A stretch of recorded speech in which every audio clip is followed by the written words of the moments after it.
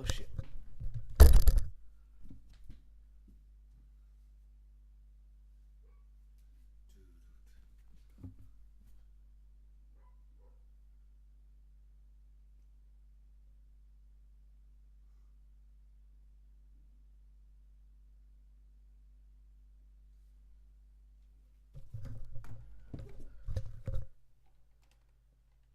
Ignore.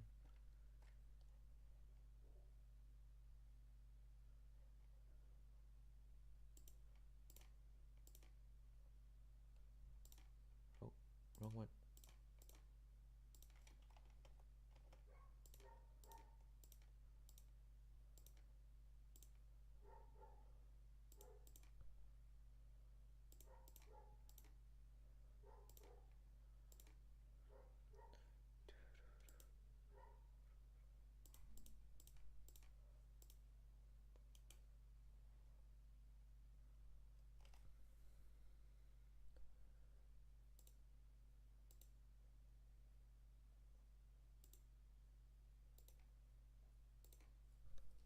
Olá. O que estavas a fazer? Sim.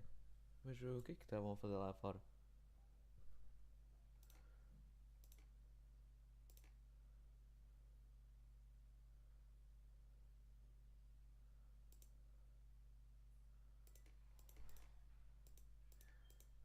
Why is not working?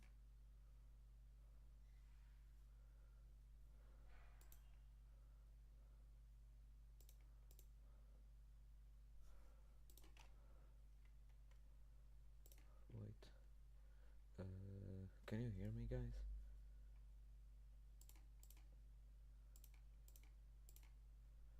And this works.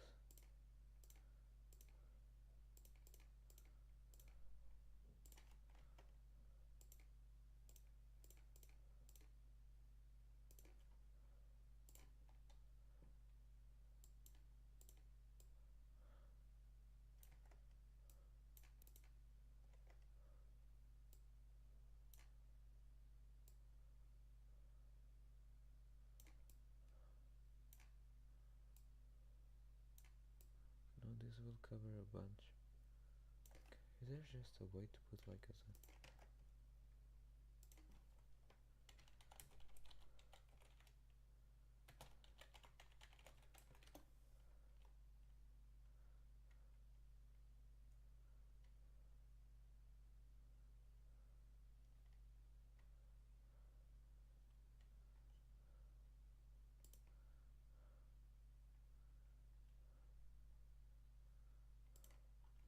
Uh,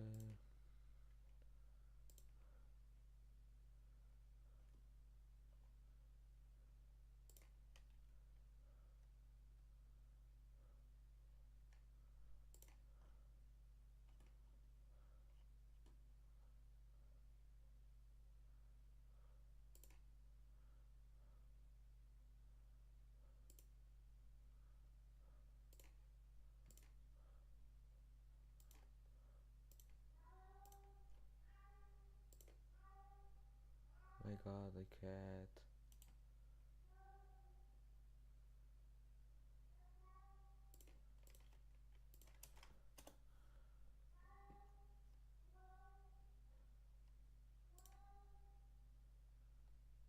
Why is the cat here about? I don't know, is that even a word? Sec.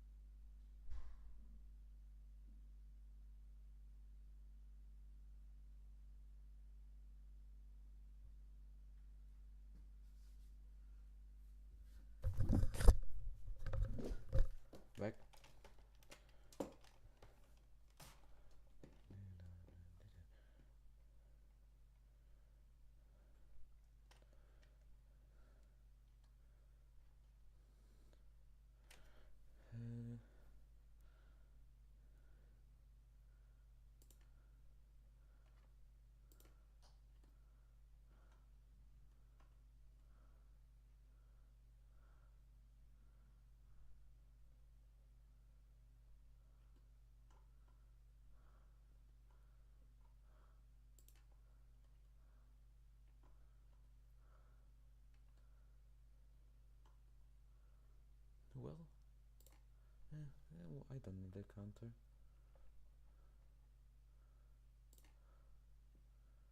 Just hope this is working.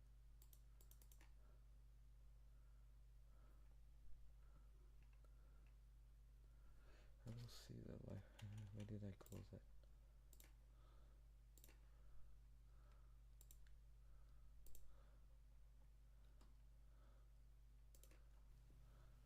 Just hope this is working. It's working.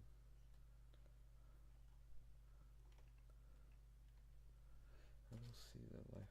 Why did I close that?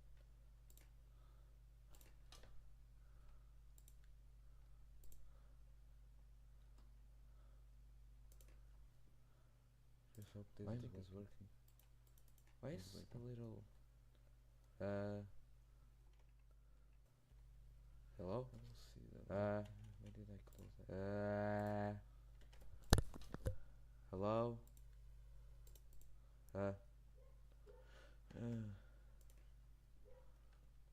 I think this it's kind of like not loud, but for some reason it's working. Do I need to make like...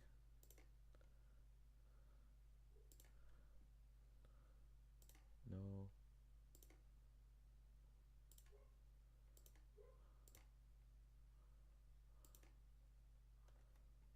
Hello.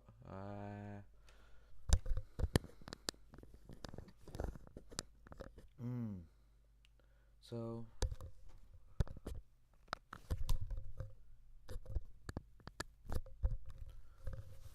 actually, I think it's not that loud, but it's working. So where was I? Oh yeah.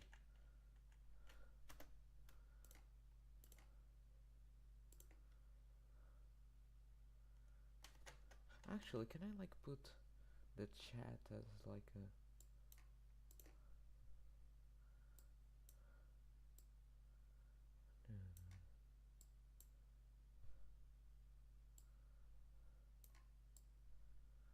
like, wait a sec.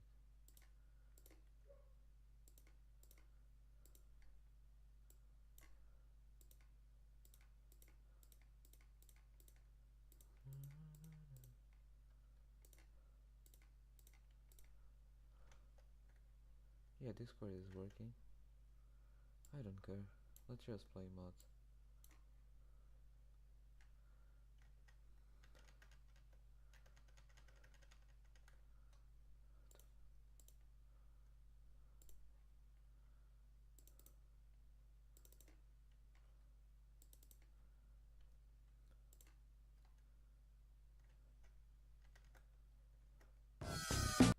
Wait, I will see my live stream because this bugs. I think if I don't put...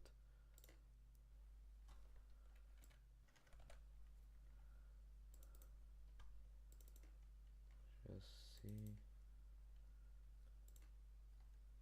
Actually, stays. It stays. Oh, and if somebody is watching, hello. Wait, I have to say something. I'm going to that I got like downloading from other people.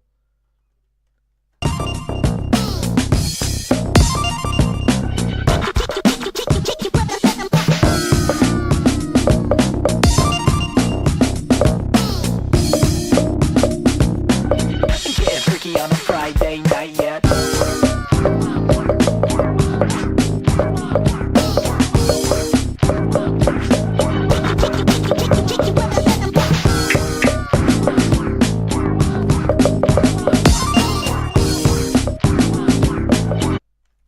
Try this one. 3, 2, 1, go!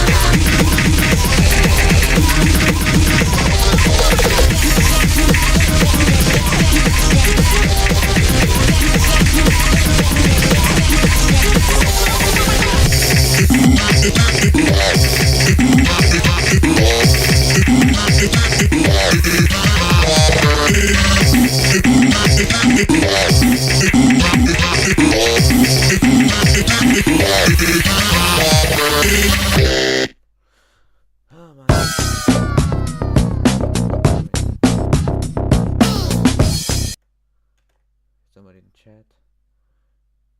No.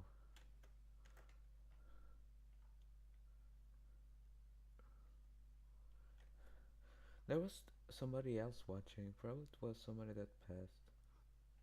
No, I don't know, I'm not sure.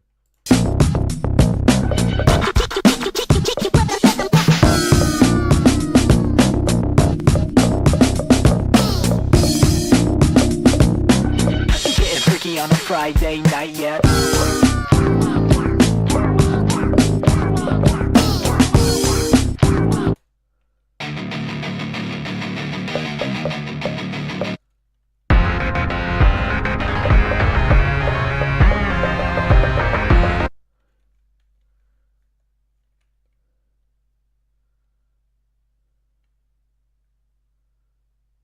Three, two, one, go!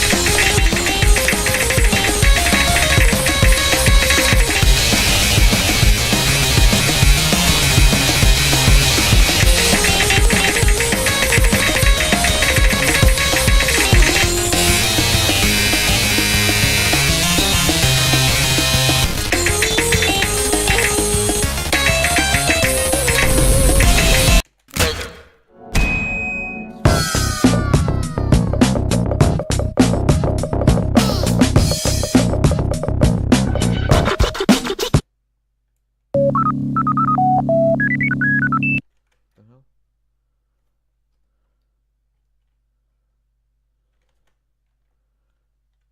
Just hold. Three, two, one, go!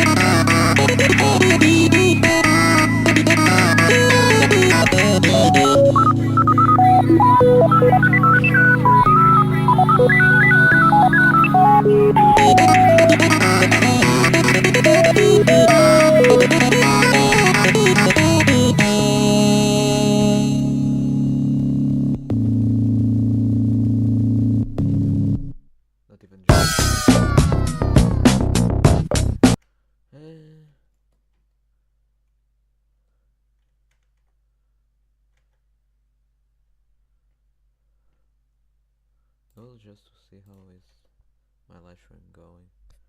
Know my stats. Yeah.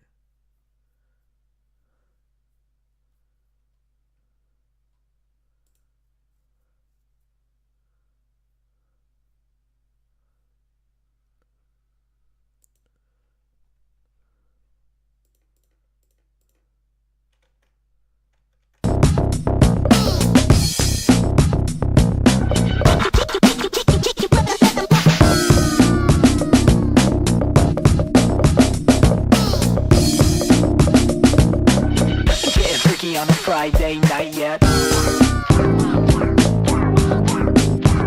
iPhone.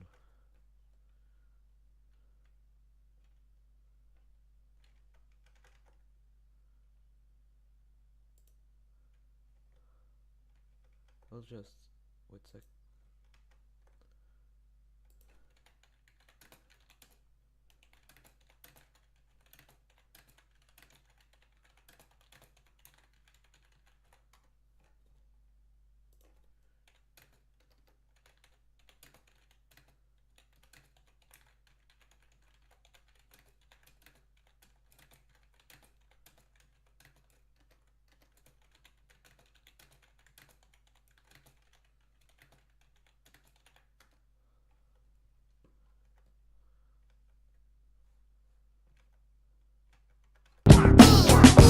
Wait, oh wait, I forgot about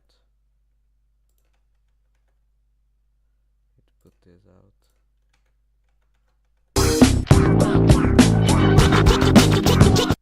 Let's go. Why it's on like undepressed? That's my bad.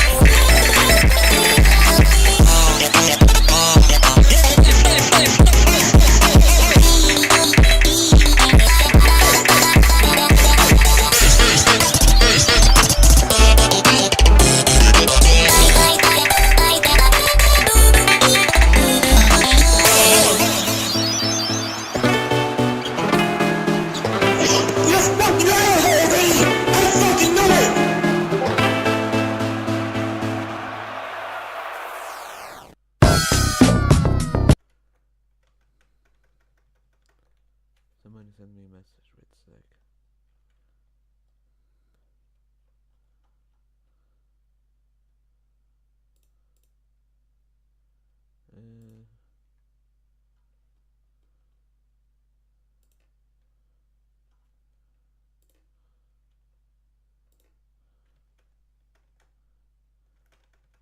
I just. Oh wait, I have more mods. Yeah. Wait. I'll do this quickly. Come here. See. There's this one that don't have anything because. Yeah, I remember that. Just need to see.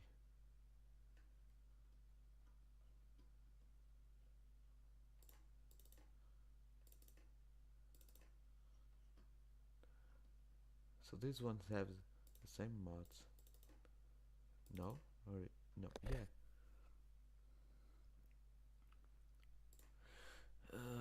Let me just. Oh, hello, bro. Bro, this is not even in the right time. Let me search like. Oh wait, there's Game Banana. Why am I searching on YouTube? Wait a sec. Banana. I just need new mods, new music. I mean.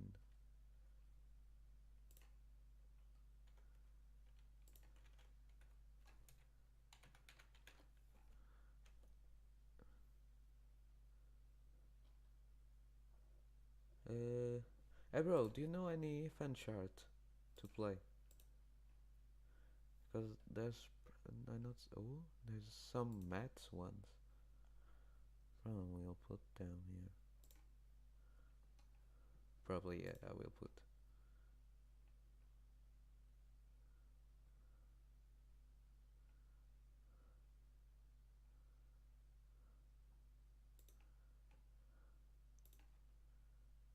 No, no, no.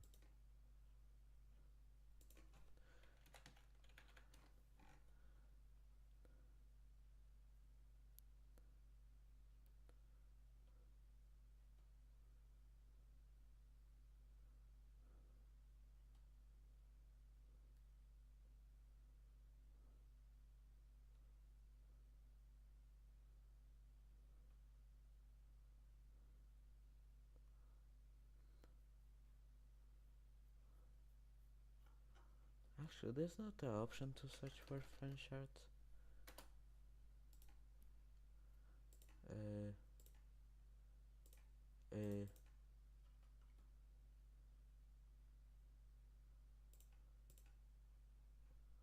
nope.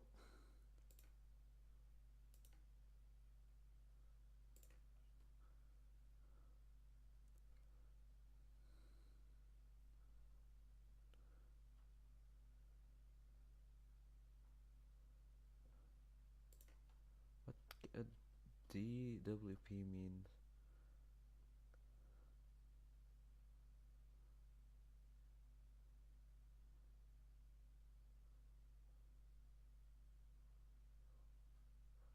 I don't know what the hell. Let me just search again for new. There's with loop knife. There's a bunch of DWP.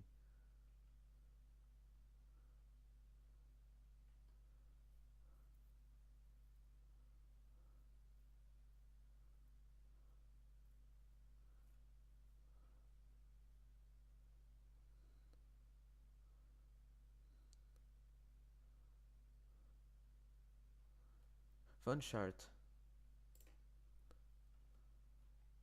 Found another one, bro. It's kinda cool, not gonna lie. Oh.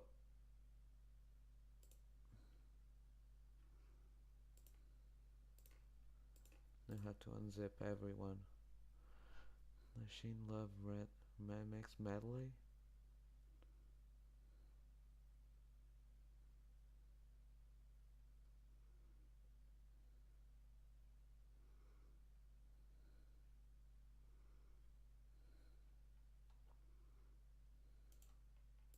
We'll put this like there, yeah.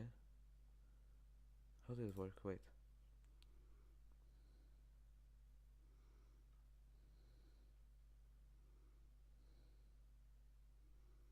Ooh.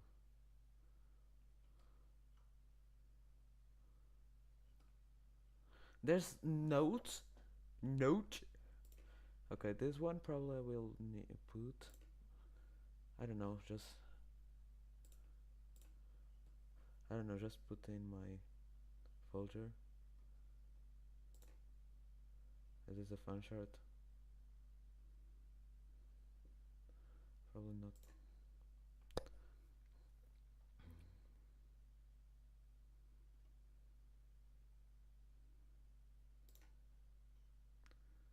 Where you go?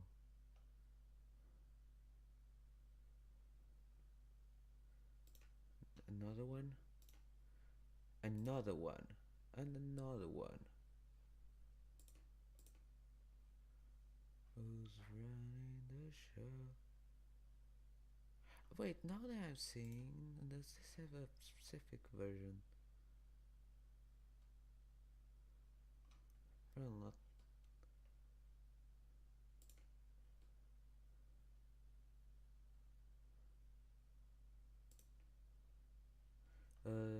It just doesn't.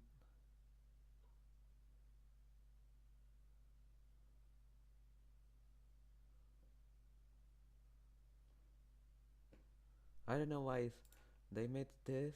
It's like recent, so yeah, cool, I guess.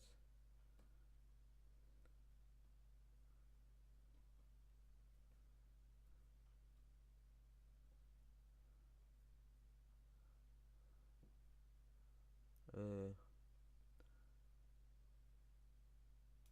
Another one.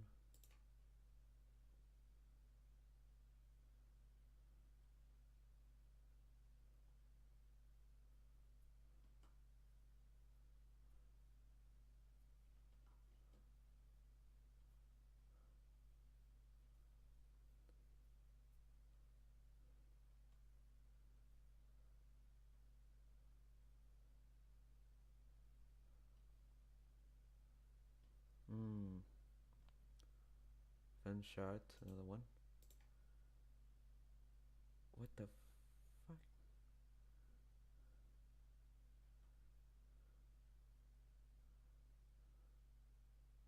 Who the fuck is herself?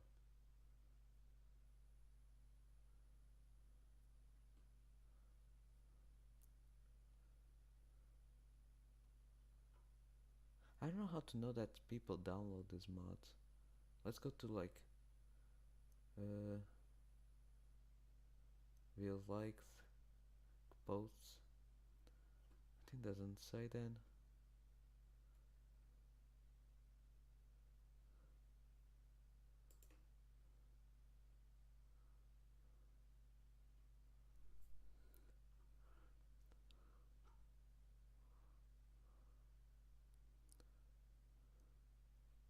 The hell? Oh, so to get the mod to work.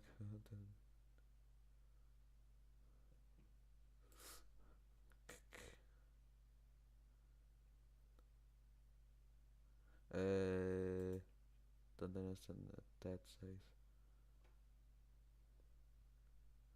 I just want charts. Like fan charts, cause I think that's like fan chart. Wait, actually,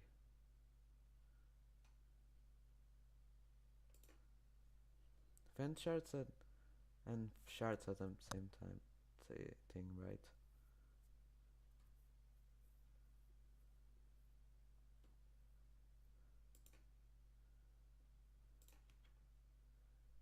Well, another one.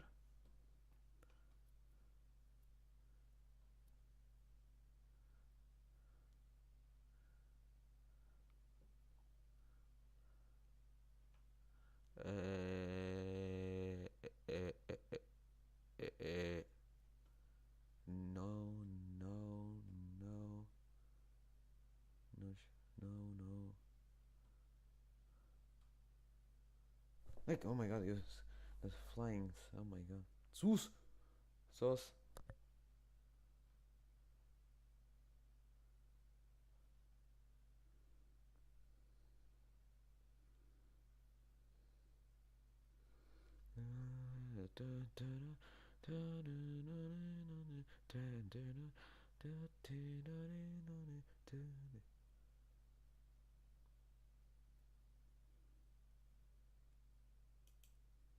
Like it's this.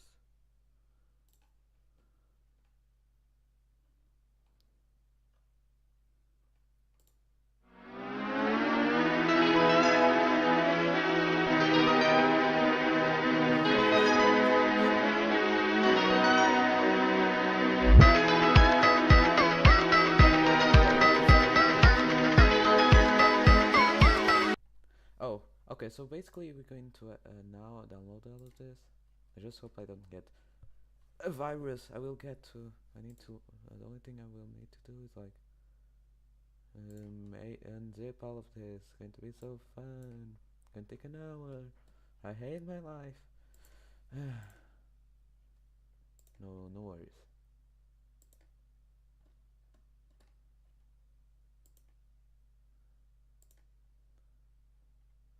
Just in case we need to play some. Oh, you mod? Oh, on Discord? Oh, gently mod. It has to be like Fancharts. It has to be Fancharts, bro. Cause if I try putting like I don't know if I put this, it will work. Actually, let me just see this. This. Oh, this one. Wait, I made this mod. Mod. Who's the old version? Oh, I can't then. Wait, what's the version? Yeah, 1.1. I think I can't use it. Yeah, I can't. Sorry, bro. Wait, actually, does any of my download things are for the same version? I should have looked.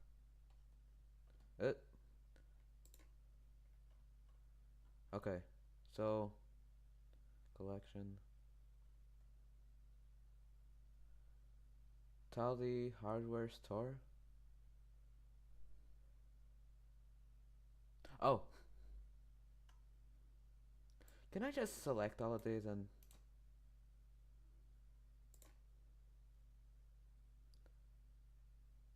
oh, you know, like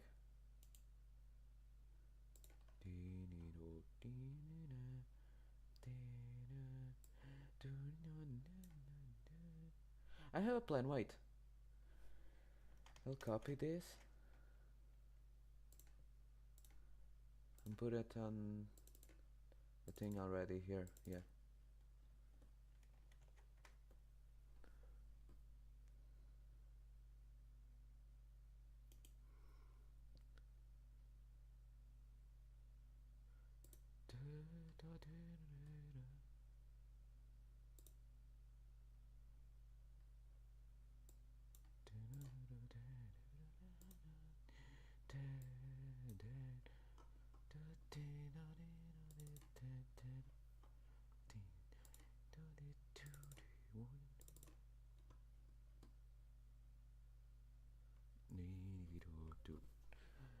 Okay, one is already down. Down.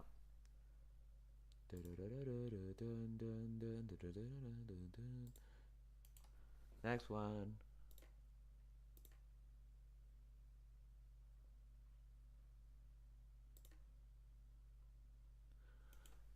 Bit take.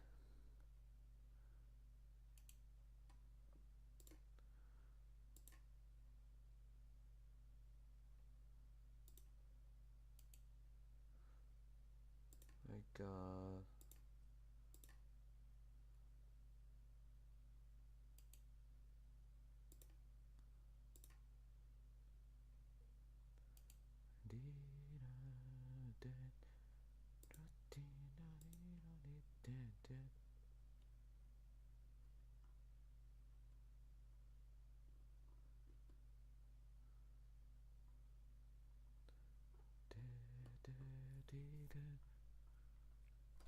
Get out.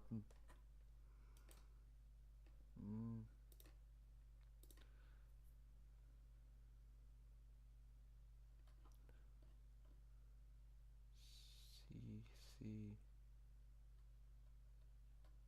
here. I don't know how this works. Is this one the one?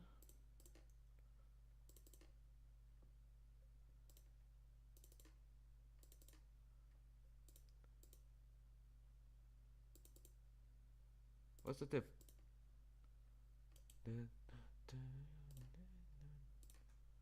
Have a plan.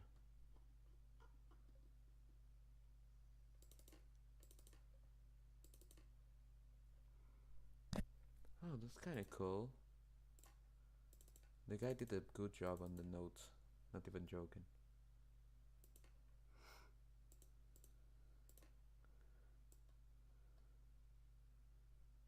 Whoop. Now go down. Go down. Go down. Custom note types. Is here, right?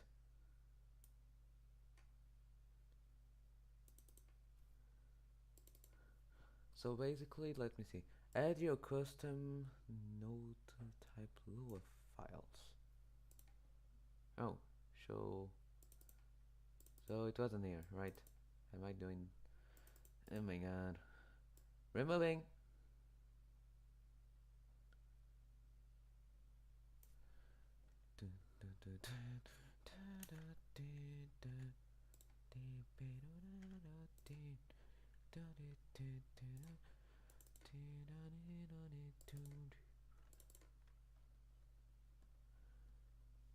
I need to know where to put this images.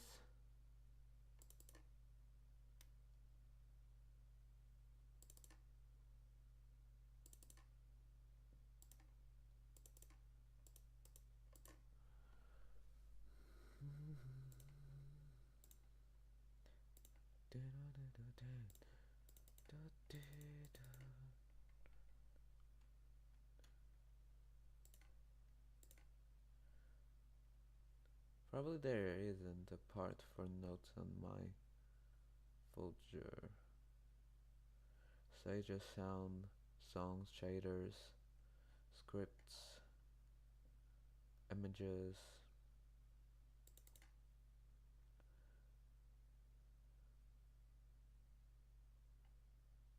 Oh my god, I don't care. Put it on here again. Oh.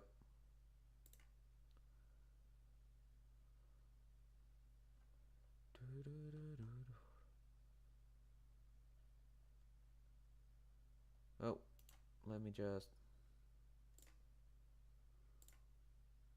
Done.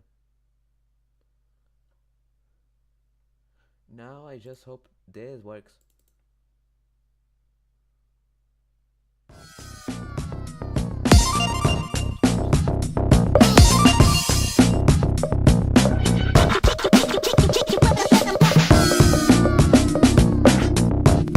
Wait. Hey, I already know what's it. It's because Wait, there's a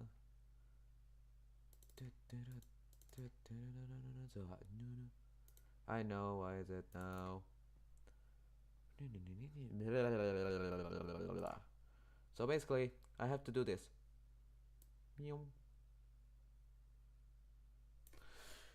Copy and put as one of these.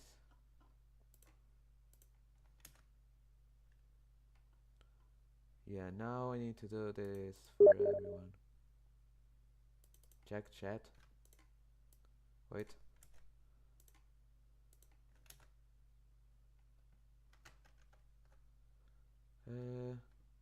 I sent you Fancharts. Let me see.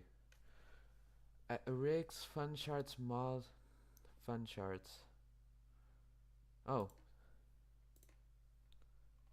Thank you, bro. Let's see.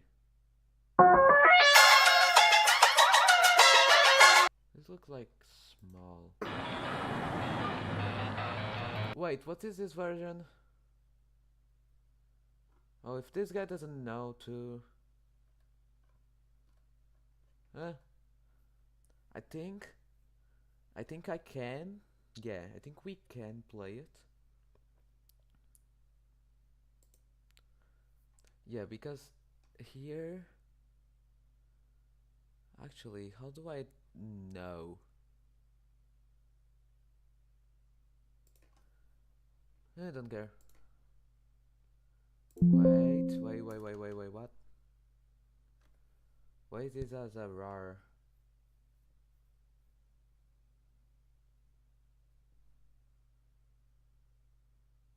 Bro, did you send me a virus?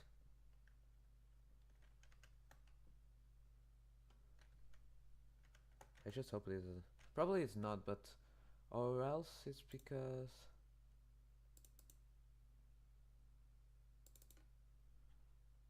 aha, thank you, bro. Found a way to open this. I just need to make this as a WinRAR, yeah.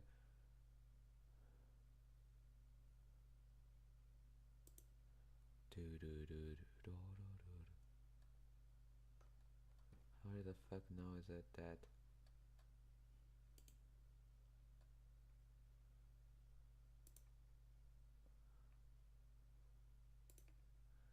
Put us here.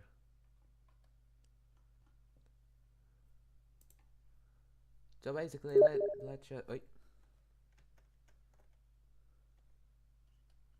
No problem, bro. Let me just continue, cause I need to put this all the things correct. So, open this up. Take this one, copy it, put it here. Then do it for the other ones. Copy it, take it, put it on here. Need to do it. Do it until I get every single one. Yeah, just to be sure.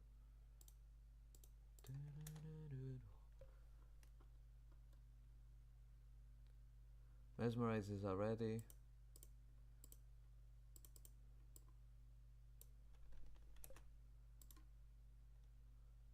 I don't know why they make like this. Probably it's because something. Then there's Kane. No, wait. Let me just see. There's Kane one too. Let's put this here. Yeah, now should it work? I think. Oh wait, and I was going to forget about the other one. Come here. I actually can stay here.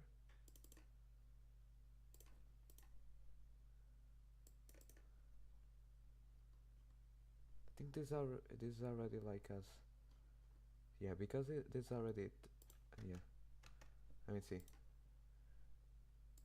Grab it and put it here. Hey bro, thank you for giving me more on one mod. I just hope I... Let me just see this. It's news to me that it's news to it's new to me. That's new to me. Oh, okay. Need to understand language. This is so far back. Yeah. No, it's done. No, it's done. Let's try it. I just don't get. I'm putting my headset.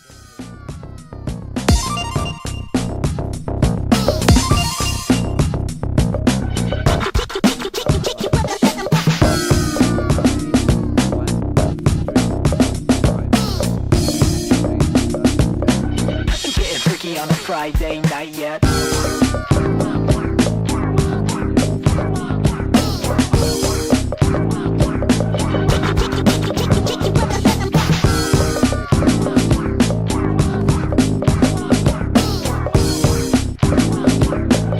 Getting freaky on a Friday night yet. Oh, probably it's because of that. Okay, open it again.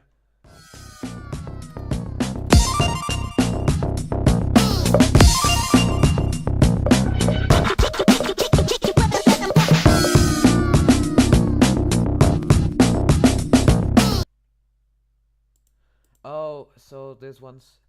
This is going to be hard to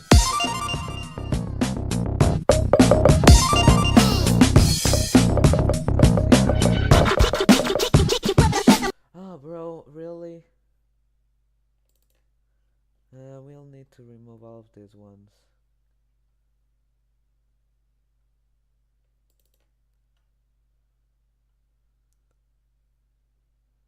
Oh, wait, actually, but these ones didn't appear.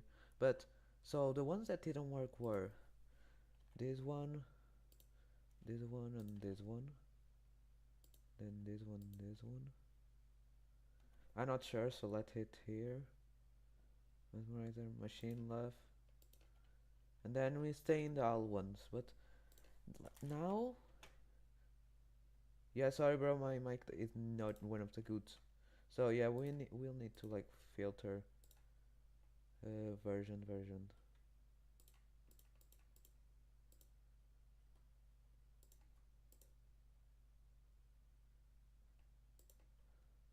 Article mods 0.6.3. Yeah, just be 16.3, I think.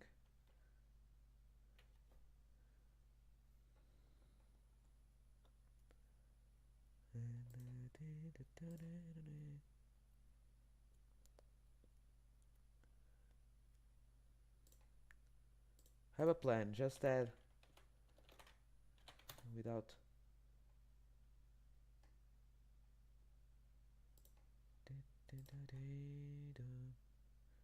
I don't know why it's this trying to put like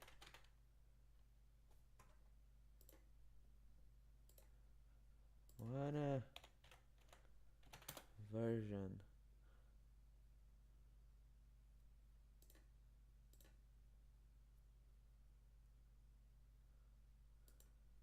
So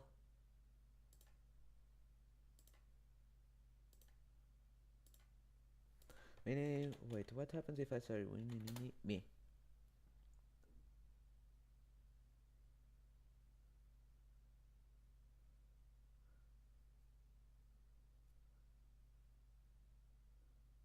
Hmm.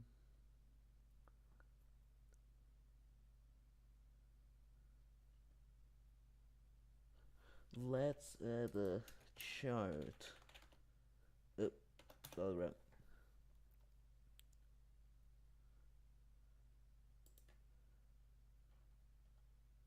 Oh, thanks God, there's something. It's going to be a rare one. Oh, I know how to do it. Oh, it's already. So if I put just sha.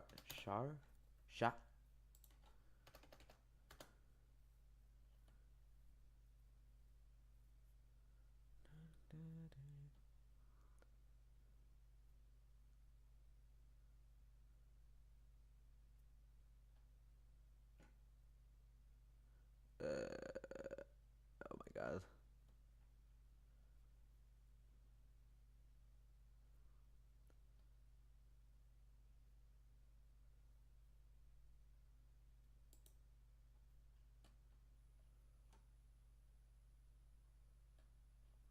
Wait, what is this about? New songs.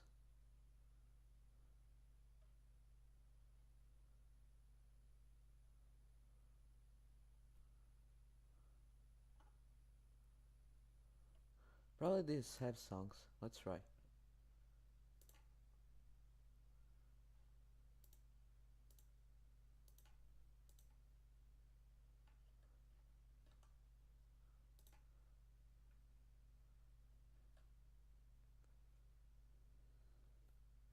Everything that has chart just need to have chart.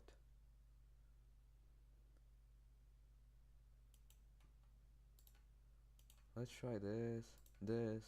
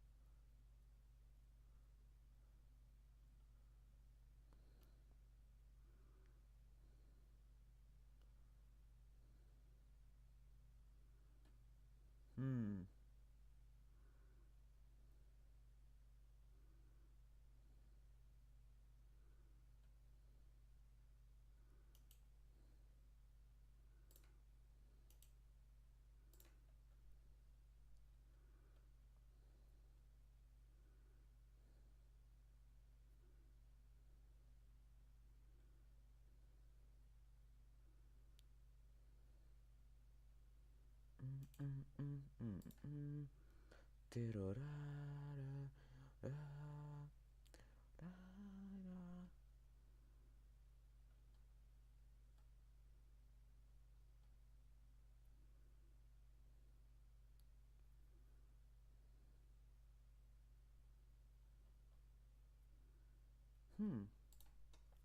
Your mic is very quiet. Bruh.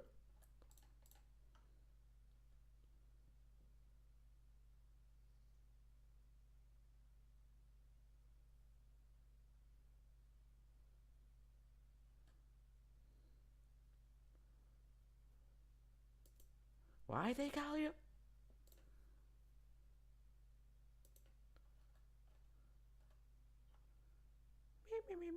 Me. You have to have PC. Oh my lord. That's crazy that you need a PC, bro.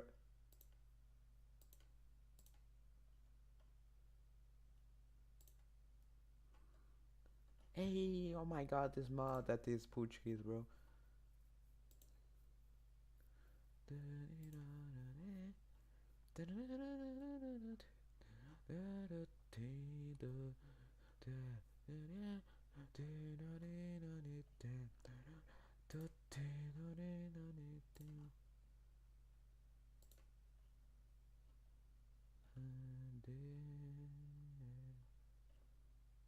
This is what? No songs. More money to me. Yeah.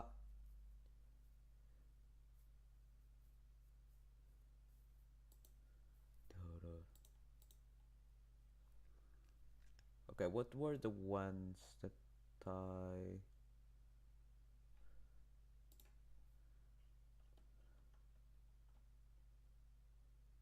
So let's just... Pa. There's one, two. There's one. Oh, no.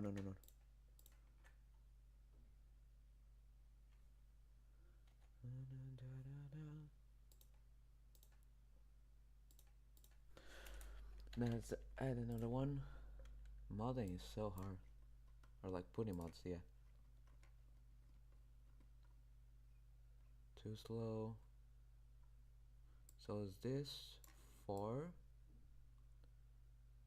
Put it here, yeah. And we open it with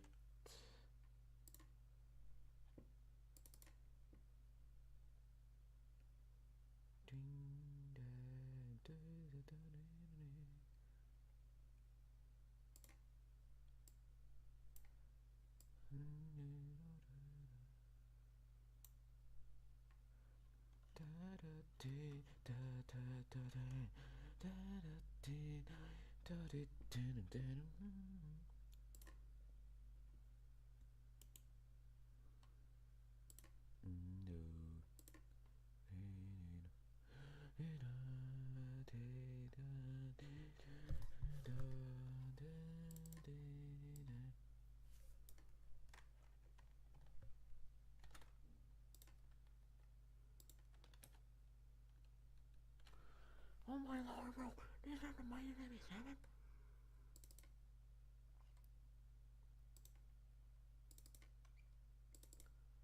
Version that works. Oh shit, that makes a lot of sense. That was in my plot list. We are ready. Okay, so we going to delete this one, and open this one with the fucking out of here, bruh. You're disgusting as that.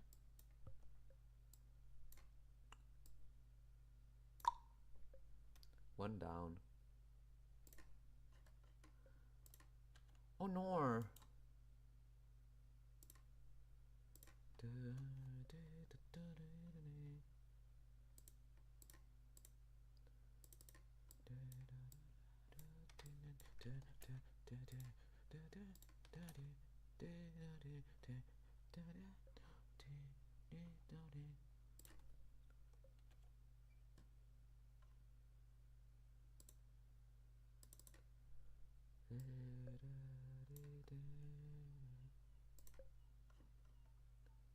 What?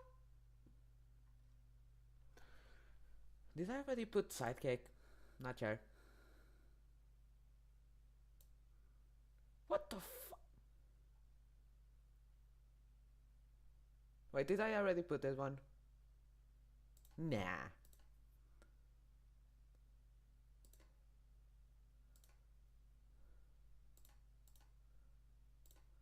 Probably will play team first later. Let it.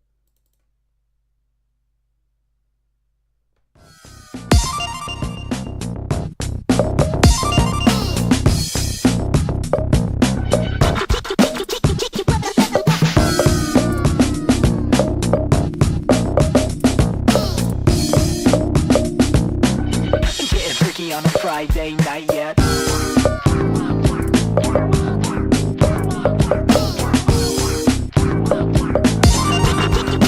My game, I know. Let's try just going to the free play. It's more easy. And obviously it works.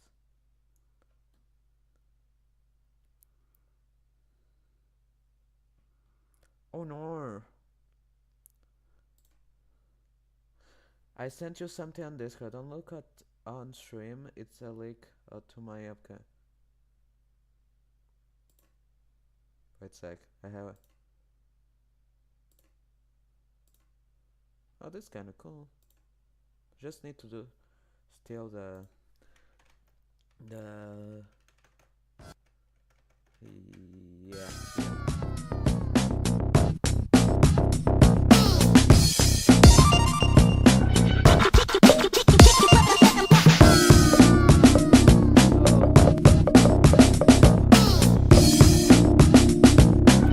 Getting freaky on a Friday night yet. Don't work exactly. What the fuck did I even say? Isaac Newton? Is that you?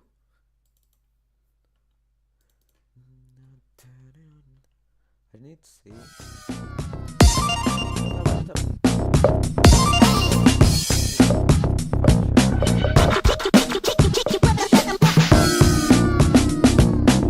I'm trying this one. This one don't work. What I'm doing? Wait, actually.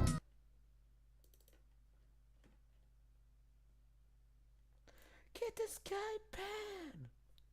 One down. Probably now the one that doesn't work is going.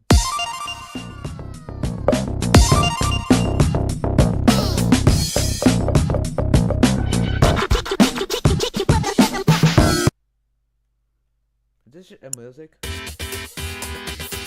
Oh my god! This is a. If you want to load a free play.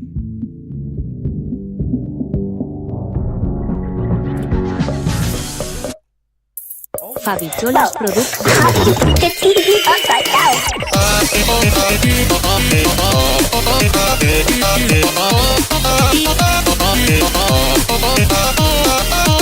Let's try it. 3, 2, 1, go! Fabiciolas Productions.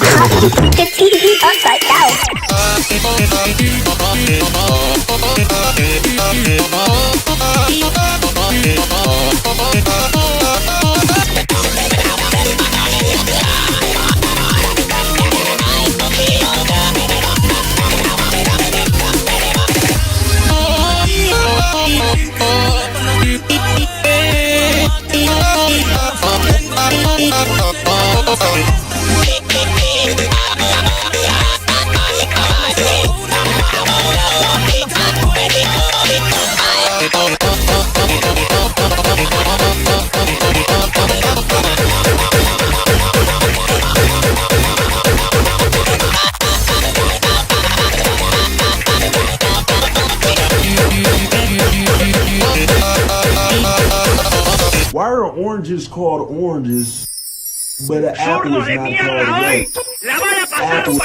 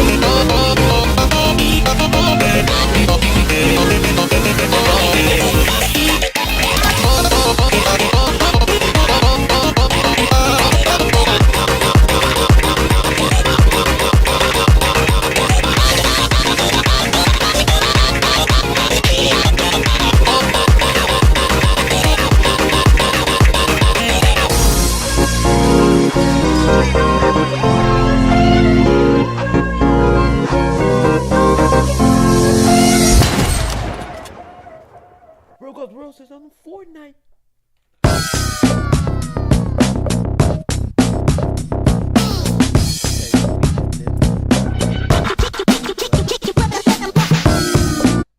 Okay, look at 3, 2, 1, go!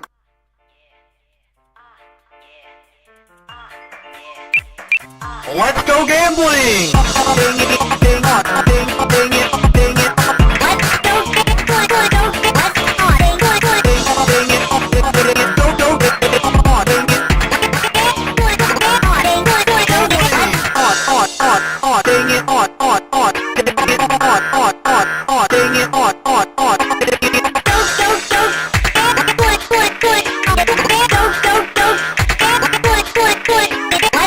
Ding it, ding it, ding it, ding it, ding, ding it, ding it, ding it.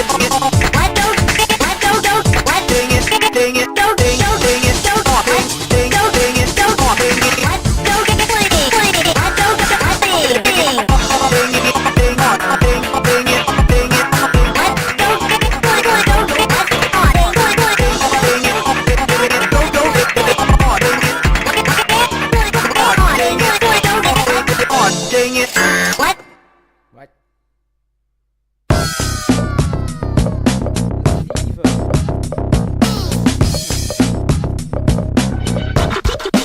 Okay, this one works. I'm just going to remove my cousin. 3, 2, 1, go!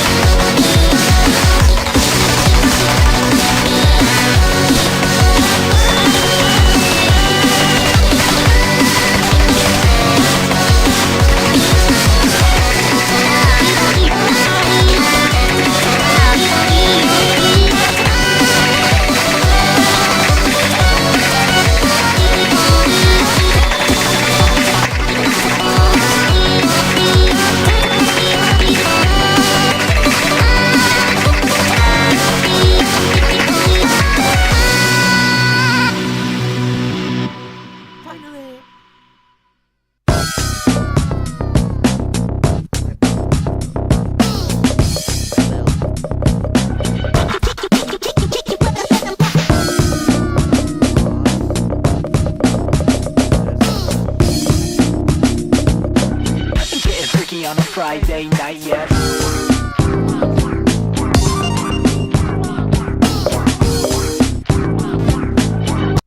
Like, they made a special menu for this. Hello? I thought it was going to open the free play menu. No, it's putting on the musics, I think.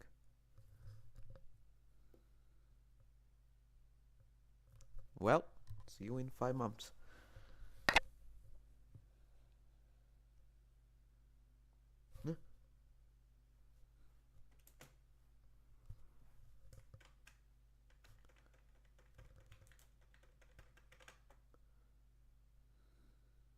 Yeah, let it go.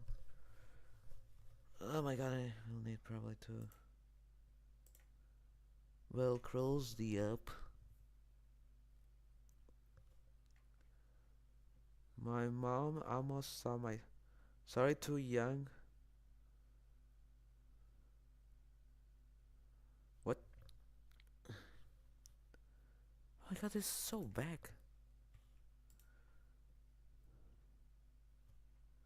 So hard to find like a... Oh wait, by the way, I'm putting...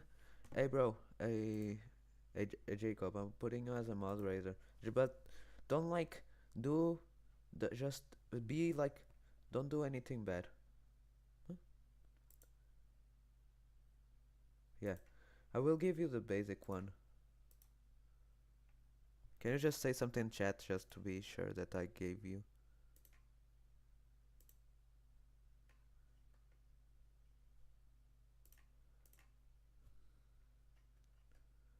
If he is even watching my stream.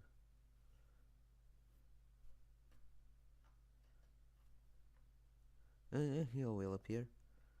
Let me just come here. Okay, we know that at least we don't have like a 6 messages not working.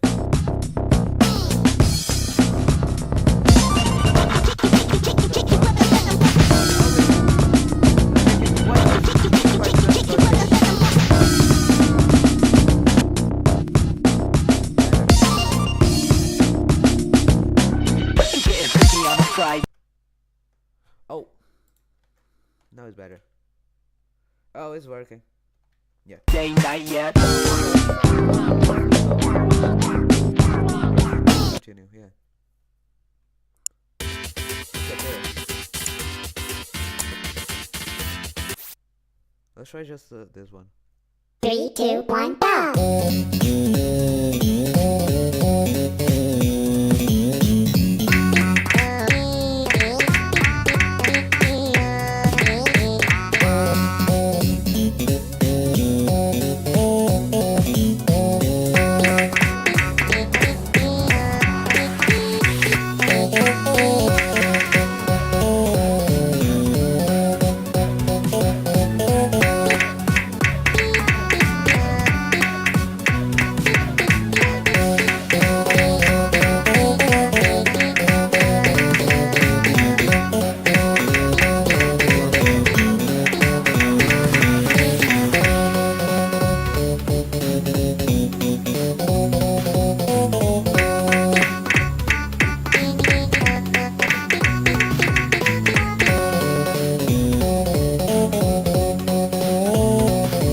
I see is that because I have the things normally wait.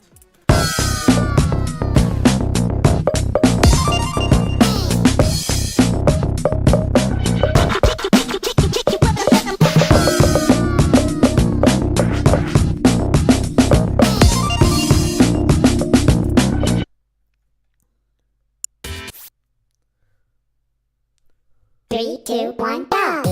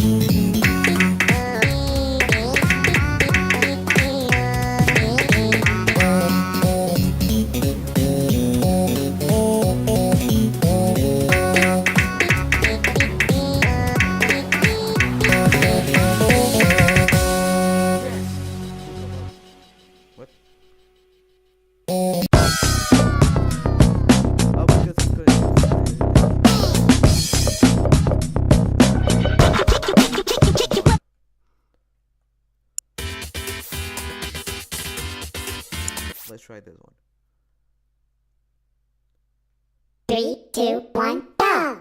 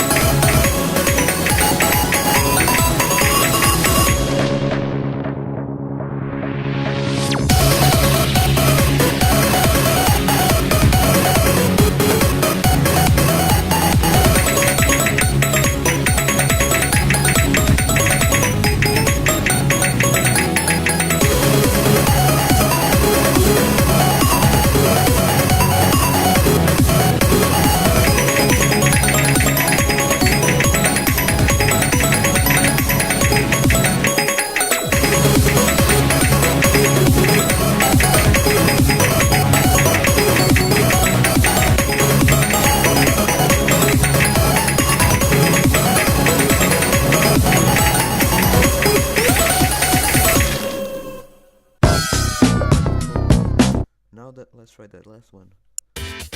Before, let me just I saw image on Steam from Baldi's community draw image Buddy X Baldi. It was called TG image. That was the title. 4 people. What the fuck?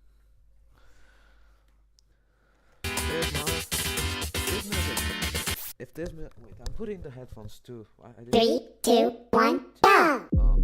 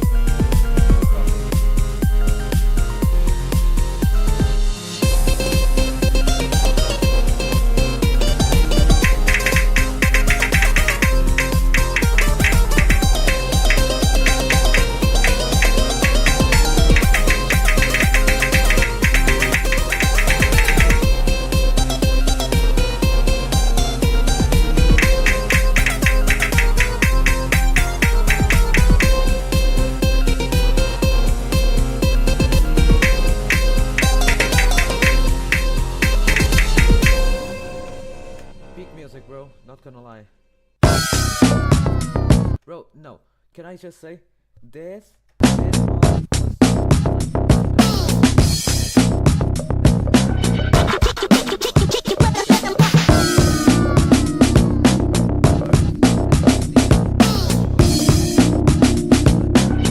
Getting freaky on a Friday night yet.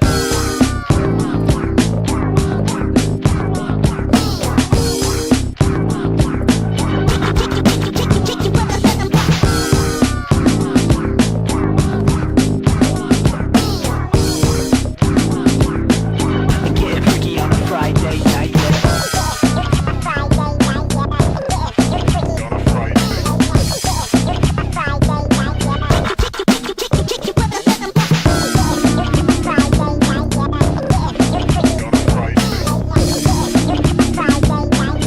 Getting freaky, think you got what it takes.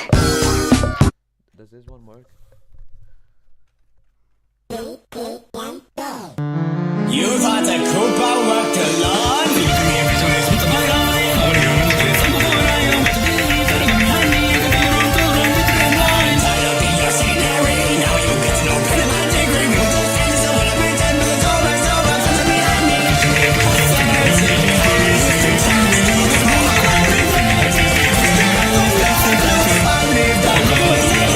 Okay, this one.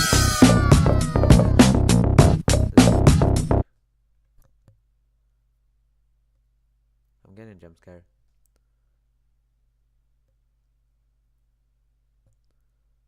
Well, see you. 3, 2, 1, go!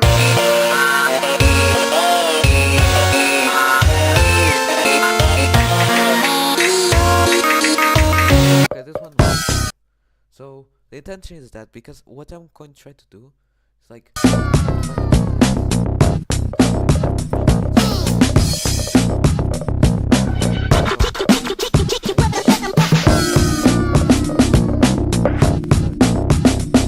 just close because there was crash. Yeah, no, because it looked like that was going to crash, but it was just because the mod is kind of big. But I just believed without even. Let me see. There's some over here. Icon. These ones are not working. It's kind of sad. Sidekick. So it's in S. Did I even put this one? Oh, I didn't even. Oh, I didn't put this 2 here.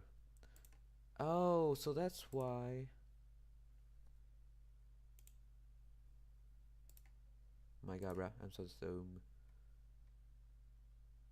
So, delete this one. Where is it?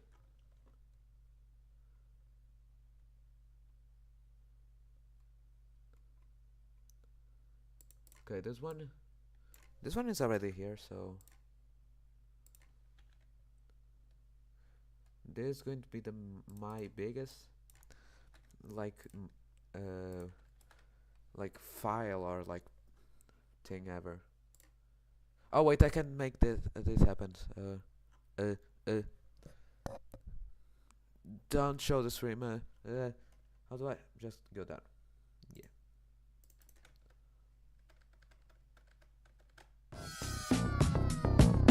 Close this one and this one.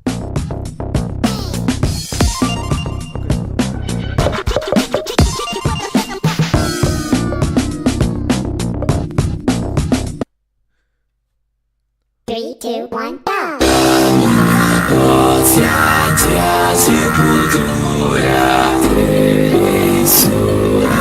This one. I'm going to put this one as to plate because the other one was Brazilian. 3, 2, 1, go!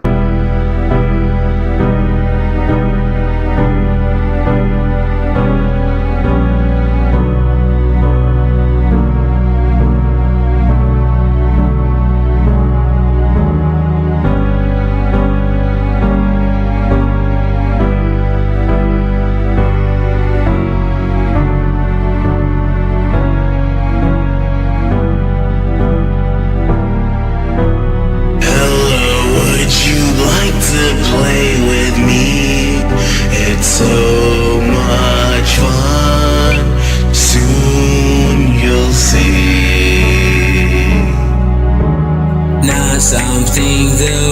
Sonic would say, don't think you're who you portray. You entered my realm, so now you're gonna pay. It'll be over soon. Don't like how you put that, I'm not gonna stay. Won't be killed, I'm no buffoon. Don't you ever think you'll escape me? You'll never win points, so completely. All you want to play villains because nothing will ever save with your Seems like I face you before, it seems like it's a miracle. You're better than me, it's thrown and gore. We'll the fight, I will win the war. Candles coming, I am faster. Don't try running, made your loss harder to believe. Once we're done, your love is eternally. Dang. No, I'm good. I don't want it.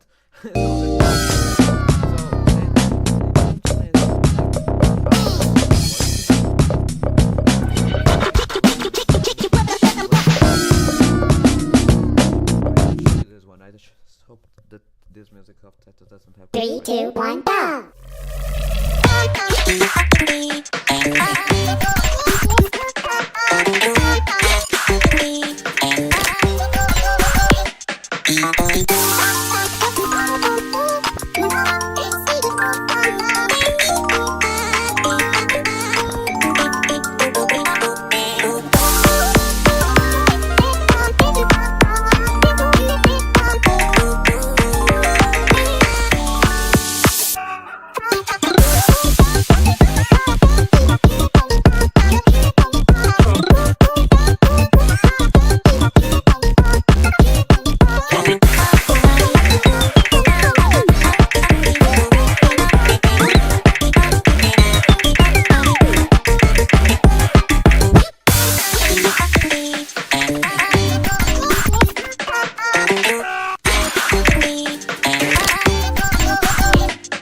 Drop it.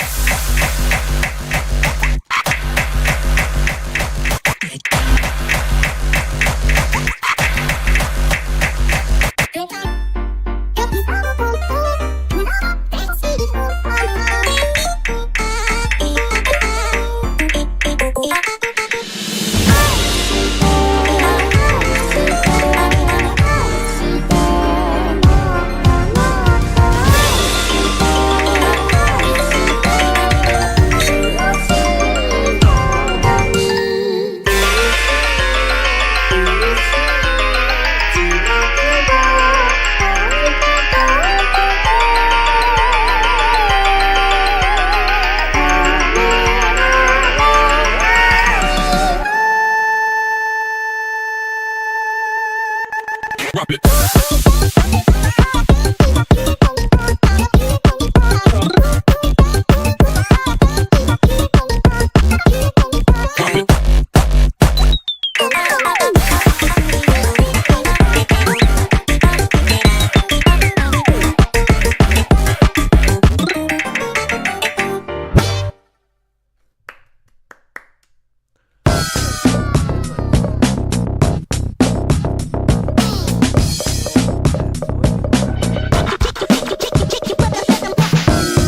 Yet more, because oh wait, something happened. I can look down. Huh. So yeah, let's just do. I have a plan. Let's just like yeah. I'm just going to add more mods. More. Wait. We could have fine.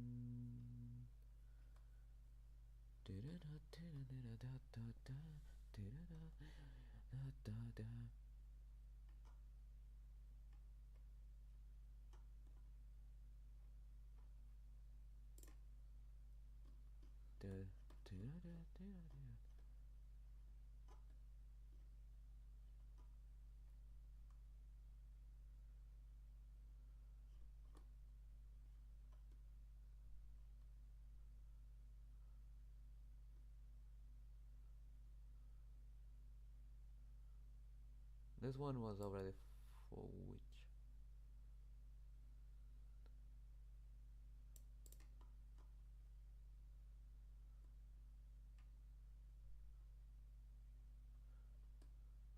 I can't know if this one is for what version.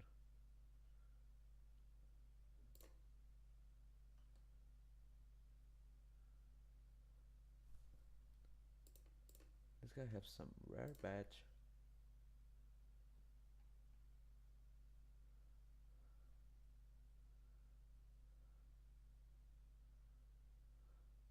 Not Drake.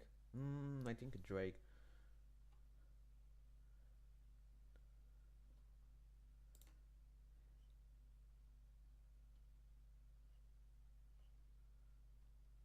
What the hell? What the hell? This is Portuguese. Nem fudendo.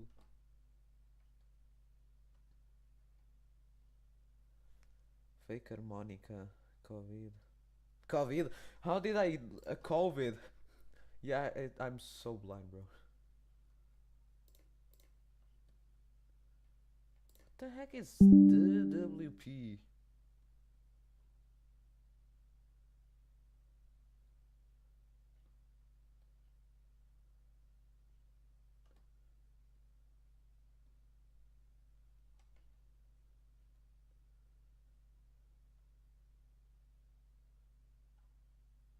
What?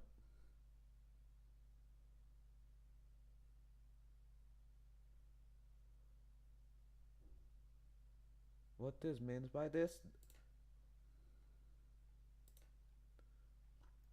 I just hope I can put this as the much more I add, the much more mods we can put, the much good another BF and be like a new like the reskin of them. How do I leave this? How do I leave? Michael. Oh, you already know them.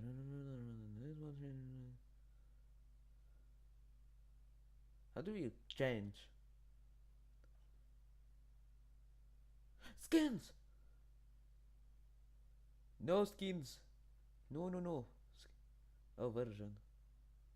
Actually, which version is this for?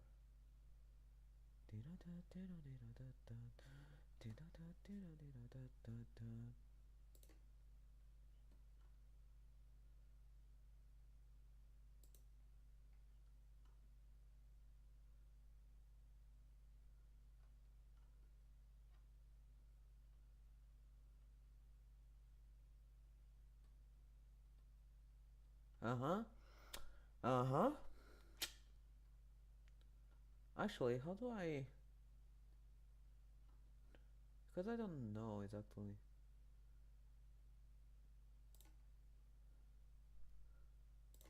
I don't care. Let's just fucking add with loops. What the fuck is loops and what the heck are they talking about?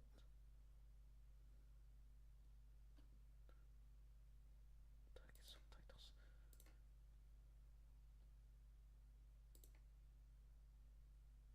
Ugh. Oh, for music that have like talkings? Is this like...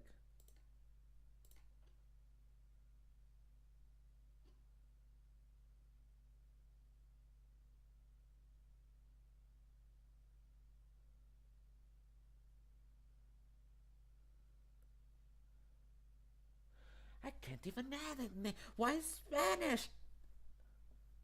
Spanish!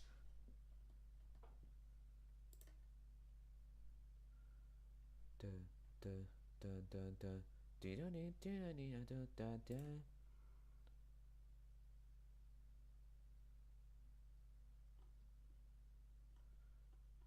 Which version is this?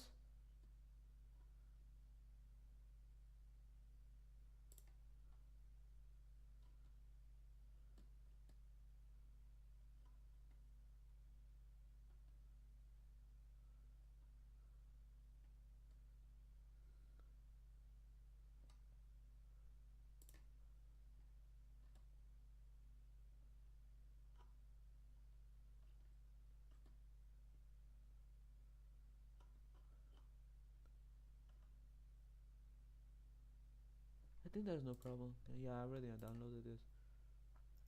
No, subtitle. Just to be sure.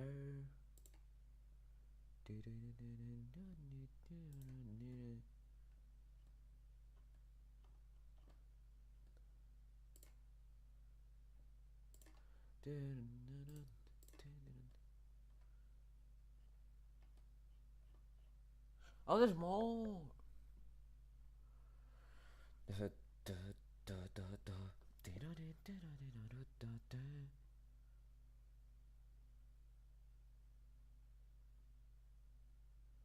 Doraemon, Doraemon, Doraemon, Doraemon.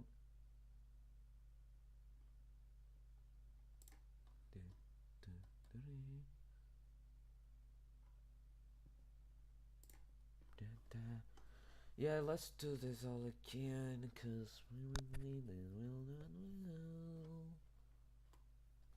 Let's just see, is there a way?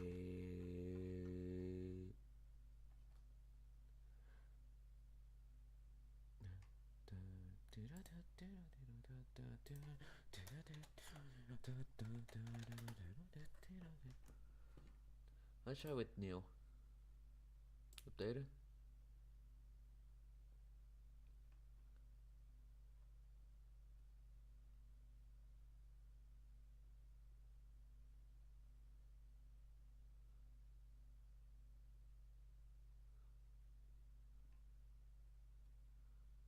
Oh, music. Let's add.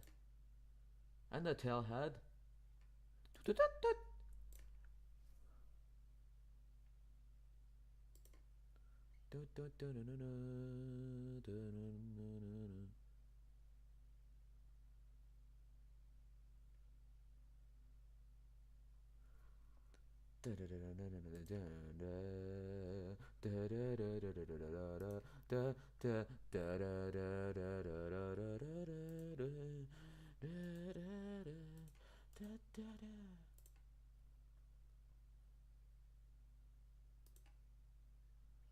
Is this like mods, new songs?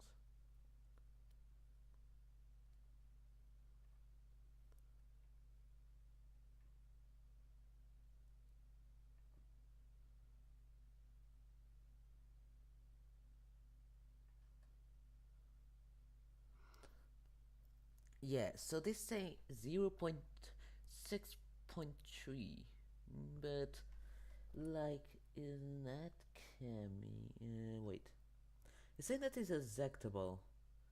When they're saying that, that means that probably, yeah, it's probably you can't.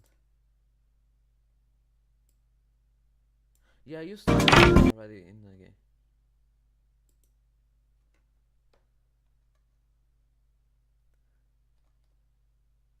Why is it not working now? There was, oh, because I search updated. All of this is not update. Now this makes more shit.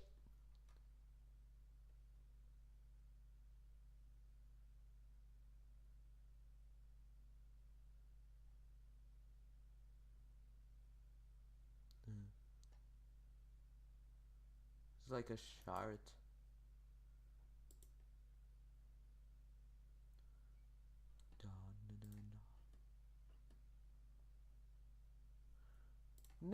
Nem fudendo.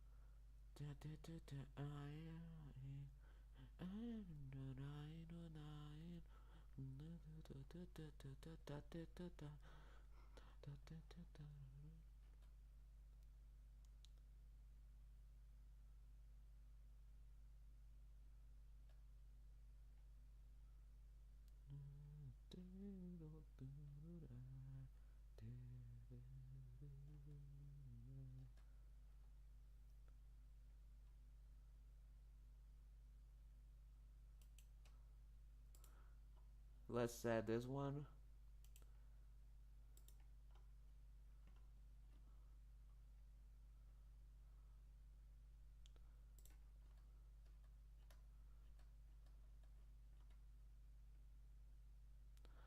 Fortune nature, bruh.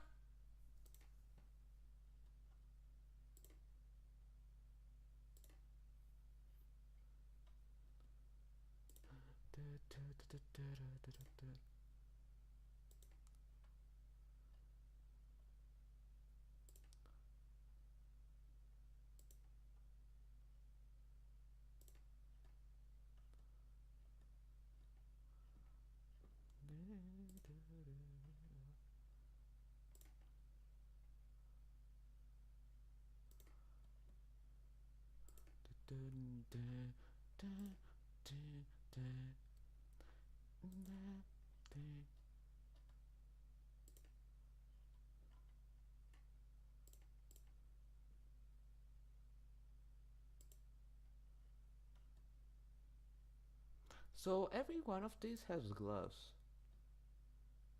Probably it's just a model that is in a new update, and I'm not sure. I didn't see it yet.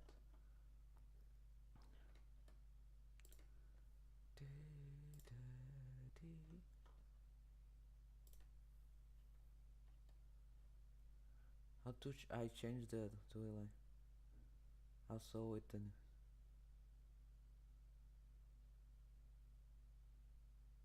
it's it is for a mod I'm working on that uses. Why did I download this then? Oh, I didn't download. So this one is not working yet. Really? But changing to what am I gonna? Anyway,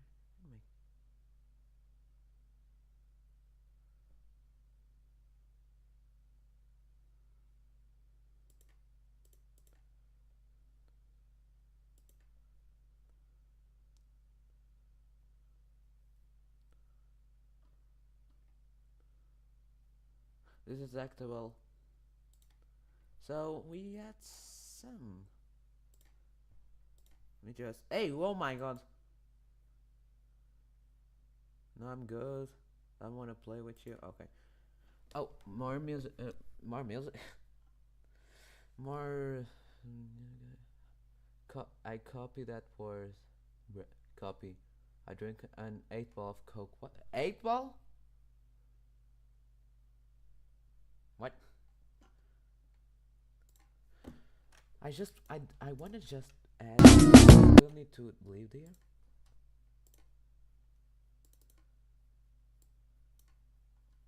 After I need your help to find out a way to put out the like stuff, or like a place to put the mods on. So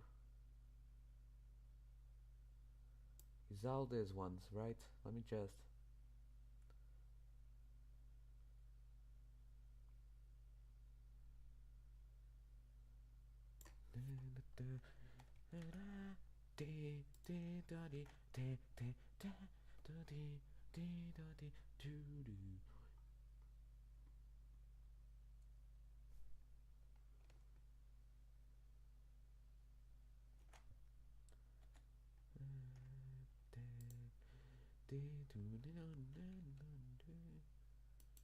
I'm just putting on a separated mods to just to be like easy to.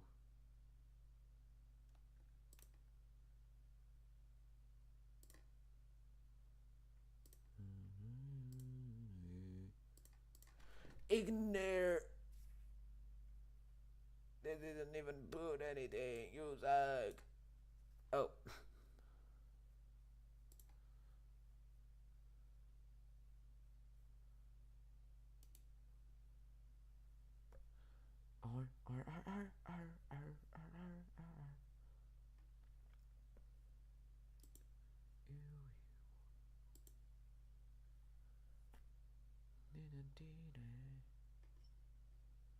Let's start.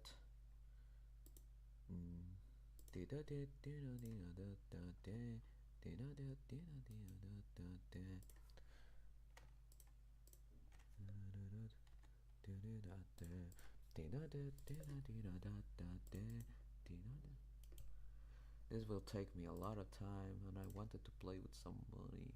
or else I kill it. Oh, somebody is coming how? I do this, force in nature. At least we have a TF2 one. TF2? Did somebody say TF2? Nobody.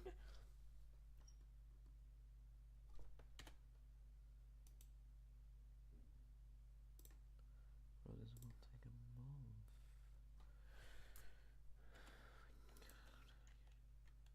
I just hope everyone is working here.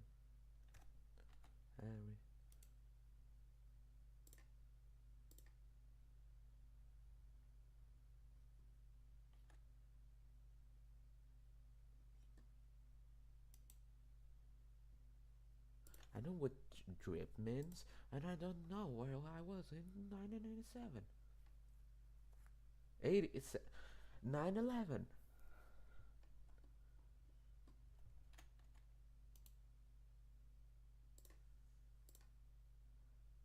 I know what drip means, and I didn't know where I was when 11 happened.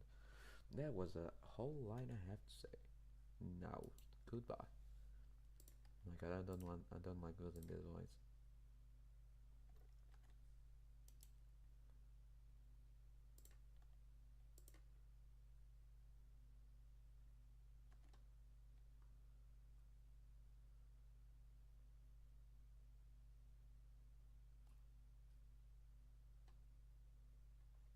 Let's see. Now we need to go to the part we check. Come here.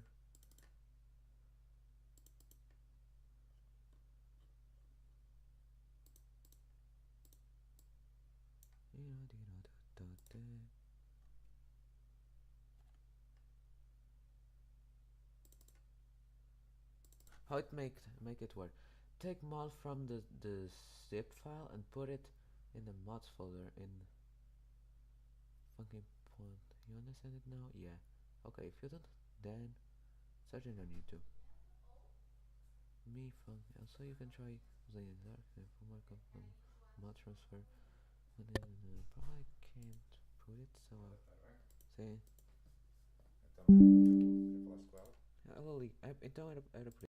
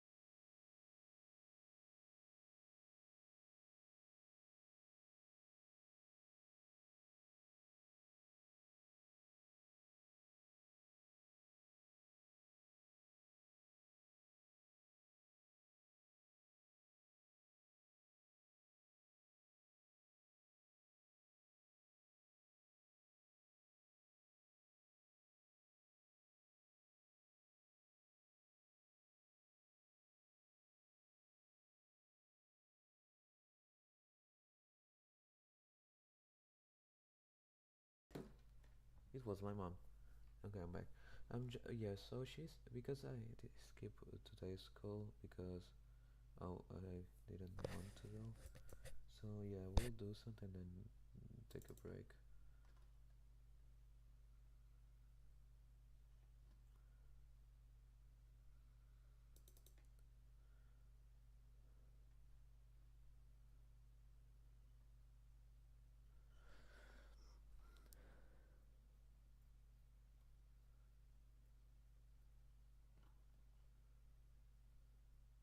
trying to find where I put this.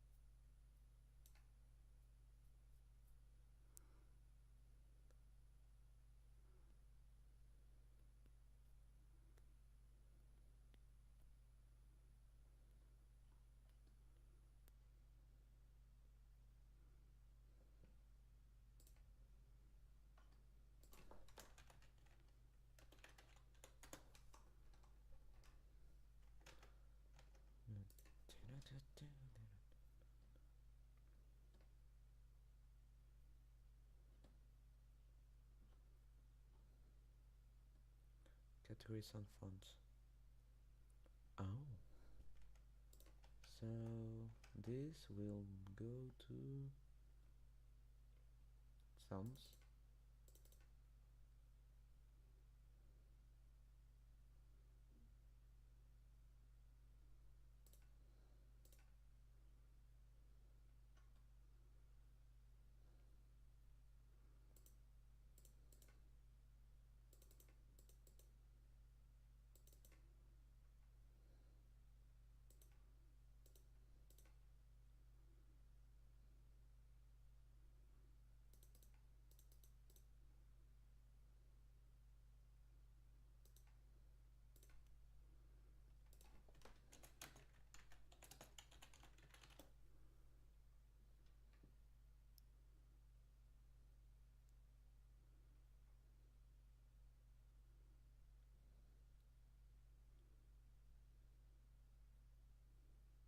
What does WP mean?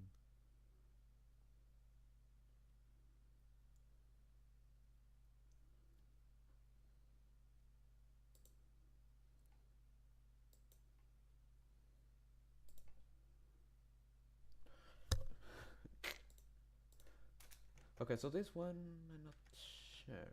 So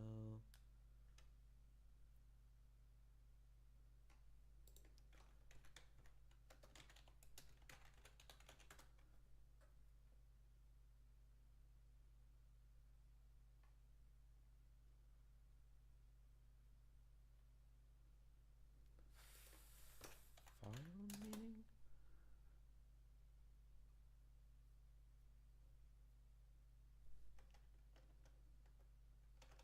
Huh.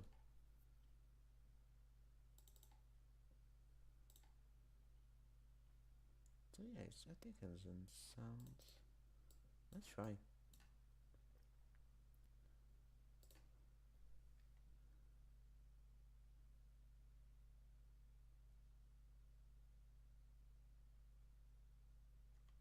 I don't care if I don't get this later. I can I'll anyways download it.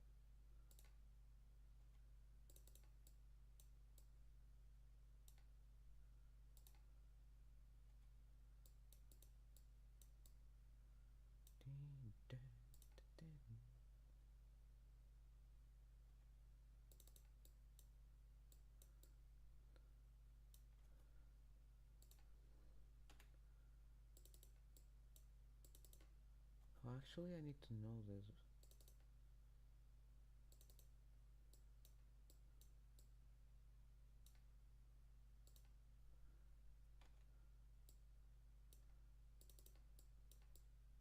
Yeah, so basically I will just kill this one, then start.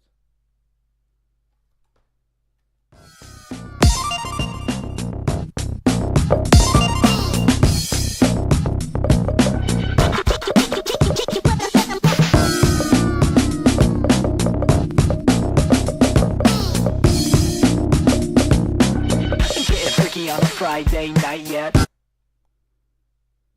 3, 2, 1, go!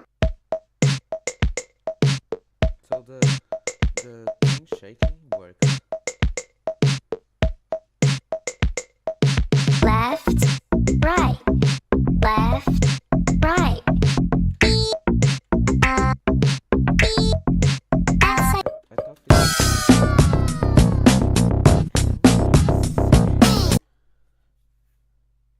I know why. Probably it's not working.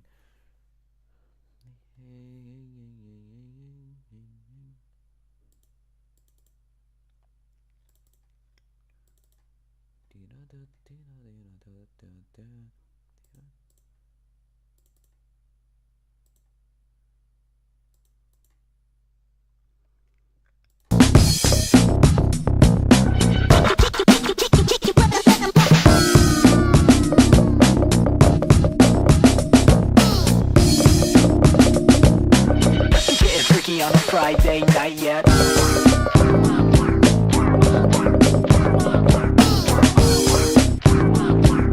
Your icon, bro. Not even joking.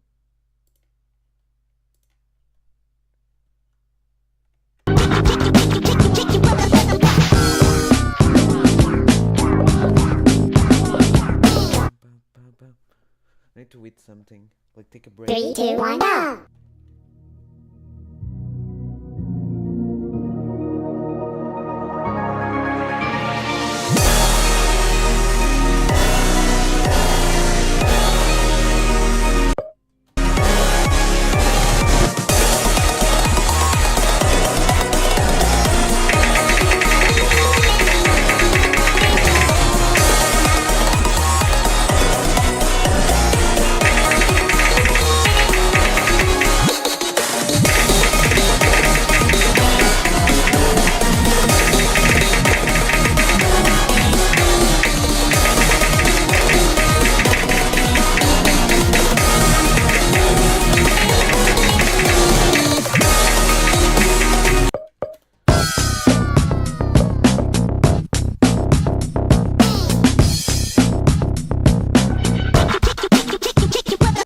We found one that is crashing.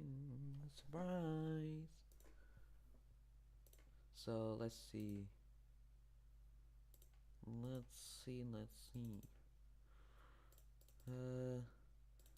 So the one that is not working is Stargazer, right?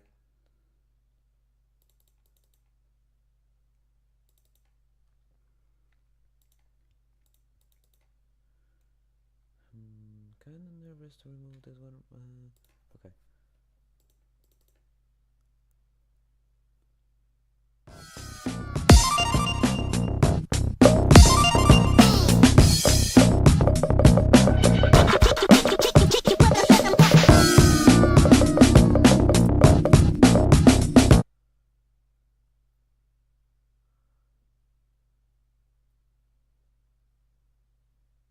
Three, two, one, go! For signature, please. It's Team Fortress 2. 3, 2, 1, go!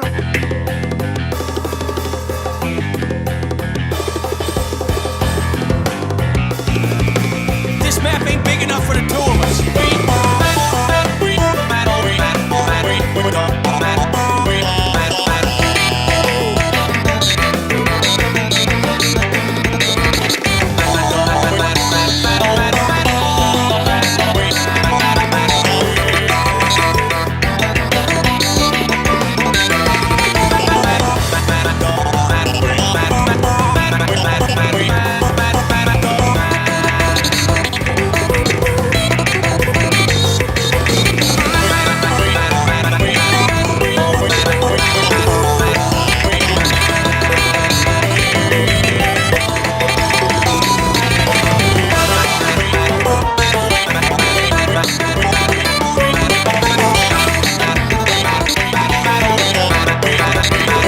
Good thing to know this is working.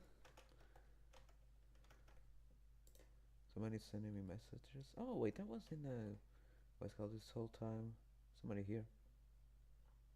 Nope. me see. In my notes, I drew Xenomorph. So.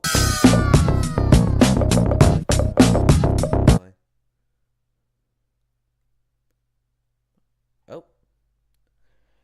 Probably it works, but it's crashing. But I'm not going to remove this because if it doesn't appear a crash, it like crashed, yeah. But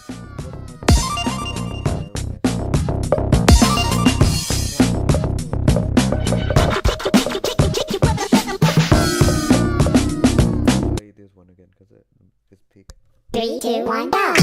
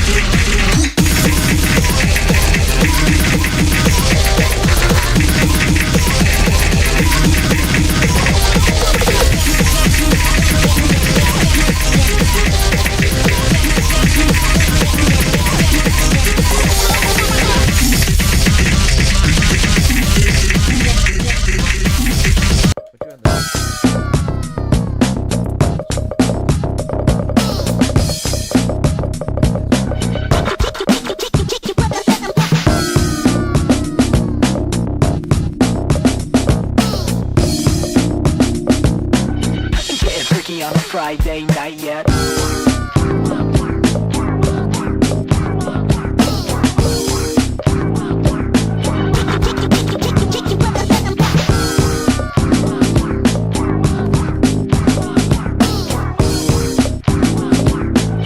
Get freaky on a Friday night yet.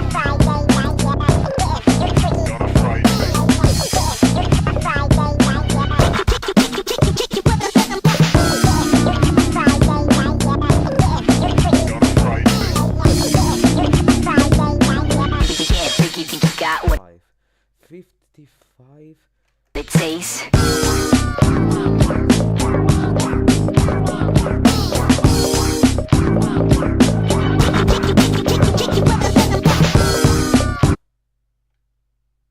Three, two, one, go! I am the top guy.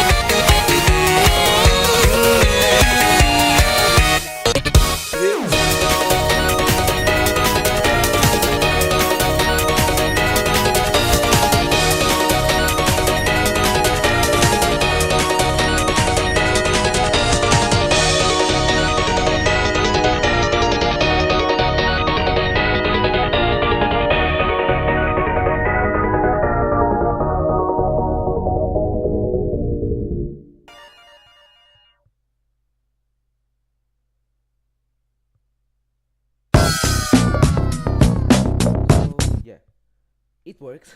It's good to know, cause then we have more, and that music is kind of peak, not gonna lie.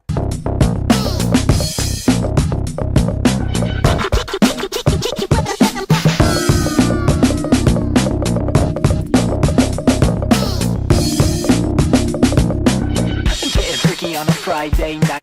Let's see if these ones work. No. Work. Last chance. Needs to work, bro. 3, 2, 1, go!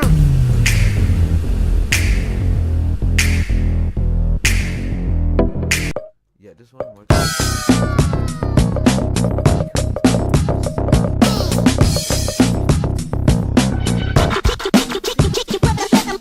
Musics. No, I don't know what should do. Hey guys, should we play Roblox or watch YouTube? Because my mom said to do a break because I didn't go to school because my head was hurting. That was a lie. I just lied to her. Sorry. Like I just want to do like I didn't want to go. Oh, wrong button. Well, like you know. So I will put like a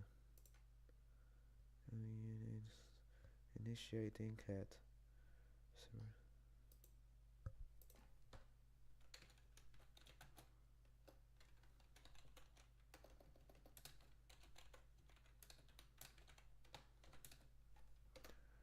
So if you choose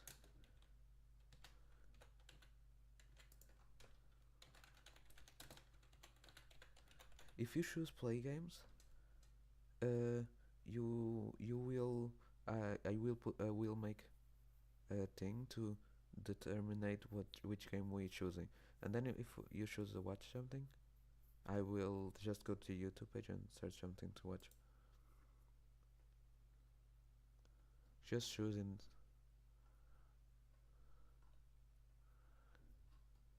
Thanks God I have this muted. Oh wait, if I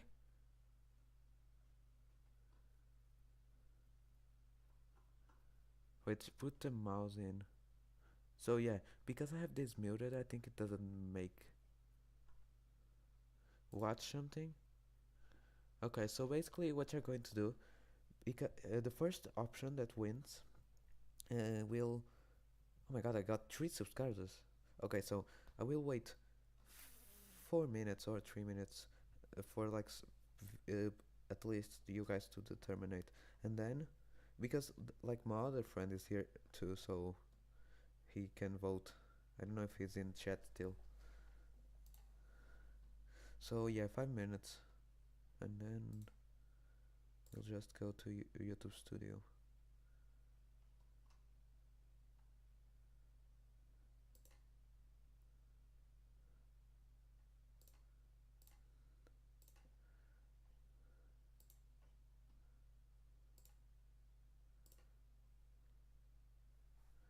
What happens if I F5?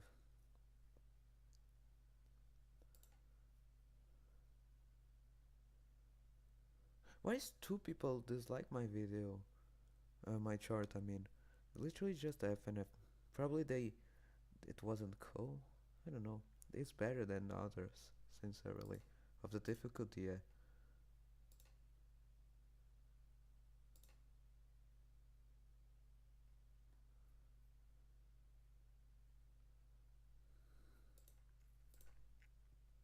Okay, let's see.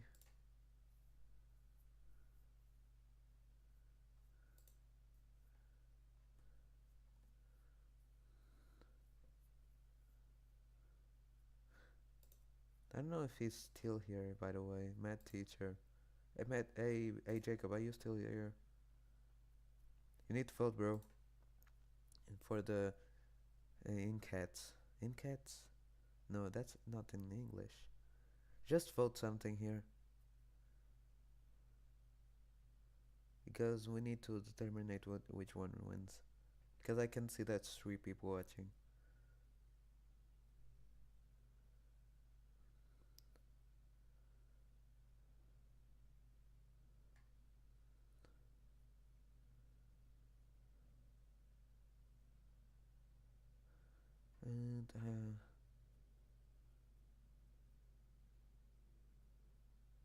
Probably he doesn't want to vote, or he can't. Wait, I'm going to put a timer. I'm going to timer, but I'm already going to put that like.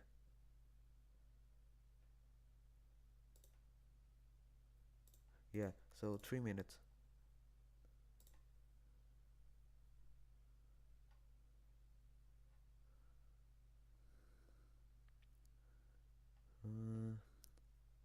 Will it something? Well, that's happening.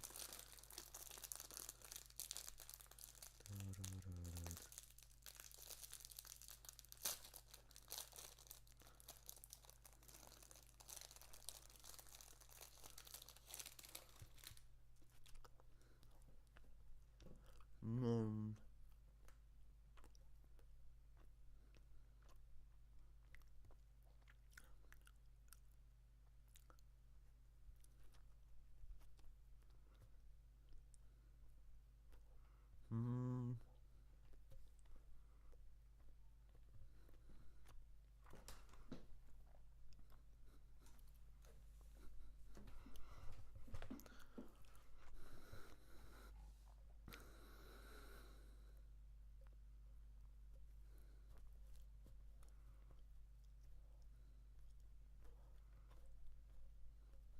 Mm.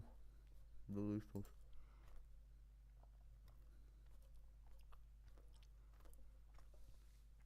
It's if somebody's in chat, type something to know who is in and who is not.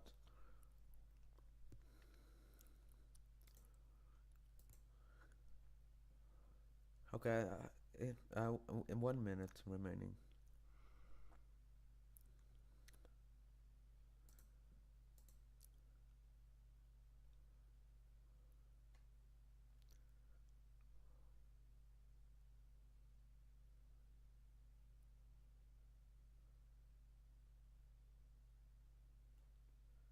Counter go up.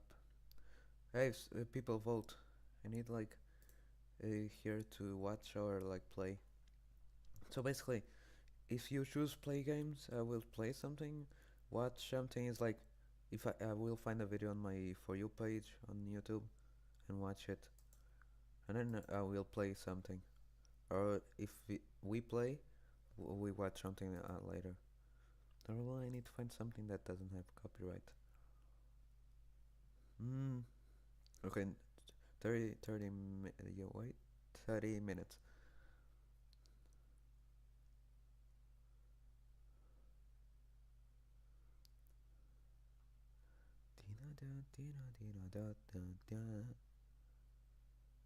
Hey, okay, this. Okay, 10, 9, 8, 7, 6, 5, 4, 3, 2, 1. Okay, I ended it.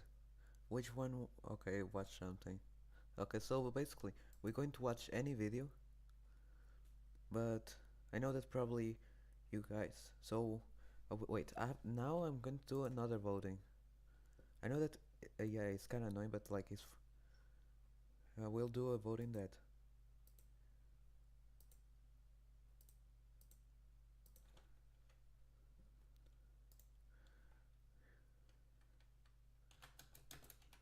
I choose vid. Yes. No. Yeah, just for like to let people to understand people what.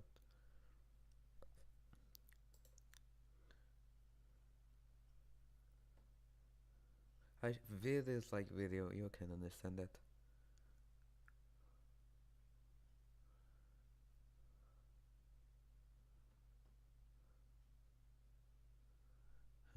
Yeah. So when the timer hits 5:30, the voting ends. Just vote something here too. Oh my god, it's creating a. Thanks God I have this muted. If I had this muted, I think I'm going to talk. But Yeah, if you guys can hear me, then yeah. So just vote here, please. Please.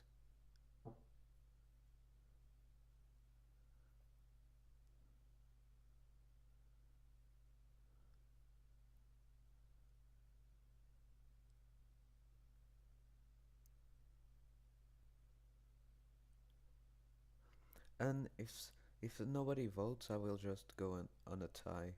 No, wait. But if oh, out. Okay, somebody voted. But if it ends on a tie, I will lose the wheel. It was a long time since I lost the wheel. Probably it was like 2 years ago, 1 year, not sure. Yeah, let's send 3, 2, 1, and do. Yeah, so I chose vid one. Okay, let's go then. I don't need it anymore. Let me just see what there is. I need a long video because I want something to 15 woman. There's a bunch of Portuguese type shit.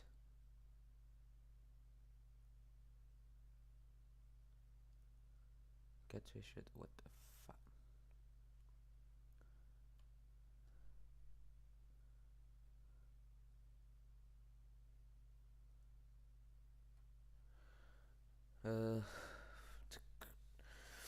Oh my god, bro, really the meme is there?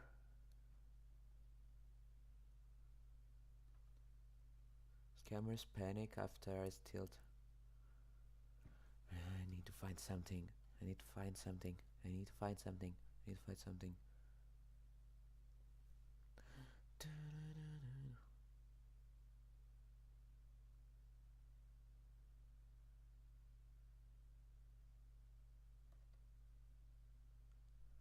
Why is there so many blood things about? What the heck? It's my For You page. Yeah, I watched some of these videos, but the fuck?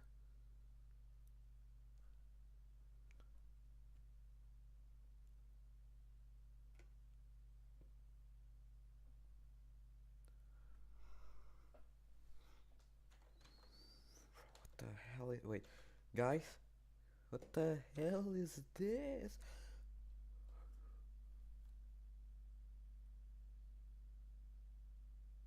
Having a pick. Okay, I understand now what it is. Okay, this one is kinda. You open the door and immediately you're hit with a smell that makes your nose hairs curl. You already know what's about to happen, but you can't stop it. So you step into the bathroom, scan it to see which stall is safest to use, but newsflash, none of them are. So you go into the one that looks the least like it will give you an incurable disease and wish for the best. That was every single school bathroom trip. And because my schools growing up had literally no rules besides just don't bother the teachers while they're on their lunch break, I have a lot of stories about my experiences with this place. But before I get into these stories that are literally giving me PTSD just to think about, there are some universal things that every school bathroom had that I gotta talk about. First off, the walls were always covered in writing. It looked like graffiti, but instead of just putting some cool design like people do on the side of a freeway, it would have something written on it like who has more aura, and then it would have the name Diddy on one side and LeBron on the other, and you see a bunch of tallies under each name. There was one time where I went into the bathroom and someone wrote on the wall, "How are you doing?" But the next day when I went in, right under that message, it said, "Good. How are you?" Then the next day, it said under that message, "I'm good. Thanks for asking." And the next day, under that message, it said, "I'm gonna touch you." That was where the conversation ended. There was no rules for what could be written on that wall. Someone put a phone number on it one time that said, "Call me," and I thought it was funny. So I typed the number into my phone, but when it started ringing, I realized it was my number! Who wrote that on the wall? I never found out, but it just shows what type of things How you don't know your own number, bro? happen in there. And every single bathroom was disgusting. So of course, you always wanted to make sure you washed your hands after finishing. The only problem was the paper. My school has rules about bathrooms, of course. But like, there were some times that people were standing there like, instead of like, because telephones are banned there, but there's people that go to the bathroom just to be on the phone. And then there's like a party going on with the people pretending to be pissing, but they're actually on the phone. towel dispenser was either empty or jammed, or you had quite literally the worst air drying system ever. You'd press the button and the machine would shoot out less air than my farts do. The soap was always that thin pink liquid that somehow made your hands feel even more dirty than before you washed them. The mirror always had a smudge that had clearly been there since the building was built. Sometimes it even had pee on it. I really hope that part wasn't just my school. But here's the crazy part. With all of that, the smell, the wet floor, the graffiti, this bathroom was somehow the most eventful place in the entire school. More things happened in this room than any other room in school. The bathroom was where everything went down every single day, and it had nothing to do with actually using the bathroom, which is exactly where this story starts. Now, unfortunately, as we all know, school toilet paper, if you could even call it actual toilet paper, was thinner than my bank account after spending all my money on pictures of LeBron in a maid dress. Like, if you held up a piece of that toilet paper, you could see your hand on the other side. It was translucent. Yeah, bet you didn't expect me to say a word that big, huh? I actually know a lot of big words because I'm very smart, like vasectomy, circumcision? I just Googled those last two, so I don't actually know what they mean. But anyways, school toilet paper was somehow both rough and weak at the same time. Like, it would scratch you when using it to wipe, but also dissolve on contact. It was engineered specifically to be as useless as possible. So one day, I'm in school, and I always had to go to the bathroom the same time every day. My body was on a consistent clock, and it always had to go during third period. But this day was worse because I had to go number 2. Now let's make something very clear. I did everything in my power to not go number 2 in the restroom. I was clenching my cheeks for an hour, but then I felt a fart coming that I realized was definitely not just a fart. And I knew if I didn't use the bathroom, fourth period would come and my leg would suddenly have a brown streak going down it. So I tapped my teacher on the shoulder and say, Hey, I need to go to the bathroom for a while. I promise I'm not trying to skip school, but if you don't let me go, it will smell like a baby's diaper inside this classroom. So she lets me go, and I arrive at the bathroom. I pick the least horrible stall, then I wipe the toilet down about 40 times and do my business. I don't know if this is TMI, but I felt like I was fighting in World War II trying to get this log out. Anyways, eventually, it's time to wipe. So I reach for the toilet paper roll, but there's a problem. There's maybe 1.5 rotations left on it. So I start pulling slowly, gently, knowing I have to use every single piece I have left perfectly. But what happens when I try pulling? It tears immediately. Of course it does. I look at what I have in my hand, which is about this much, and I do the calculation to see if I'm gonna be able to do this. The calculation is not in my favor. So I use the one piece of toilet paper I have left and hope that I get a ghost wipe and I can just leave the bathroom. But of course I didn't. Once the last piece was all used up, I still had a lot of work to do. Now let me ask you, what would you do in this situation? This isn't a rhetorical question either. Like, actually comment what you would do because I'm still not sure if I made the right decision. But what happened next is something I really hope no one watching this ever has to go through, because I made sure the coast was clear. Then I opened the door to my stall, crab walked to the next stall, took the roll from that one, and went back to my stall as quickly as possible. If someone had walked into the bathroom in this moment, I'm pretty sure I would have been either expelled for public indecency or screenshotted and had pictures taken of me that would still be on the internet today. Neither of those things happened though. I hope. So I took the roll from the other stall, and you might think this is where the pain and suffering of this story ends. But no, because remember how I said how thin the toilet paper was? Well, when I tried using this toilet paper to wipe, it ripped as I was wiping. And when I looked at my hand, let's just say my hand was a little more brown than it is right now. I don't think I need to elaborate anymore. I finished up after this nightmare, walked back to third period, and said nothing to no one. This is why when you look around at people in public, you never know what's going on inside people's lives. I doubt anyone looking at me in that moment would have guessed that 5 minutes ago, I was fighting the Dookie monster in the bathroom. But I'm not the type of person that will just have an experience like this and let it go. No, I don't want to see this happen to anyone else. So I'm making a petition to make the toilet paper in bathrooms thicker. Now, does getting signatures on a petition actually do anything? I have no idea, but I see other people online do it, so I'm gonna do it too. The crazy part is, every single bathroom was like this. It didn't matter what level of school you were in. They all had horrible toilet paper. I once went to Harvard, not because I... paper is like thinner. No, my paper is like kinda big. No, it's I think it's bigger than my normal like school paper. Let me just see this shit. My finger gave me position. Tell my middle finger. Type of college bathrooms. When you use school bathroom, I don't use them. I climb walls. The entire hall. There, bruh. Oh, it's not working. Actually went to school there. I was just visiting a friend. He didn't go to school there either. He was just as dumb as me. But he lived by there. But we were on their campus and we went to their bathroom and even they had horrible toilet paper. So every single grade of school has it. But it's not until about middle school where it becomes very obvious that the bathroom is not being used as just a bathroom. No one tells you that the school bathroom evolves as you get older. Like, yes, technically some people go in there and use it to pee. But that's almost incidental once you get to middle school. In your first couple years of school, the kids aren't as evil as when they get older. So the bathrooms are clean and usually pretty quiet. But once you get to middle school, everything changes. Schools take away recess and suddenly kids don't want to behave anymore. My very first day of middle school, I walk into the bathroom and I'm absolutely shocked. First thing I notice, the smell. There was a strong artificial scent of bubblegum, which was odd. I was thinking they must have sprayed Febreze in here, but I quickly found out that smell was coming from people vaping. How could a room smell like diarrhea and bubblegum at the same time? I don't know, but it did. And in the very back stall of the bathroom, it was cloudy. I saw about 4 people's shoes under that stall, so I went over to see what was going on, because I figured they were having a bonfire or something. But no, it was just all their vape clouds. Anyways, I do my business, leave, and move on with my day. But the next day, I go back into the bathroom, wondering what I'll see today, and there's a fight happening. All these things that never happened in the bathroom in elementary school were now happening here. Now, the bathroom had an unspoken... Imagine going to the bathroom every time, and you see like it was like random generation like moments.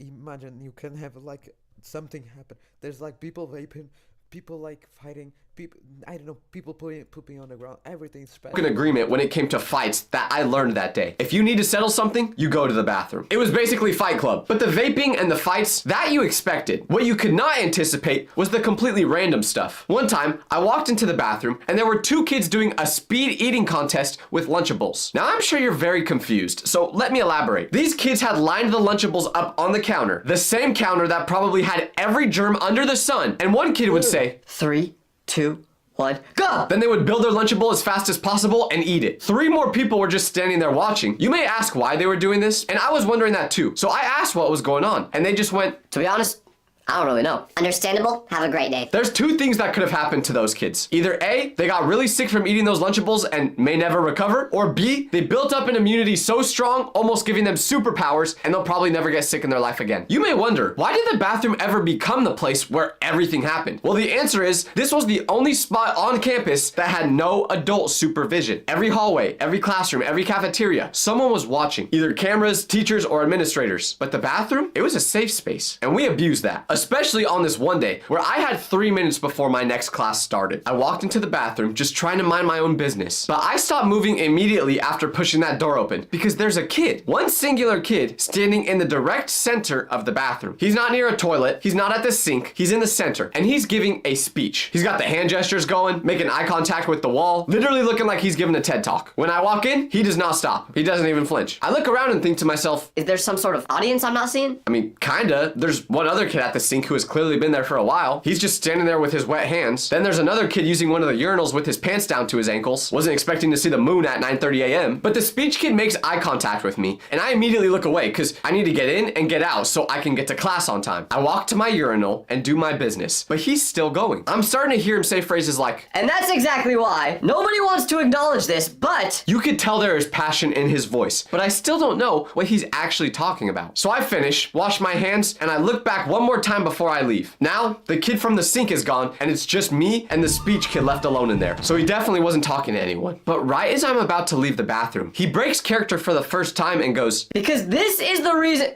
Hey, he taps on the back of my shoulder, and I just go, but I reluctantly turn around towards him, and he says, how was that? How was what? I don't even know what you just did. then he goes, My speech for history. Did it sound good? now I figured out what he was doing. So I looked him in the eyes and said, Dude, you are going to ace that speech. now I had no idea what he actually said in the speech, but he said it with so much confidence that I'm sure he did great. But that situation perfectly described the bathroom. Anything you needed to do, the bathroom was the spot for it. And the teachers knew this. Because contrary to popular belief, I'm pretty sure teachers themselves actually went to school once too. So they knew all the tips and tricks about the bathroom. They would be suspicious about what was happening in there. And that knowledge changed everything about how they handled the bathroom request. You'd raise your hand, say, Can I go to the bathroom? and the teacher would just look at you like you insulted her mother, as if asking to go pee is the most vile thing you could possibly do. They don't say anything. They just lock eyes directly with you, trying to see if you really need to use the bathroom or if you're going there to do something else. And the problem is, the more innocent you try to look, the more guilty you actually look. Finally, they usually say yes yes, go ahead to the bathroom, but you can tell by their tone of voice that you better get back quickly because they're suspicious of you. Now, I understand why the teachers were paranoid about the bathroom, but I think they were a bit dramatic about it. Like, teachers should not be asking, why do you need to go to the bathroom? Genuinely, what do you think I'm gonna say? To find the cure for pneumonia? No, I'm going to pee. And even if I was going to mess around,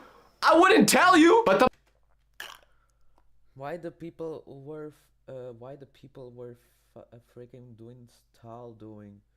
Like they're vaping, but how did you fit there? Oh, okay, I understand.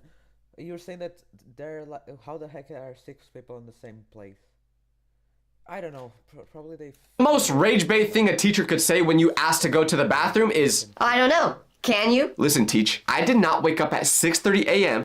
The bathroom is, I don't. didn't tell you. But the most rage bait thing a teacher could say when you ask to go to the bathroom is, I don't know. Can you? listen, teach, I did not wake up at 6:30 a.m. to go to my least favorite place on earth, and then right when I have to pee or my bladder is going to explode, you say, I don't know, can you go to the bathroom? W rage bait from the teacher, to be honest. I can't even lie. It would have my face turning red just thinking about it. But the teachers were able to outsmart all of us. They found a way to make sure none of us ever messed around, and that was by giving us bathroom passes. Because holding a baseball bat while you have to go pee is gonna fix everything, apparently. Teachers made the bathroom pass as inconvenient as possible on purpose. Giant wooden boards, laminated signs the size of a textbook. One teacher I had gave us hall passes that were literally plungers. Do you know how embarrassing it was to walk out of the bathroom after using it with a plunger in your hand? It looked like I committed some evil acts in there. So to all the teachers watching this, because obviously everyone's teacher is a fan of Tyler Vitelli, please stop with the bathroom passes. Please. Stop. Wait, how was it meme? Please. Stop. Please. Stop. I don't know. I promise they're not working for their intended purposes. If anything, some kids are probably using them as weapons. But you know what makes the teachers not letting students use the bathroom so frustrating? They never had to use these bathrooms themselves. Because I remember the specific day I found out teachers have their own bathroom. A separate bathroom. Not the wet floor disaster zone that students used. Their own private bathroom that was actually clean. With real toilet paper. Soap that had a normal consistency. And when I found this out, I could no longer go to the student bathroom every day just knowing there was a better world out there. So I knew I had to figure out a way to start using the teacher's bathroom. It was down a hallway that students weren't supposed to be in. There were no classes down that way, which meant if you were caught in that area, the teachers would be very suspicious. So I came up with a plan. I'd get the bathroom pass during class, check the illegal hallway to make sure the coast is clear, and go down it. I'd never tried doing it during lunch. Too risky. But while in class, I thought I could beat it. So I walked slow, check left, checked right, and then I push open the door like it might have an alarm on it. And on the other side, it's a normal bathroom. Clean sink, soap dispensers, toilets with no dookie. Imagine like, wait, yeah, like why teacher asking to use bathroom? No teacher, I want there go there to build crane there. Literally, I was literally in my school. Some people ask, oh, why you don't make it at home, or like why you didn't like make it on a like in a like on the playground or something like that. And because literally we are having time, we are like having fun out there because we supposed to do it, and probably a bunch of people can't play, don't going to piss because it's playtime. So there's going to be people that going to hold it, but like some people can't hold it. So I think the teachers just say that because I don't know, probably they want us to feel I don't know, just to not annoy them on the class. I don't know. Gianna. The teachers that say that is because they care about a teacher's job, honestly.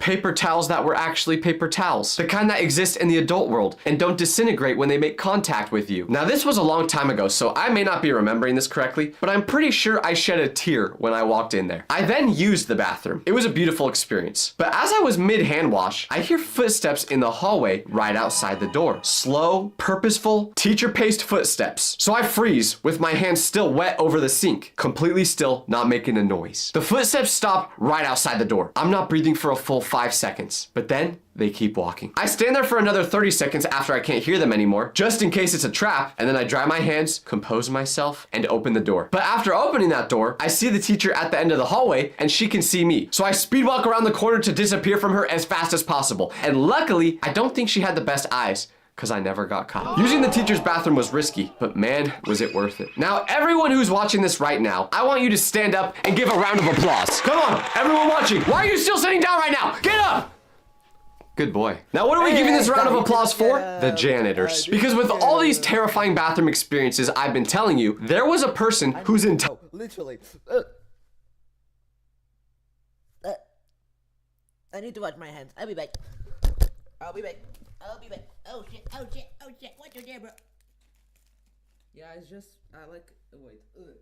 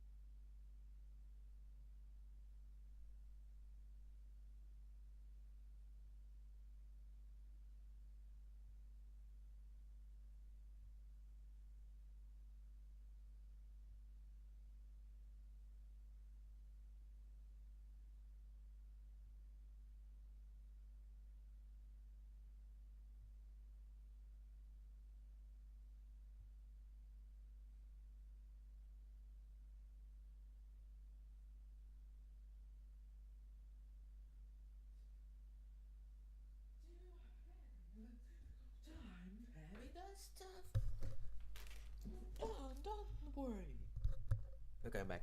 I'm back. Oh my eyes. Our job was to walk in after us and deal with what we left behind. Think about what a school janitor actually encounters. They open that door knowing, not guessing, but knowing that whatever is on the other side is going to be bad. Even if you're a janitor, your best possible day is still a nightmare. Let's just say somehow no pee is on the floor, no one lit a toilet on fire. You still have to get down and dirty and clean the toilets. The list goes Navy SEALs, school janitors, Arsenal fans, then surgeons. What am I talking about? People with the strongest mentalities. Because you gotta be one resilient. Yeah, janitors from literally my school doesn't do anything like that, but if like someone does like when I go to any place and I like when I'm going to pass, like I do like I like mess and like mess up everything, I clean everything because I know that people that there are people like when I'm recording. And I didn't realize that I clicked on that there. I know that there's people that going to be there cleaning people my stuff and that stuff. I like it's not because it's kind of ugly, but like it's because I it's like imagine you go to somebody's house, you're going to clean. Yeah, I don't do it that, but like you have to at least put everything that you touched or like how you like take it back is like or clean like that. Let's go back to the video. Person to wake up every morning knowing that the next 8 hours of your life is going to be straight up just cleaning doo-doo and still accept it anyway. Now, if you've seen my video about school bus drivers, you would know I said whatever they're getting paid, it wasn't enough. But you can go ahead and multiply that by 1,000 with school janitors. There is no dollar amount that is enough to do that job. And if any janitors are watching this, comment down below because I want everyone in the comment section to show love to you. And also, I'm sorry for missing the toilet so many times when peeing. I promise I try to be accurate, but sometimes I would have multiple streams and I couldn't control where it went, and yeah, you get it. Now, janitors are supposed to be people who imagine you're I'm missing the piss. Oh my god.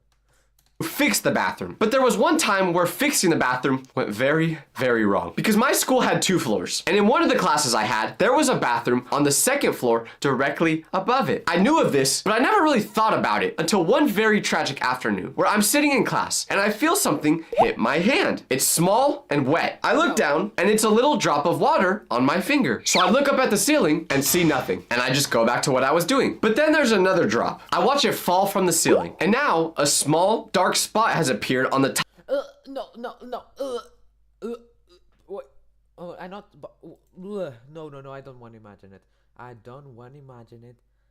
Oh my god, no, no, no, no, no. Tile directly above me. I look around and a few other people have started to notice. The drops are coming slowly. One drop, wait a few seconds, then another one. And something in my brain, probably the temporal lobe or whatever, said to me, You know what would be funny? Open your mouth. Stick your tongue out. Catch the next drop of water in your mouth. People would think it's so funny. so I did that. I tilted my head back. No, no, no, no. I will open.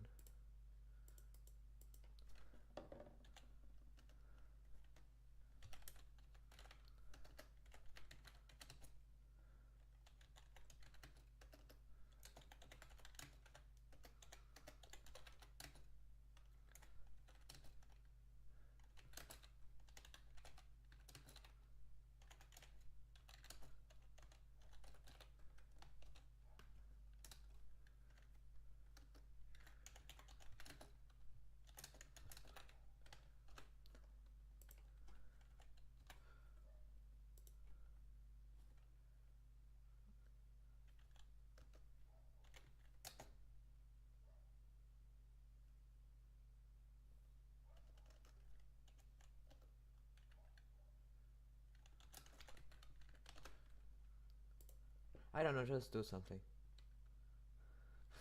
Like, no. Opened my mouth, stuck my tongue out, and caught a drop of water. Some people laughed. My teacher made a face, and I did it again. Now, it had been raining that day, so we figured there was just a leak somewhere in the building, and it was rainwater. But then it started dripping faster, to the point where the teacher was like, Tyler, let's move your desk so you're not getting hit by these drops of water anymore. my teacher grabs a trash can, shoves it under the leak. No, no, bro, no, no, no, no. Imagine it's piss. No, imagine it's piss. Relocates me, and now we're all just watching a trash can fill up with sealing liquid. But 5 minutes later, the door opens, and it's a guy in a plumber's outfit. He looks at the trash can, he looks at the ceiling, he looks at my teacher, and then he says, Has there been a leak in here? my teacher just points towards the trash can, which is now visibly filling up, and the plumber goes, Oh yeah, sorry. I loosened one of the valves in the toilet upstairs and No, no, it's true. It's true. It's true. No fucking way. No fucking way. It's fucking true. True. it must have been leaking. everyone looks at me because we're all registering what this means at the same time. The drops I had been catching on my They're all looking at him like. tongue weren't from the rain. No, as much as I wish it wasn't. The drops of water were coming from the upstairs toilet. I was drinking doo-doo water. No. Well, Tyler, you're done. No, like, it wasn't like, imagine. I think it was just the drop that didn't have like all the stuff on it, but like still has like germs and that stuff. Immediately raised my hand to ask the teacher if I could go to the bathroom to, I don't know, throw up, and she let me go. I went home that day terrified for my life because I knew there was a strong possibility that me and the kids eating Lunchables off the counter were probably gonna end up in the ER together. Now, I didn't just say that story to trash on plumbers. No. Wait, what? For my life, because I knew there was a strong possibility that me and the kids eating Lunchables off the counter were probably gonna end up in the ER together. Those kids, okay. Now, I didn't just say that story to trash on plumbers. No, they can fix a lot. But there is a small period of time between when you have a problem in the bathroom and the plumber shows up to fix it where something very bad can happen. I found that out in the worst possible way. So there was a day where I had to go number 2. And if you haven't noticed by now, almost every school bathroom nightmare happens because you decide to take a dump in it. So never do Thinking. Okay. that. But I've been holding this in all morning. The bathroom had been looking rough and I kept thinking, I'll wait, I can make it to lunch. but before lunch came, I couldn't hold it any longer. I had to go. I walked in and the floor was wet, but a specific kind of wet this time. Not the usual mystery moisture. There was a thin, flat, even layer of actual water covering the whole floor. Like if I touched the ground, the water was literally up to here. But my body was done waiting. I had to release whatever was inside me. So I tiptoed to the stall, trying not to get my shoes wet, and I handled the situation. Took about 10 minutes, did my thing, and then I stood up. I looked at the toilet and tried to be a kind person, which is what got me hurt. Because what did I do? I flushed. The toilet made a sound like the building itself was saying, Oh, no. You're not flushing today. so instead of the water going down, it started coming out. Not from the bowl, but from the base of the toilet connected to the ground. Moment to reflect.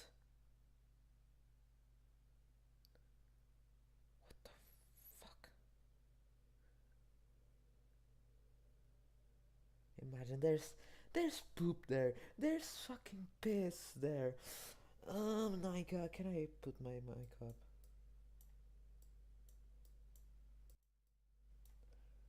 Oh my god, what? Imagine.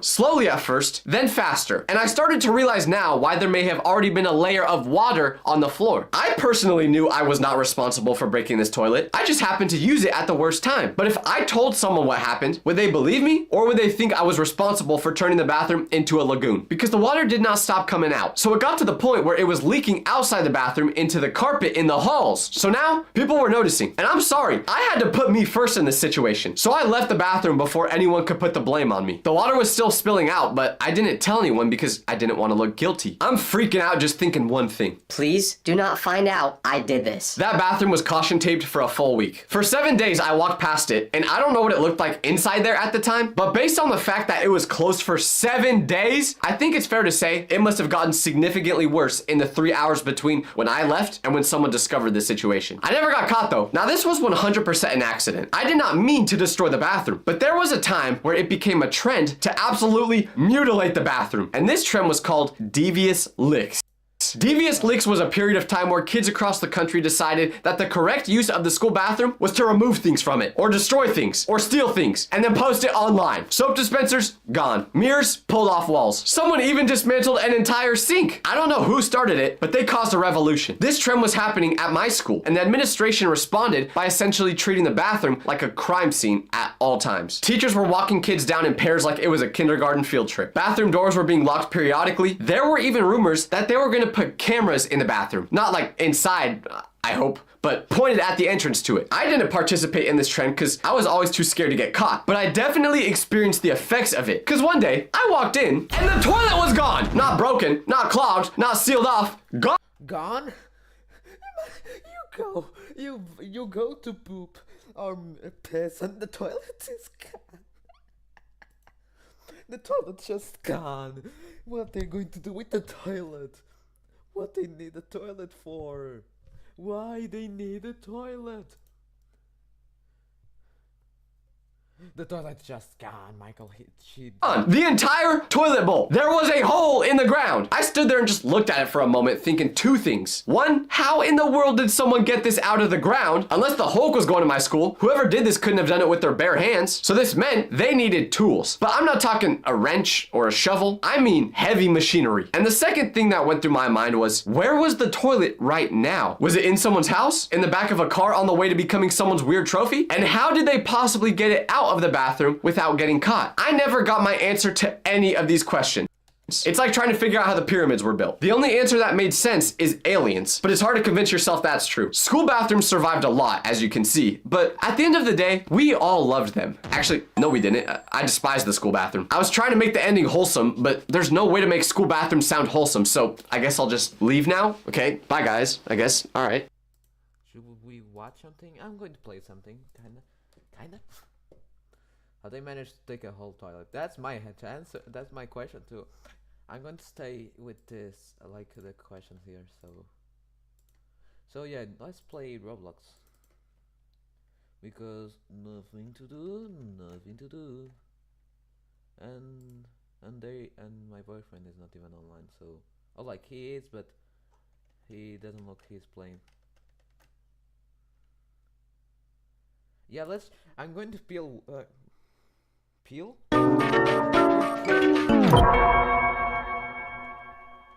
Actually,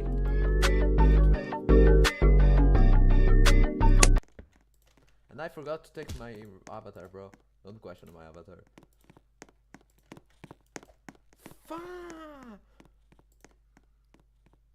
Don't question it. Don't question it.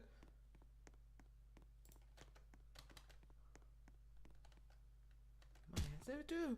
How the fuck did they take a full fucking ass toilet? Don't question my avatar. Don't question it. No.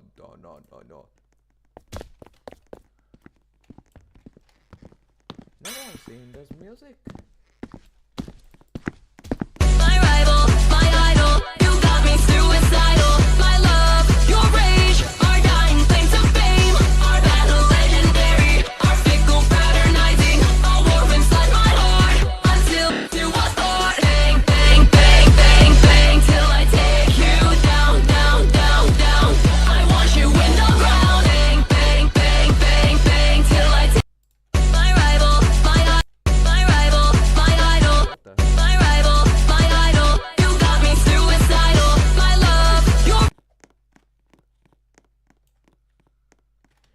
Yeah.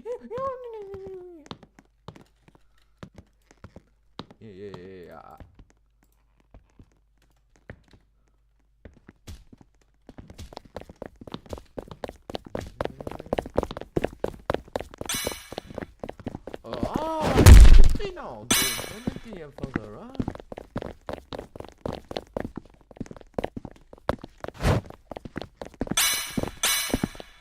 oh, same. I didn't do anything, bro.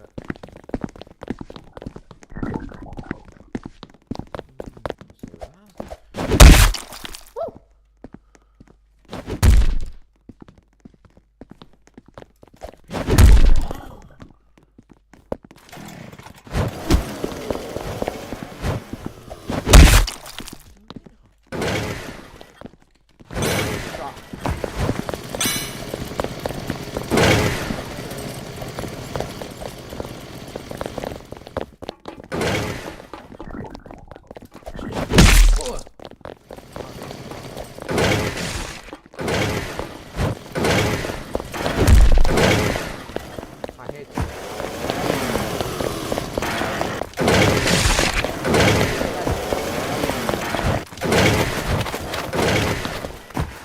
We'll go.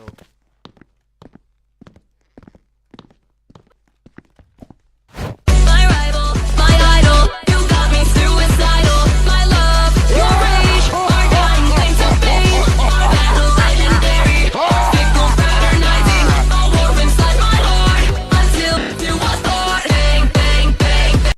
My rival, my idol, you got me suicidal. My love, your rage, our dying claim to fame. Our battles legendary, our fickle fraternizing. Shoot me. Oh shit. I'm out.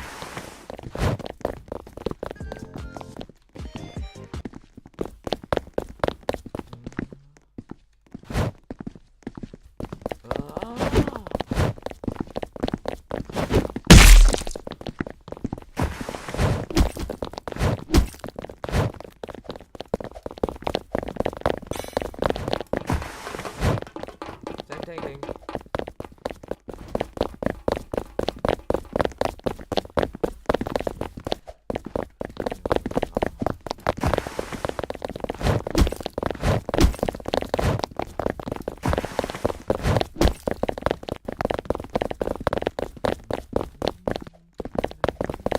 I forgot about the bra. Go down.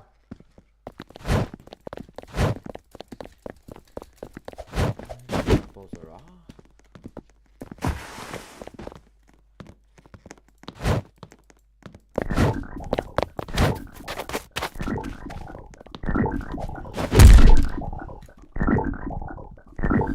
I'm cool, by the way.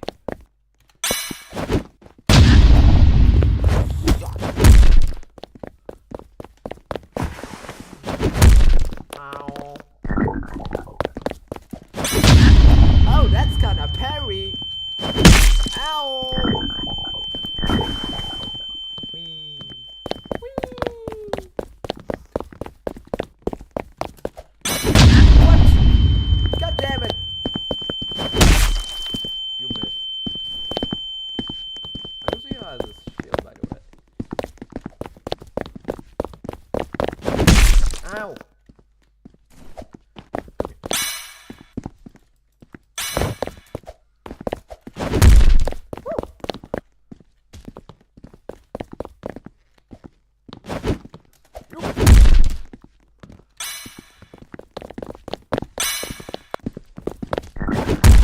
Ow. Oh. Ow.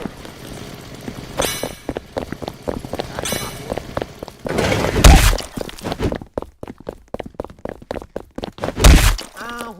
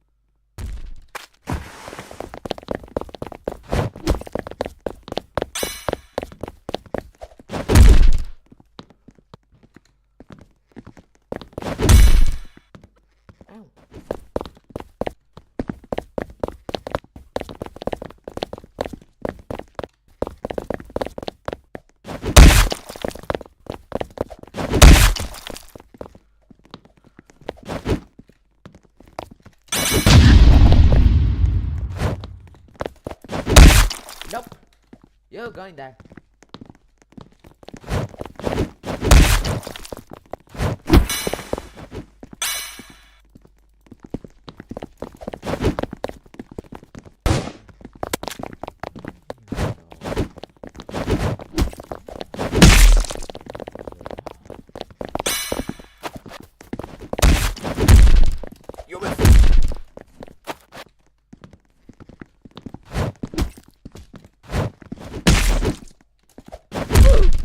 Got him.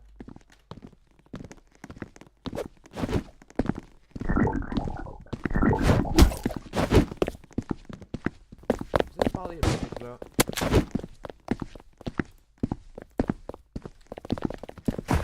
Oh!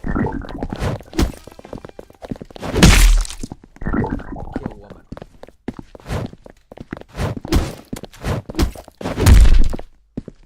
Why do we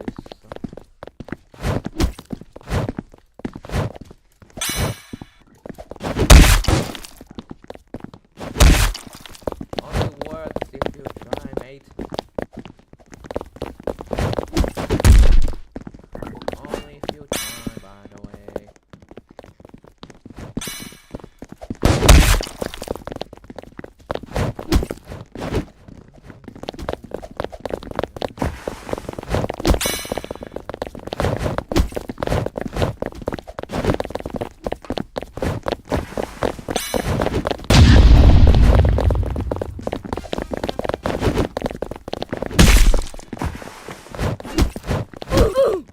We got it!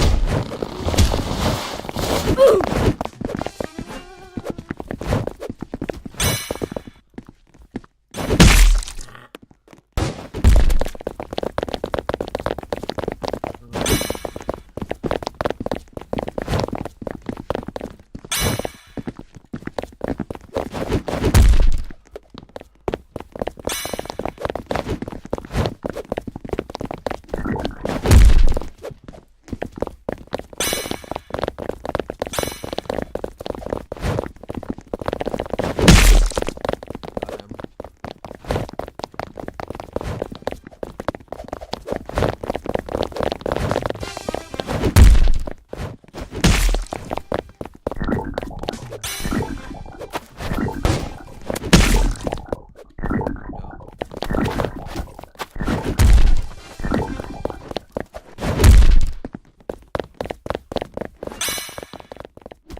Oh, we actually. Oh.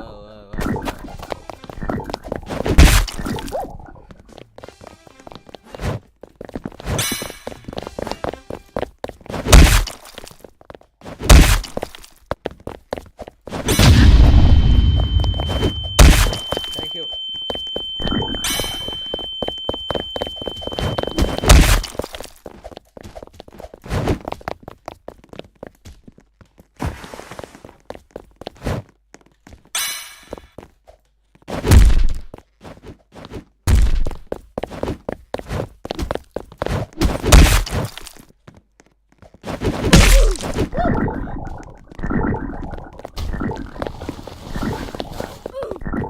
Oh, there's more. Mortal Kombat and Roblox Shigeri bully. And that's not huh? No MKTL.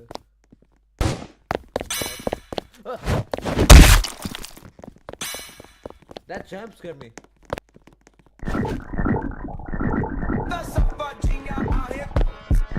My rival, my idol, you got me suicidal. My love, your rage, our dying claims of fame, our battle legendary, our fickle fraternizing, a war inside my heart until you was thought. Bang, bang, bang. Ow.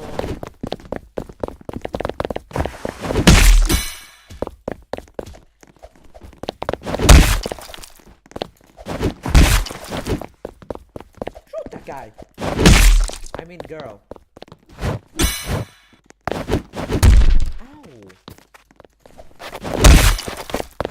Shoot it. You're doing good, mate.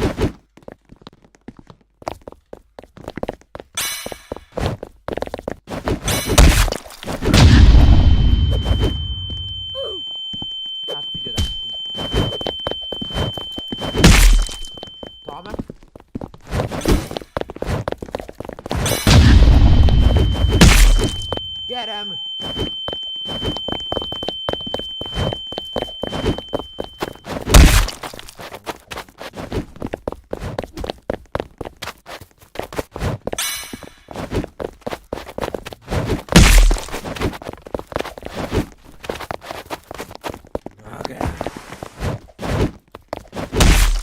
Ah, ruim.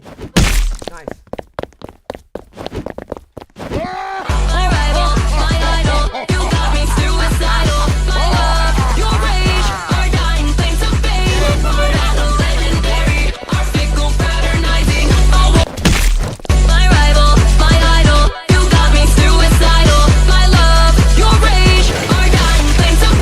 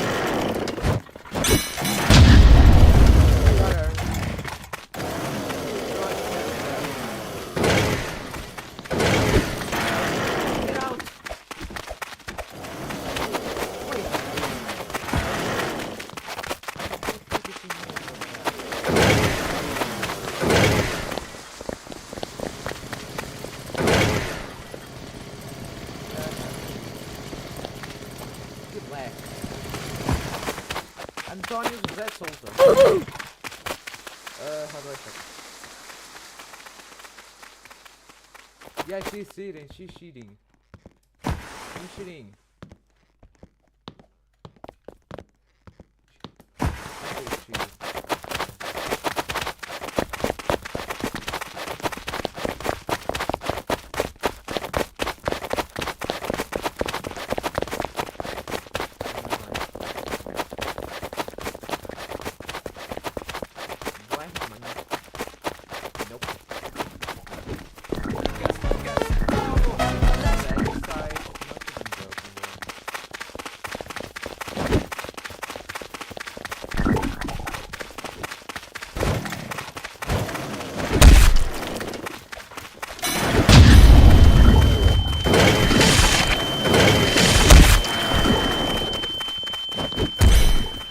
Yeah, I'm going here.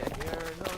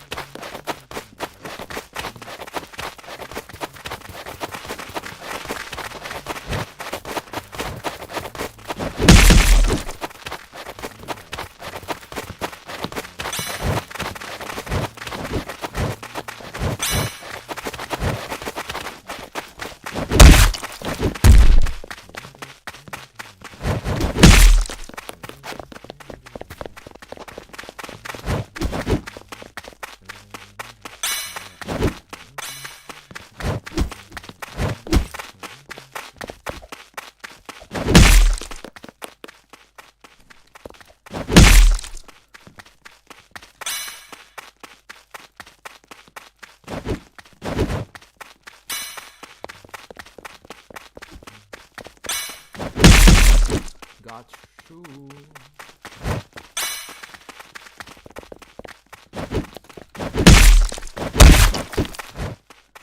Over.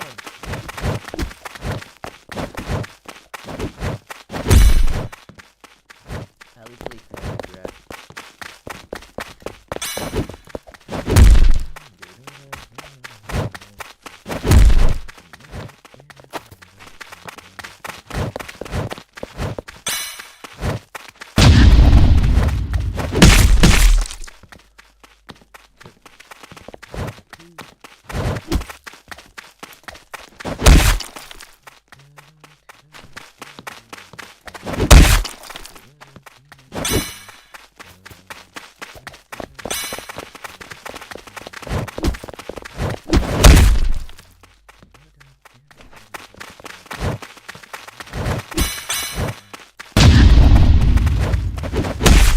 Three at the same time.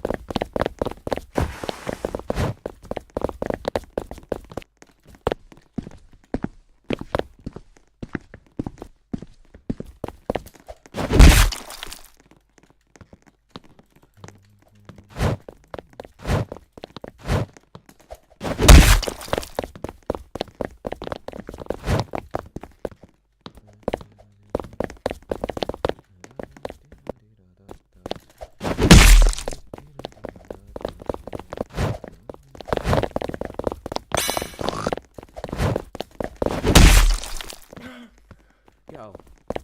Free, free, my son.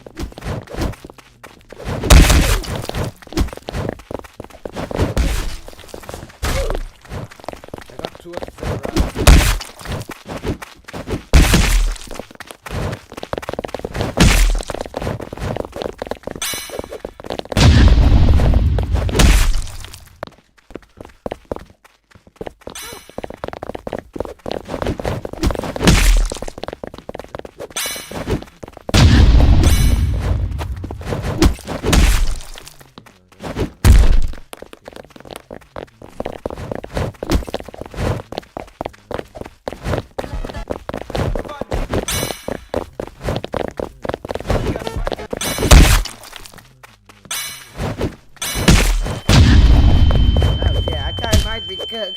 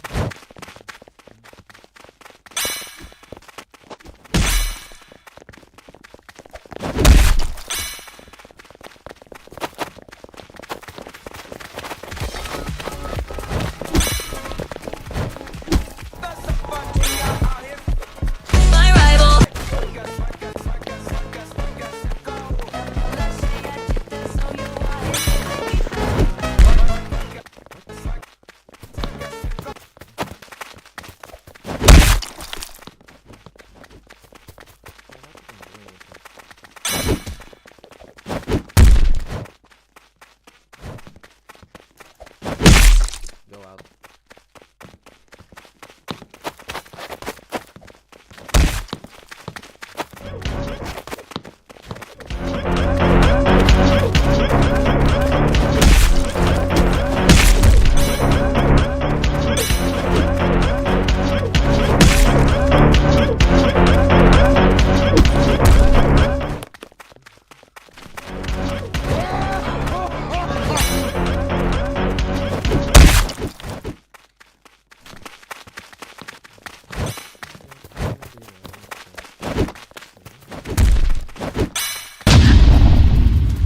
It's Perry.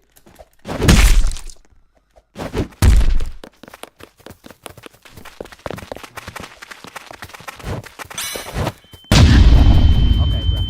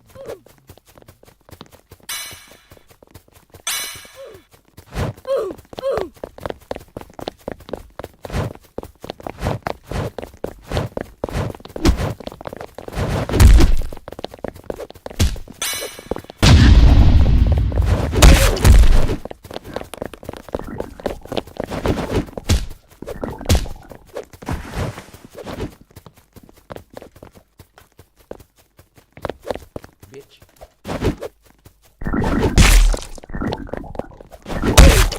Bro.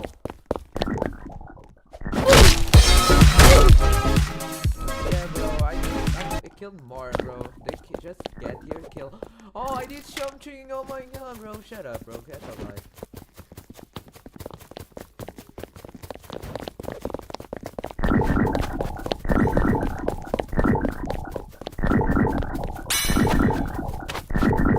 My rival, my idol, you got me suicidal. My love, your rage, our dying claims of fame. Our battle legendary, our fickle fraternizing. A war inside my heart until you was born. Bang, bang, bang, bang.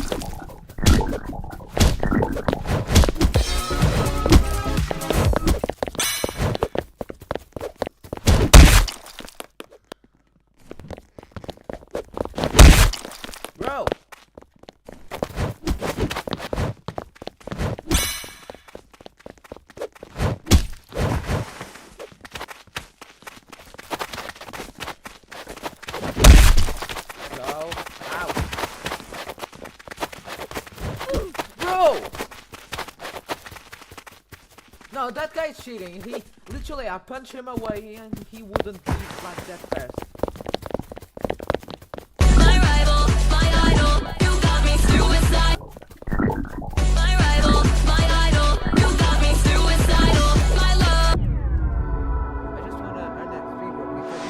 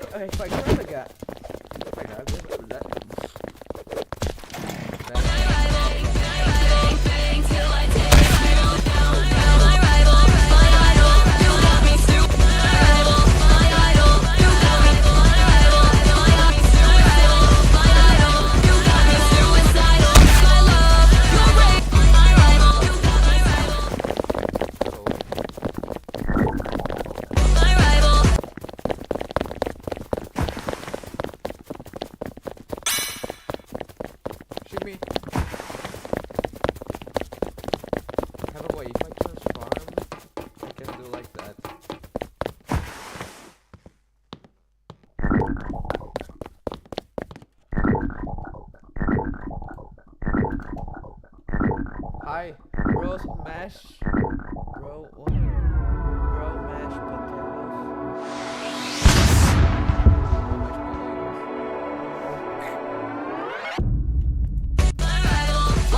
What? Oh, I know, because if you do that emote when somebody does in the same timer like that, you just disappear.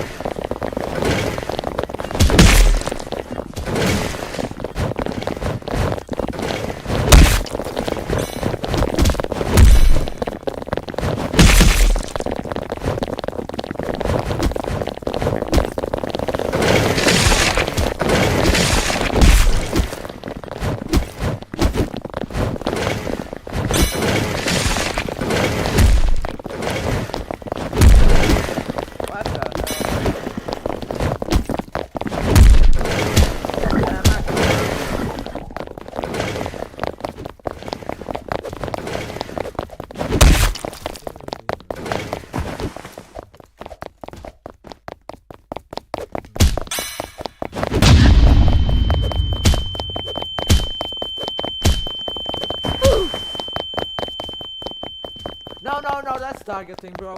No, that's targeting. You know what?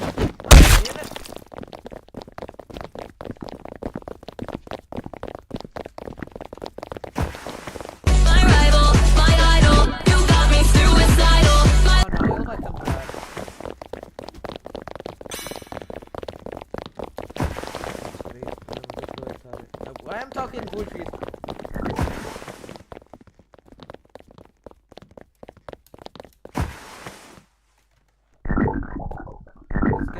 Blood. I'm not gonna type how blood is. Hey, making it. Are you confused? Something, I don't know. Why I have a pillow?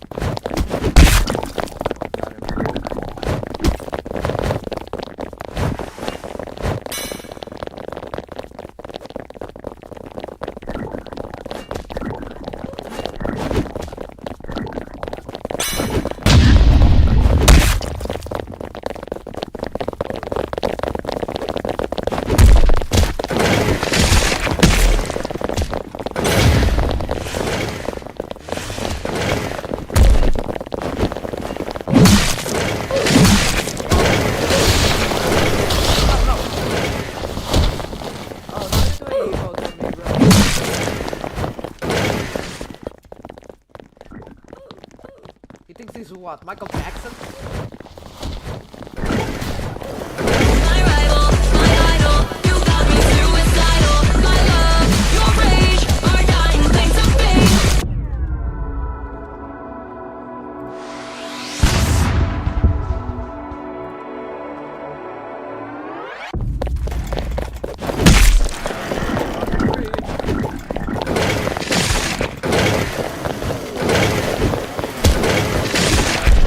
No, bro, what the heck is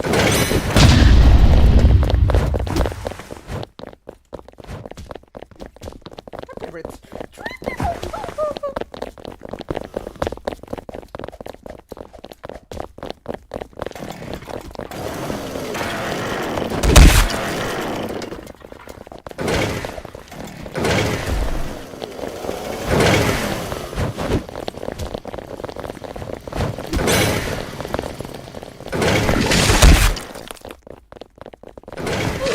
No! What the? No, bro, you saw the range, right? He was far away.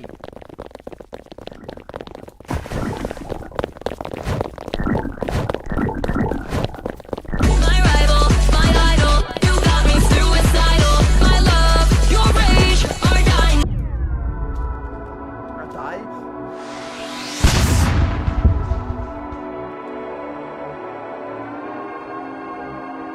Game lag.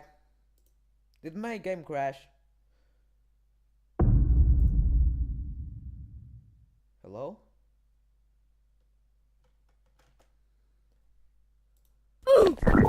That's a fucking out here. I'm the bad guy, you know, right.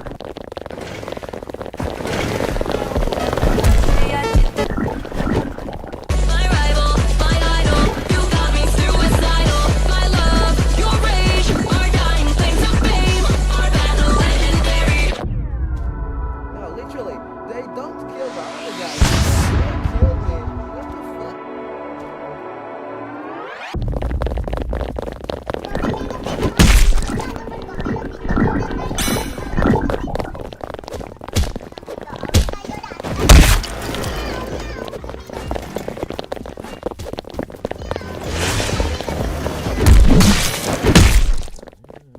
Oh my god, I went too far.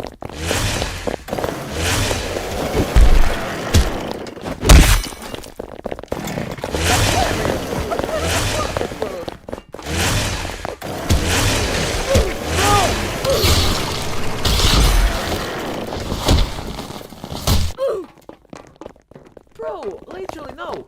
This is not being fast. Literally, this is like not even fair. Look. Oh wait, that's My rival, my idol, you got me suicidal. My love, your rage, our dying claims to these players. I understand you, bro. You just need to understand. I just need to.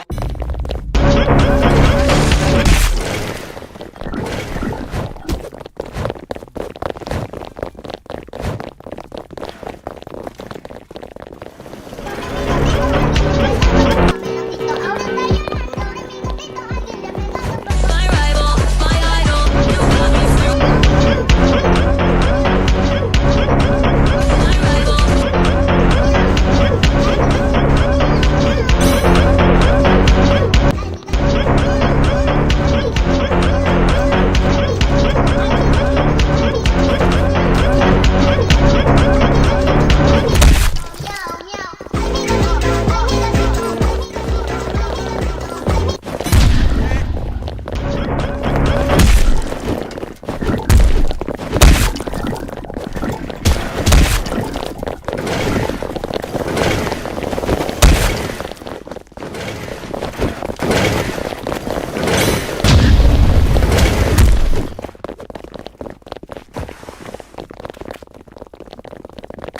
No, bro, he's targeting me. Bro, he's targeting me, bro.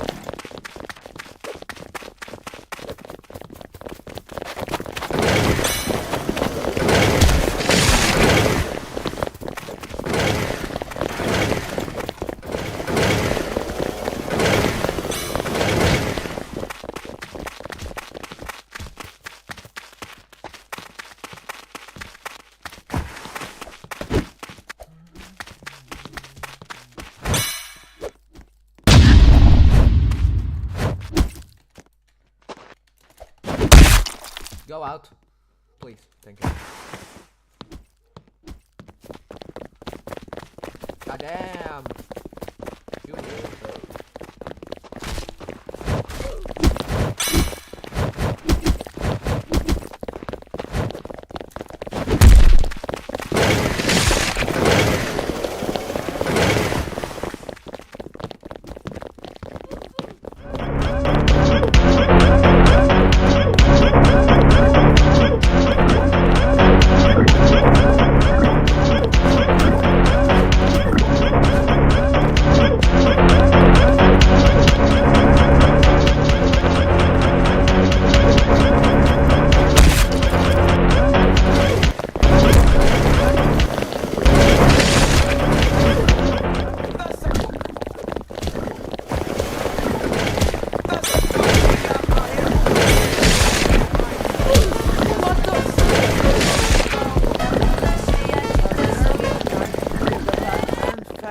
But literally there's people there that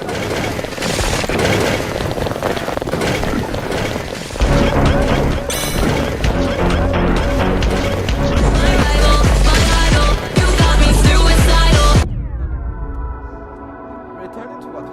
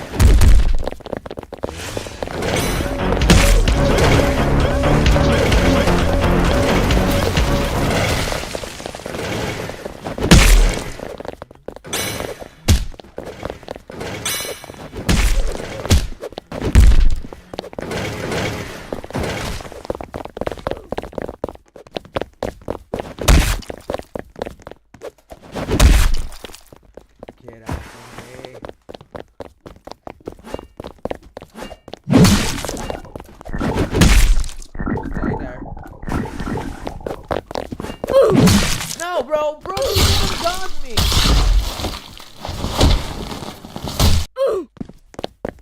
Bro, what the fuck? TikTok of this game is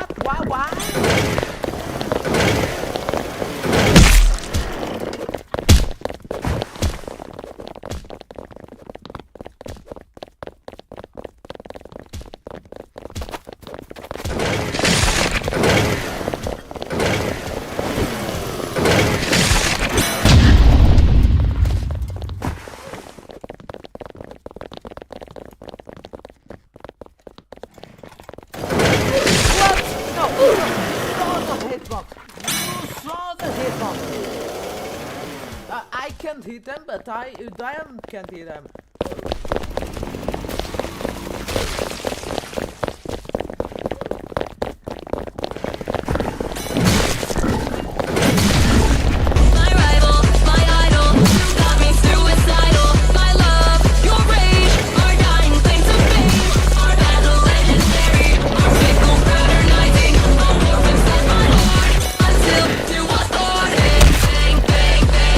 Till I take you down, down, down.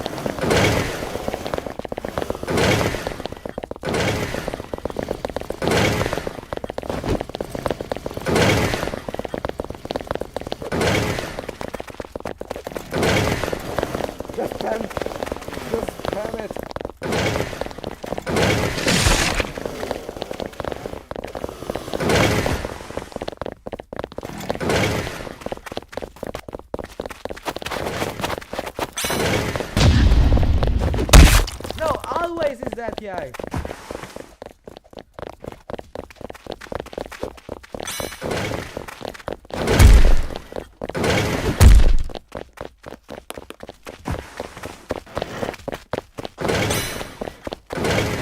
Oh my lord, bro.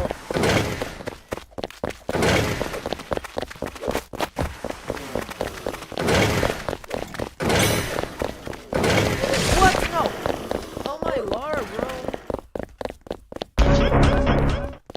No, literally, it's impossible. Let the guy.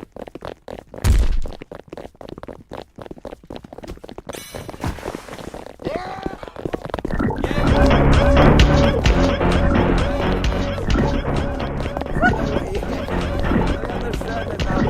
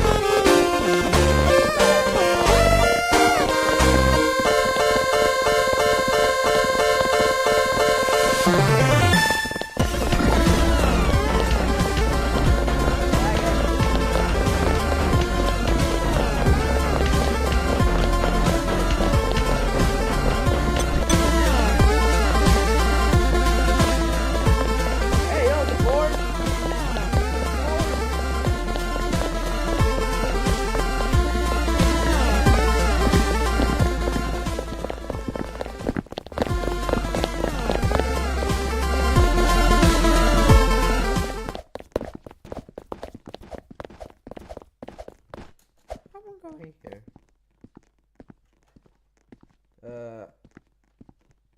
Oh, it's lagging, bro. Yeah, I know. Hello? Yay, echo! Yay, yay, yay.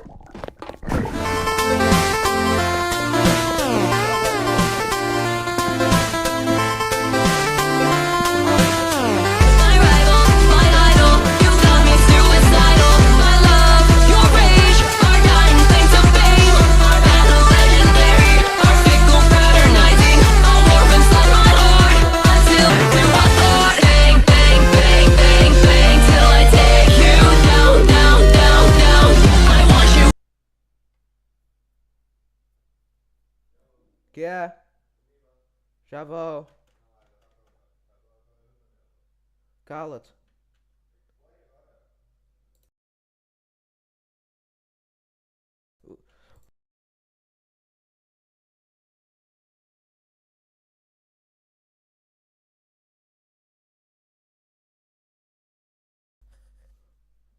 Oh, we'll need to go. I'll be back.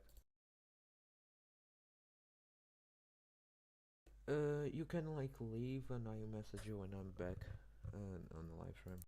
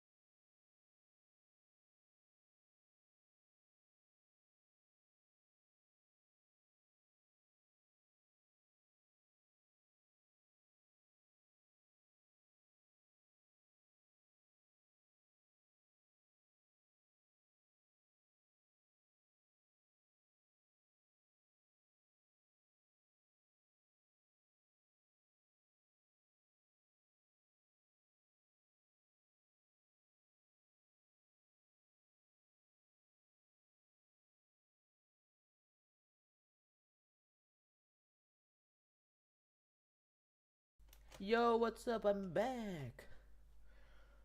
Bro, no shit, I've been streaming for 4 hours straight. I'm not doing subathon. Subathon would be cool, but like, I don't wanna.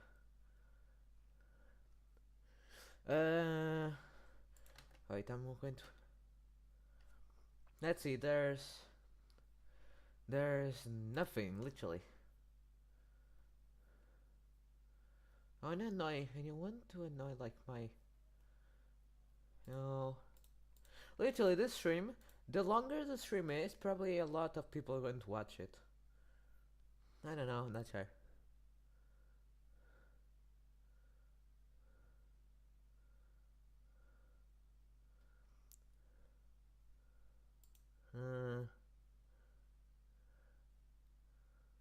Wait, we didn't have some games we played. No.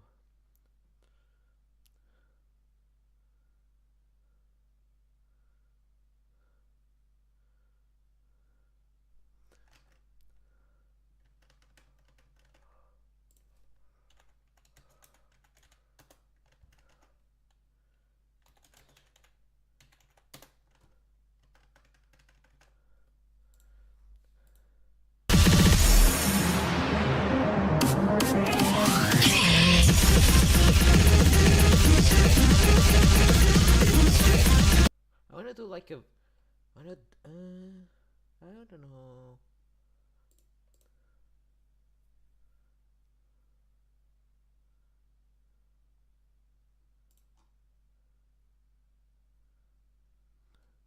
Oh no, the people that marked with dislike did stopped giving the dislike.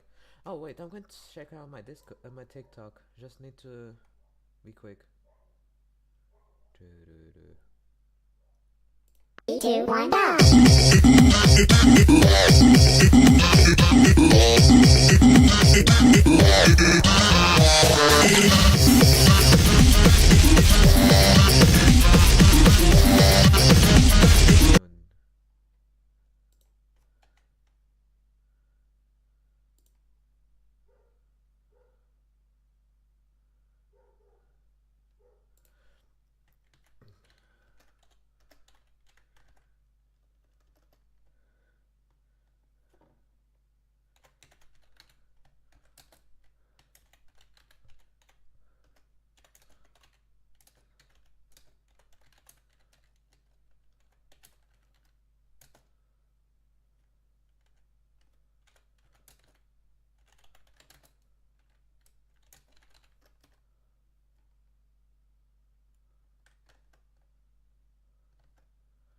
Can I actually put like make a live stream on here?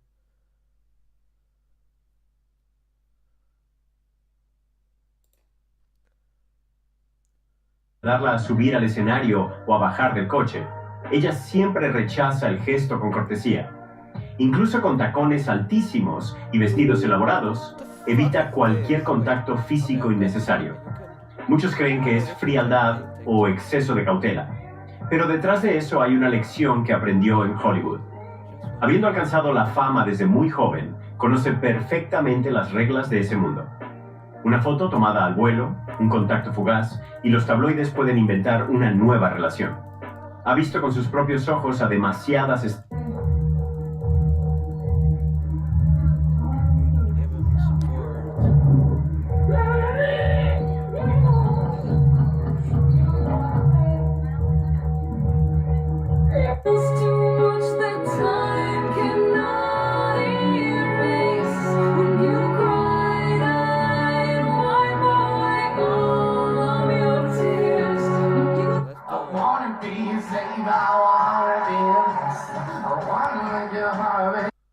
Okay, I'm going to stop that, but that answer is okay.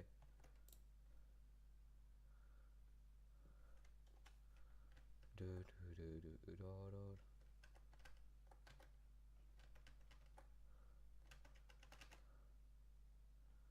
2, 1, go!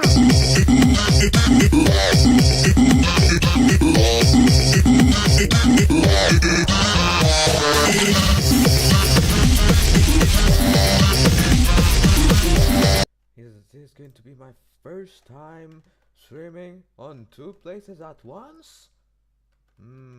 This will be hard. But like there's people with not even enough okay, let's go.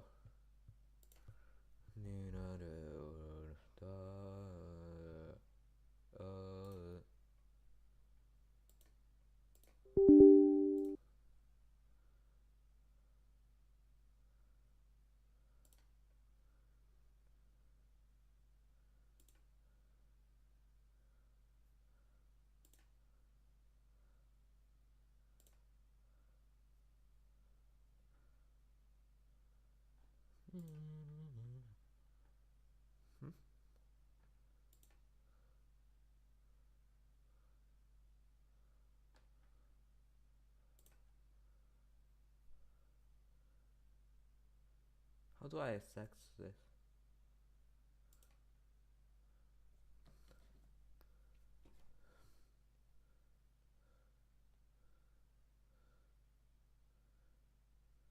Where's TikTok here?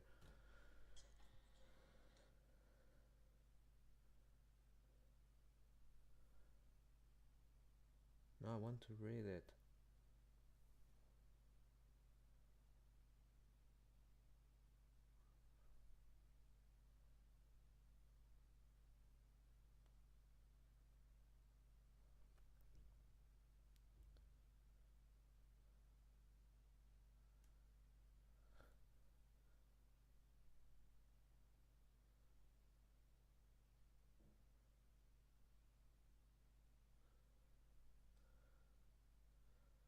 Profile my QR code.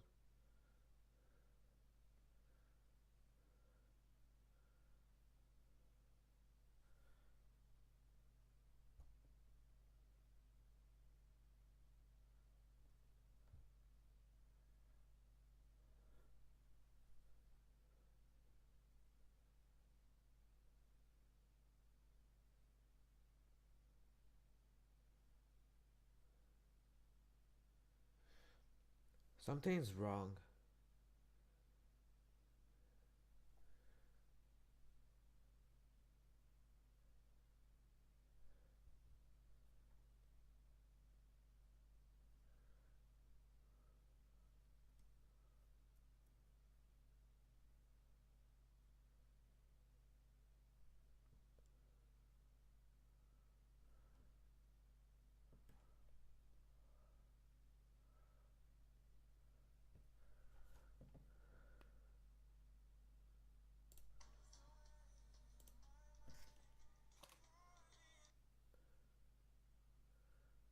I just want to log in.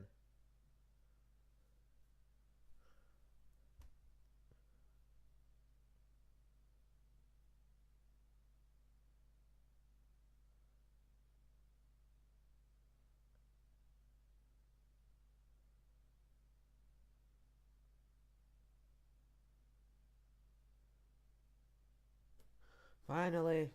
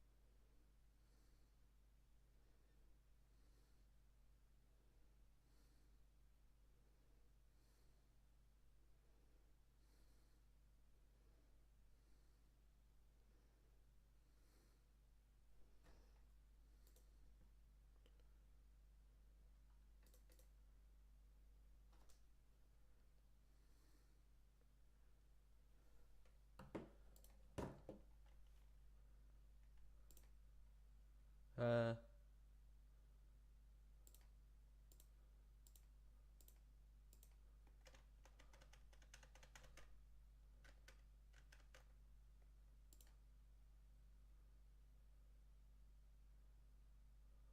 uh,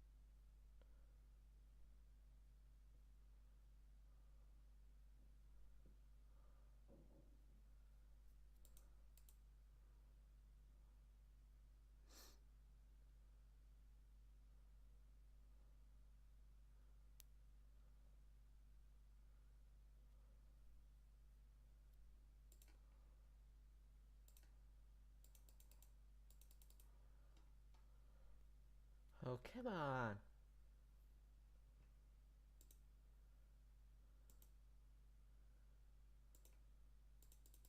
Uh,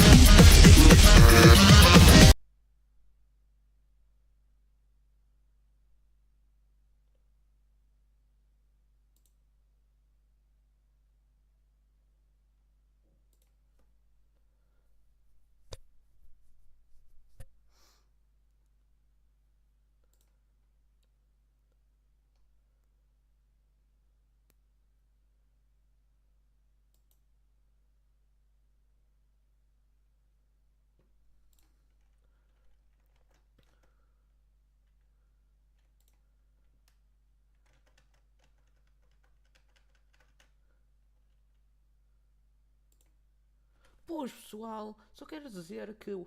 Ok, eu não vou fazer uma intro assim. Mas eu estou a dizer que agora mesmo que eu estou a fazer. Porque eu estou a falar assim? Eu estou a fazer tipo uma live no YouTube. Se vocês quiserem, podem ver aqui. O nome, o canal vai estar aí em baixo, por exemplo, no título do vídeo e podem me acessar.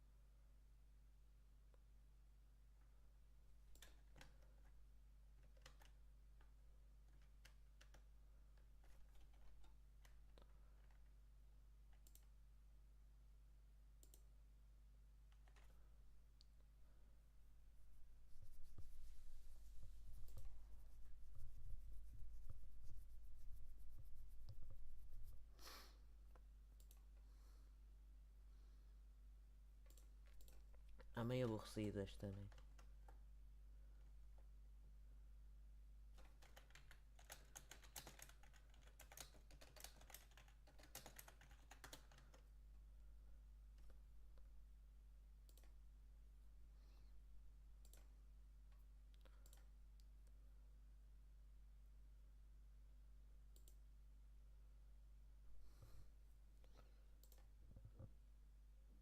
There wasn't any single?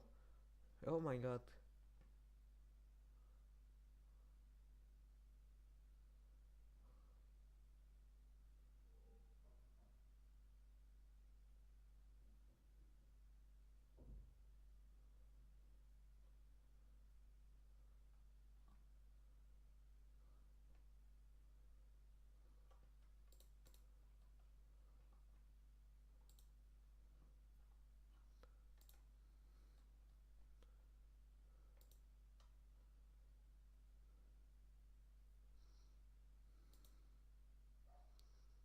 Why is somebody watching my live stream under the TV? Not going to ask. Probably it's normal.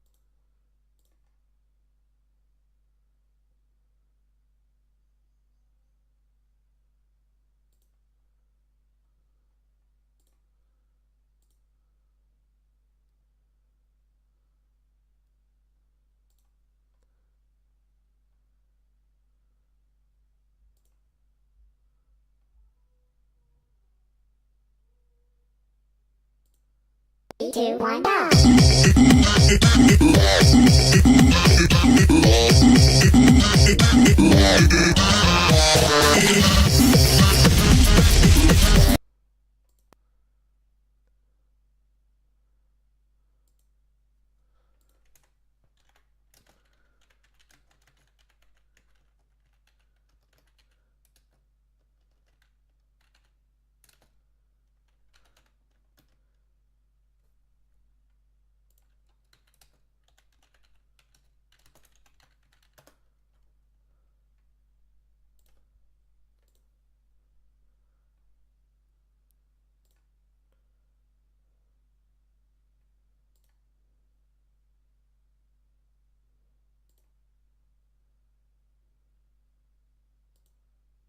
Hey, they changed my stuff.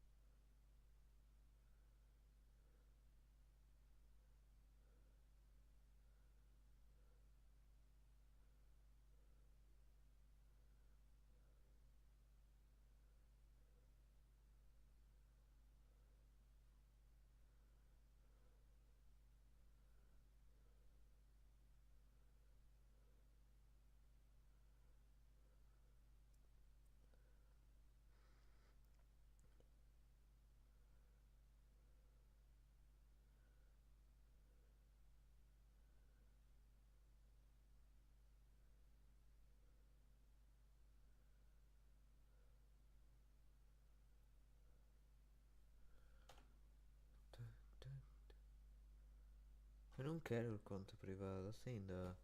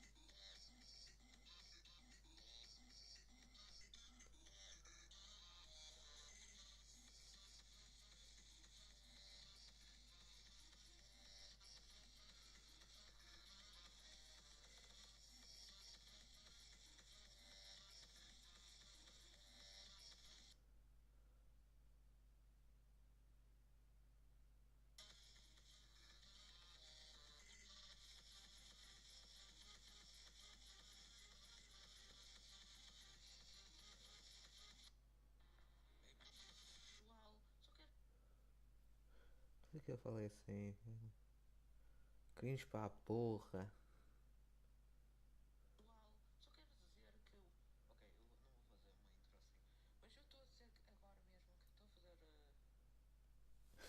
Não quer fazer uma intro assim? Eu vou fazer.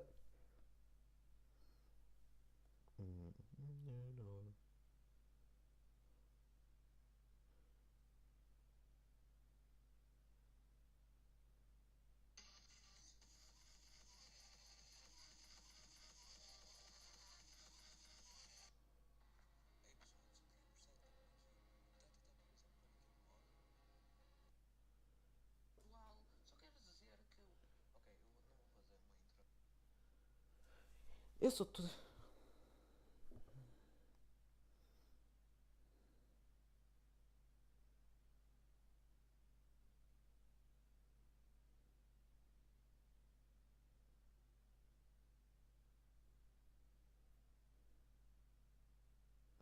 Oh my god. Should I play something?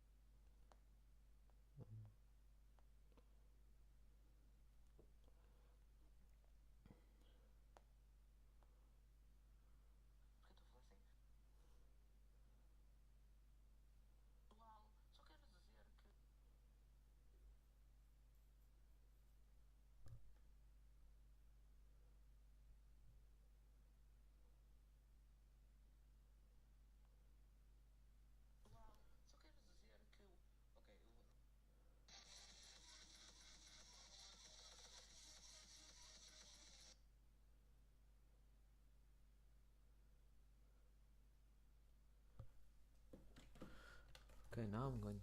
I'm just.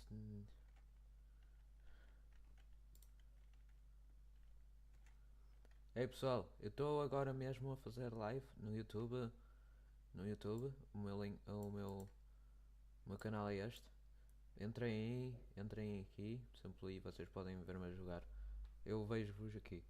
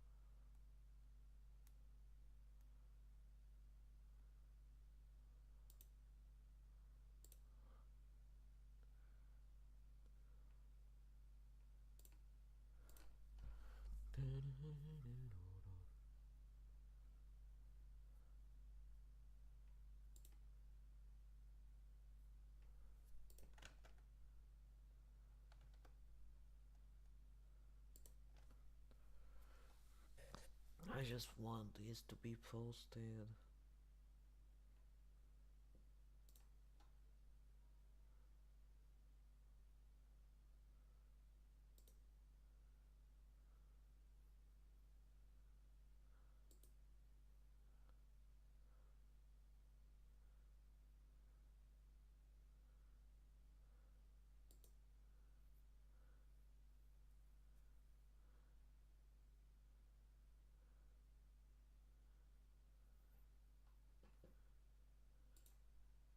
Só espero que alguém mesmo venha ao chat.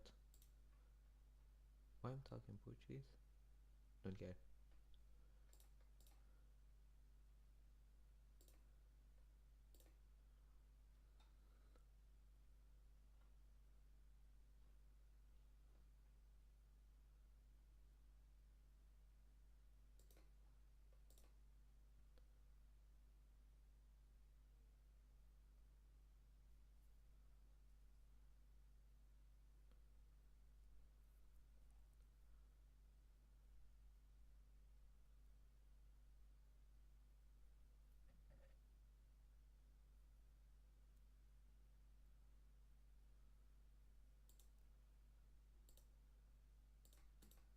I'm scared to post anything. I'm just going to do live streams. That's the point, because if I try to do anything I can get like unlucky.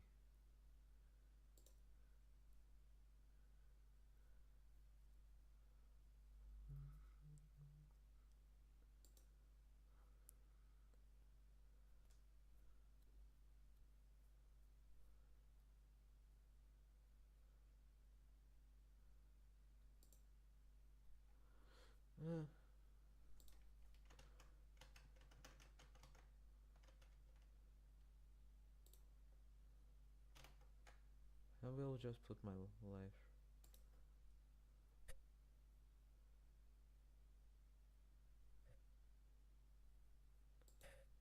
I think it wasn't supposed to click that button. I want the one to gold.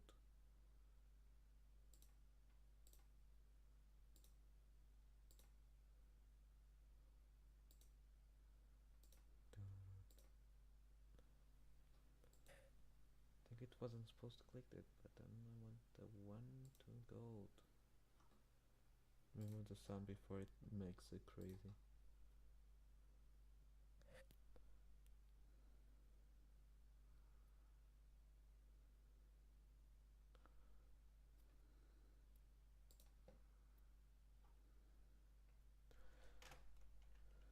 Mouse, mouse, mouse.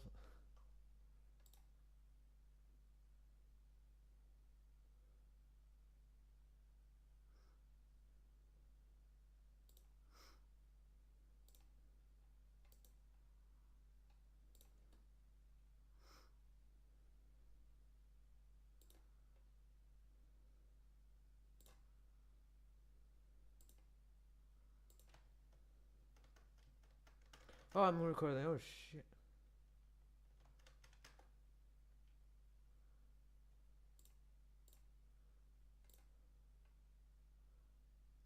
I didn't want to send this.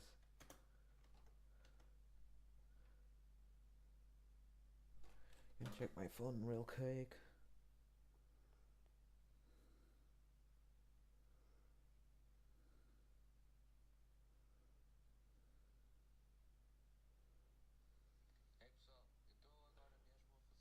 Quem é que tá a comentar no meu vídeo, caralho?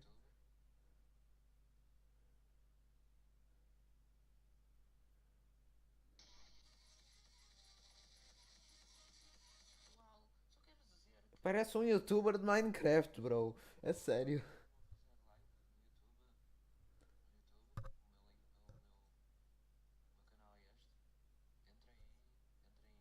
Eu devia ter dito. O canal está aí em baixo, porque não vai atrair muita gente. Assim, mais ou menos. Que as pessoas que me seguem vão conseguir. Mas pô, é que quase. As únicas pessoas que seguem-me são quase toda a gente da escola. Pessoas que. Amigos dessas pessoas da escola e depois isso. Não? Não tenho bem ideia.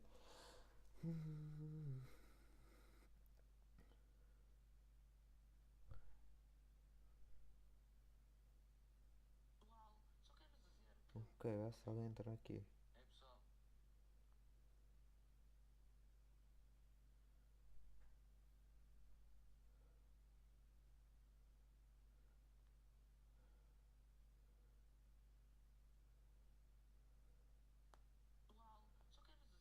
Eu sou um youtuber Minecraft. Ok, já disse isto.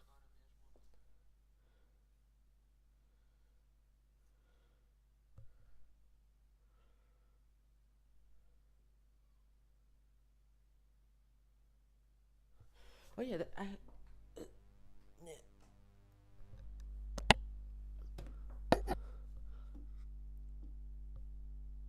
I can't get it.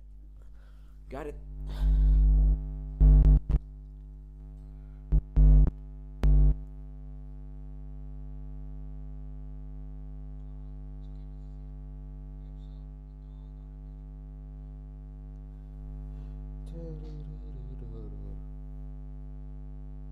Pessoal, mas não é. O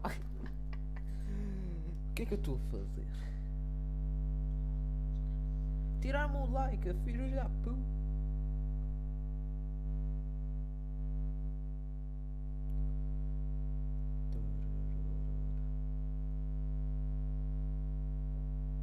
Eita.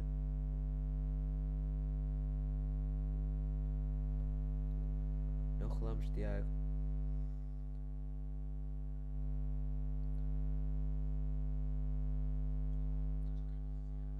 Este é o botão totalmente.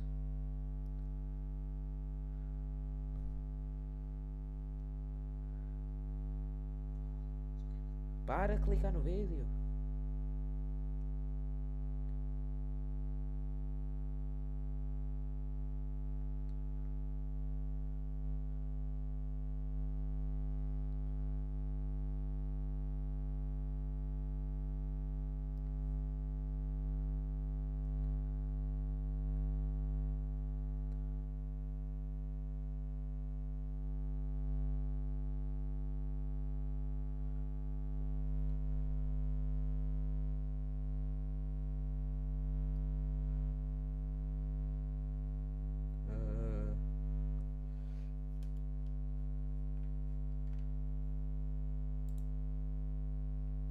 Why is he playing Valorant?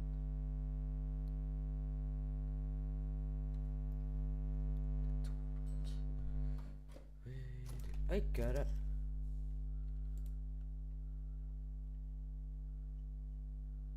There's a way to know if somebody's in the live stream. Yeah. Who the heck sent me a message?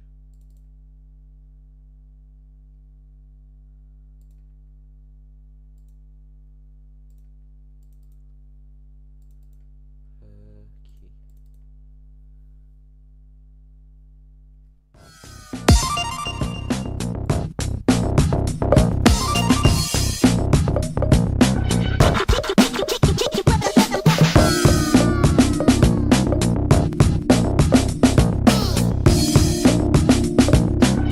Getting freaky on a Friday night yet.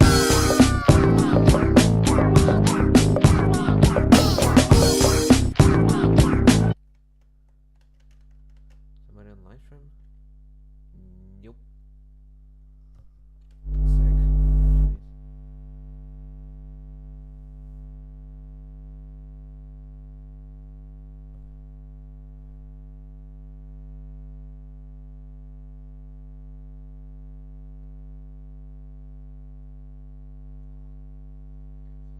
Ei com caralho. Eu pareço um velho assim a segurar. Porra, o telefone está tudo bem. É se for estar a jogar o modo, porque eu estou aqui a olhar para o TikTok. O TikTok, pá.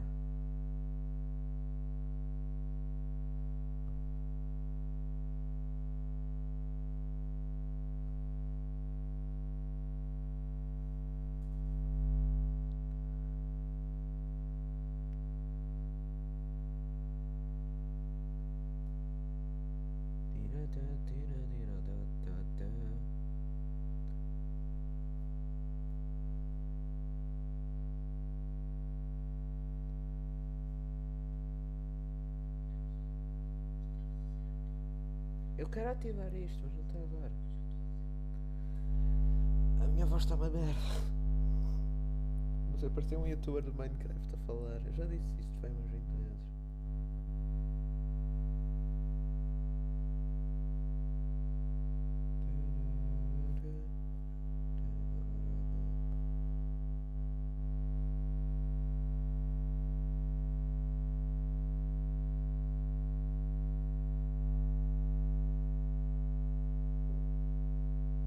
Tiros, tiros.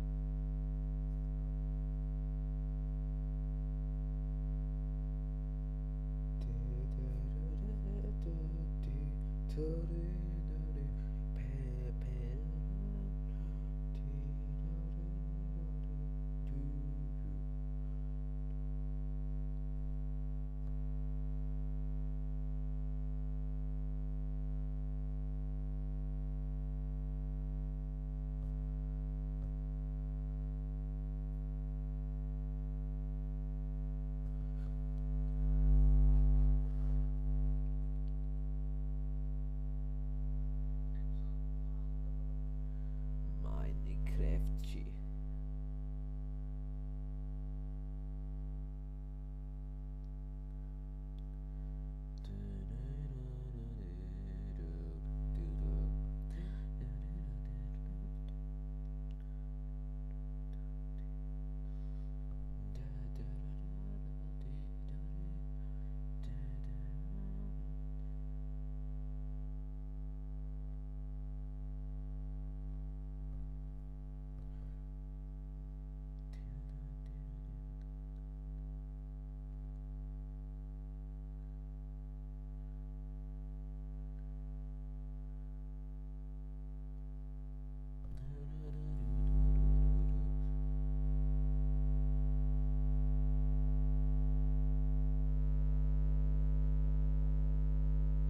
Ele não parece que vai atrair mais gente, então eu só vou mesmo fazer a minha assim.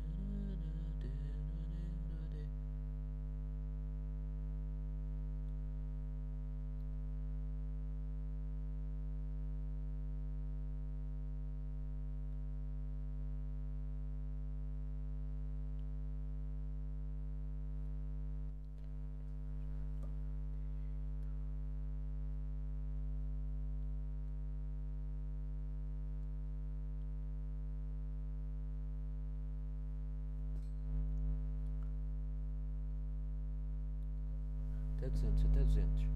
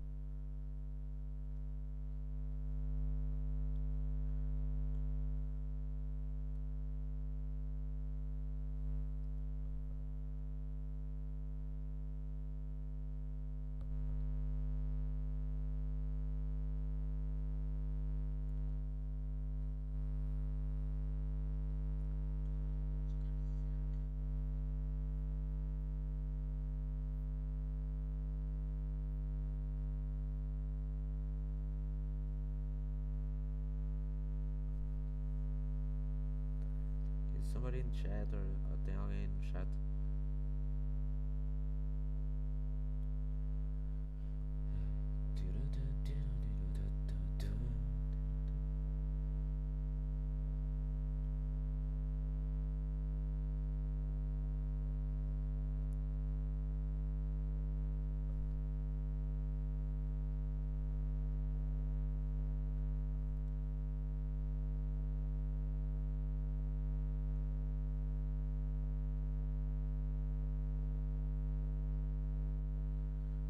Oh my god.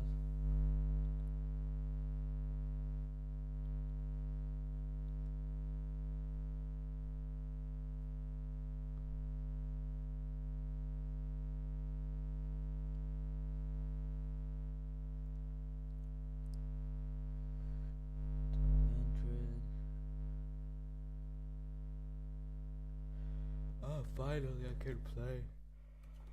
Hold on.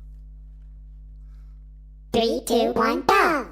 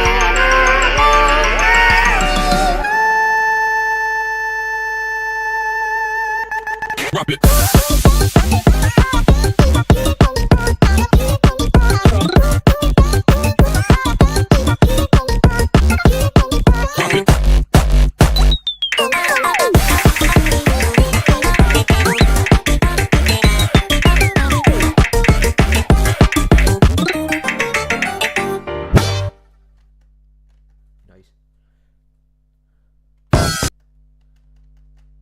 Check OBS. Check my box.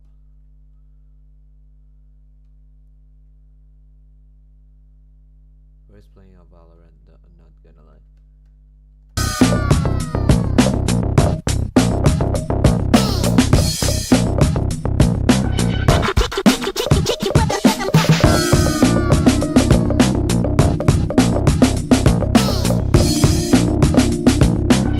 Getting freaky on a Friday night yet.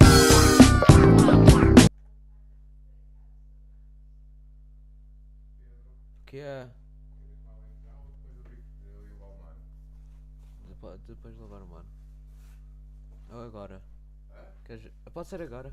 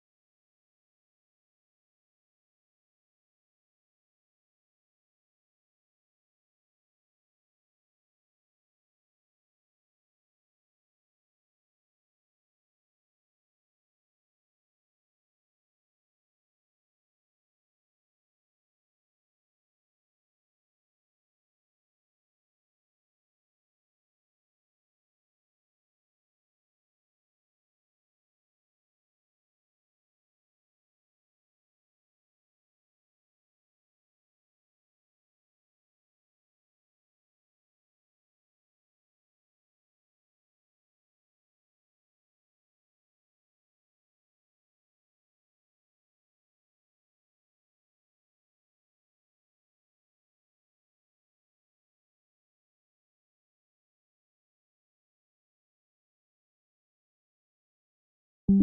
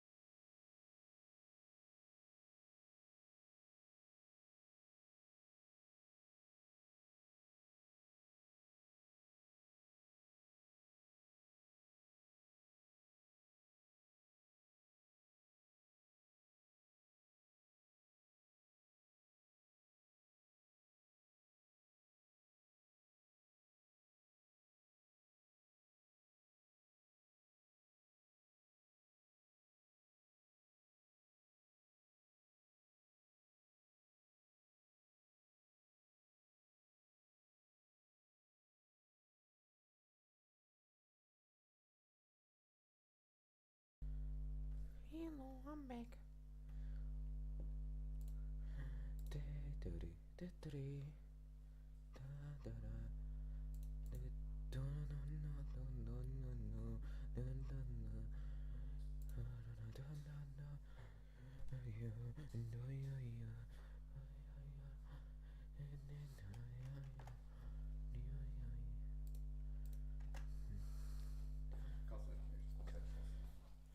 Sim, eu ia calçar, o que é que foi?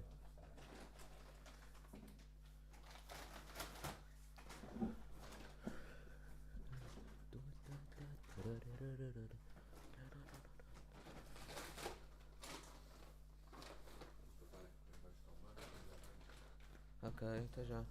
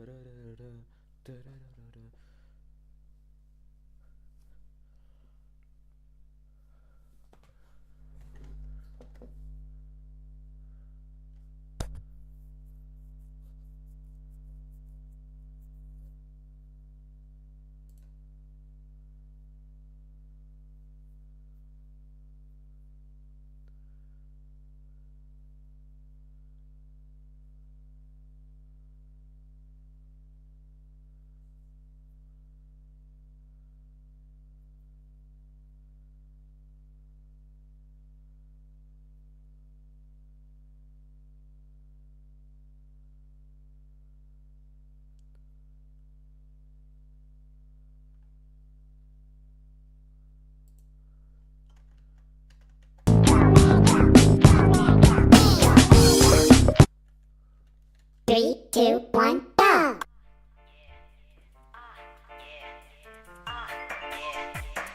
Let's go gambling!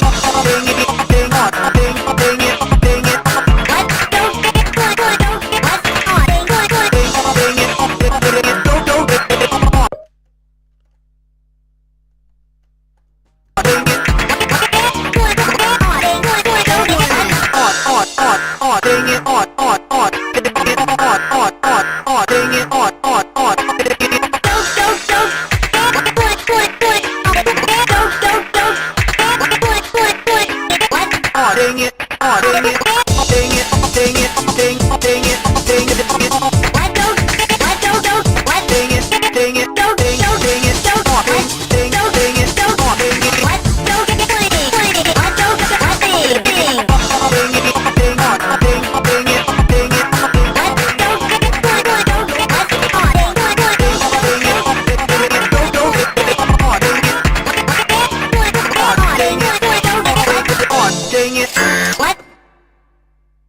Wait.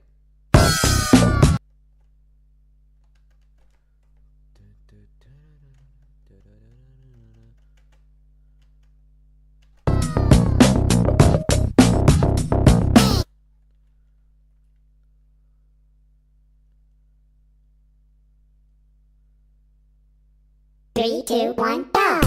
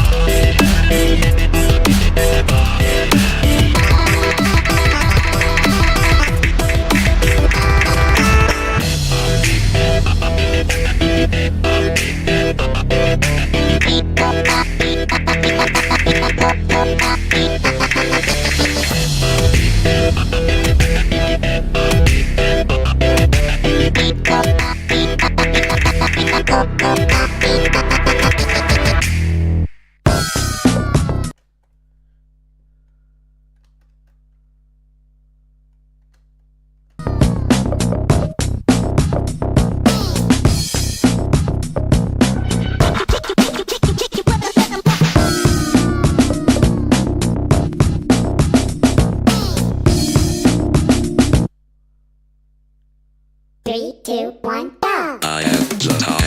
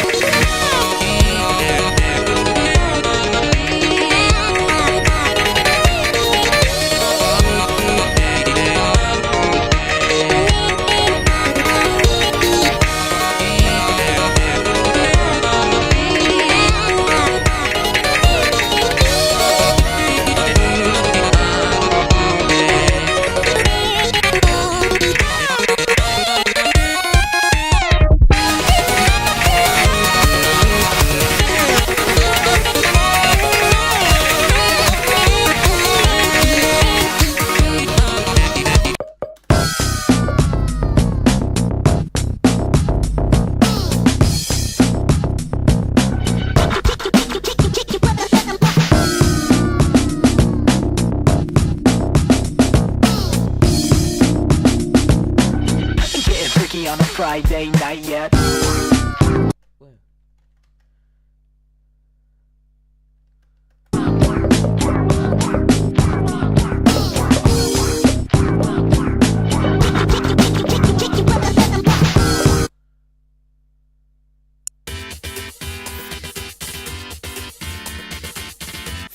need to play this one. 3, 2, 1, go!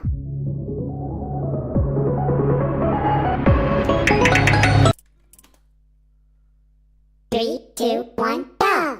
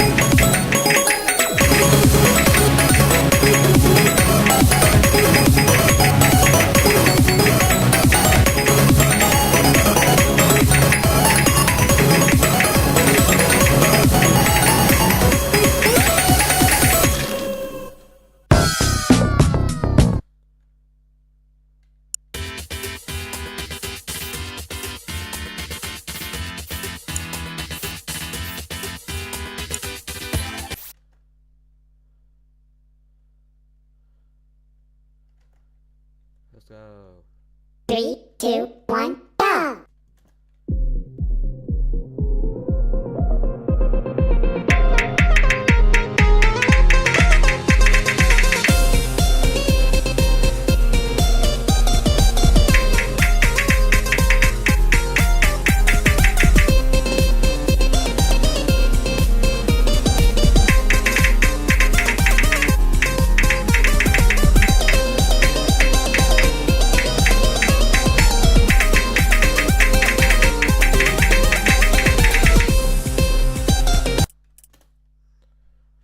Three, two, one, go!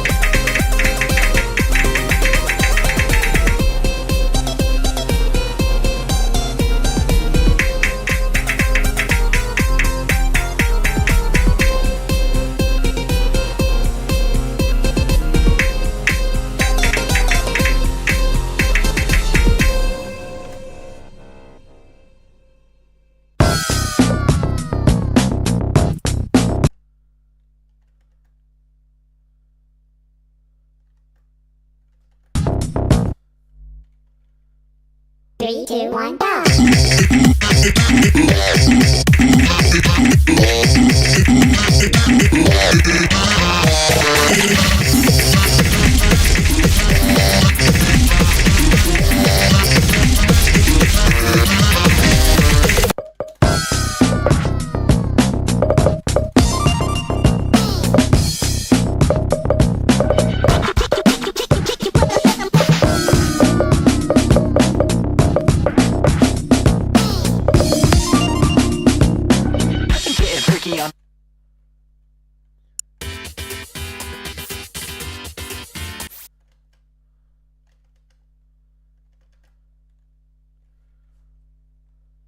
Three, two, one, go!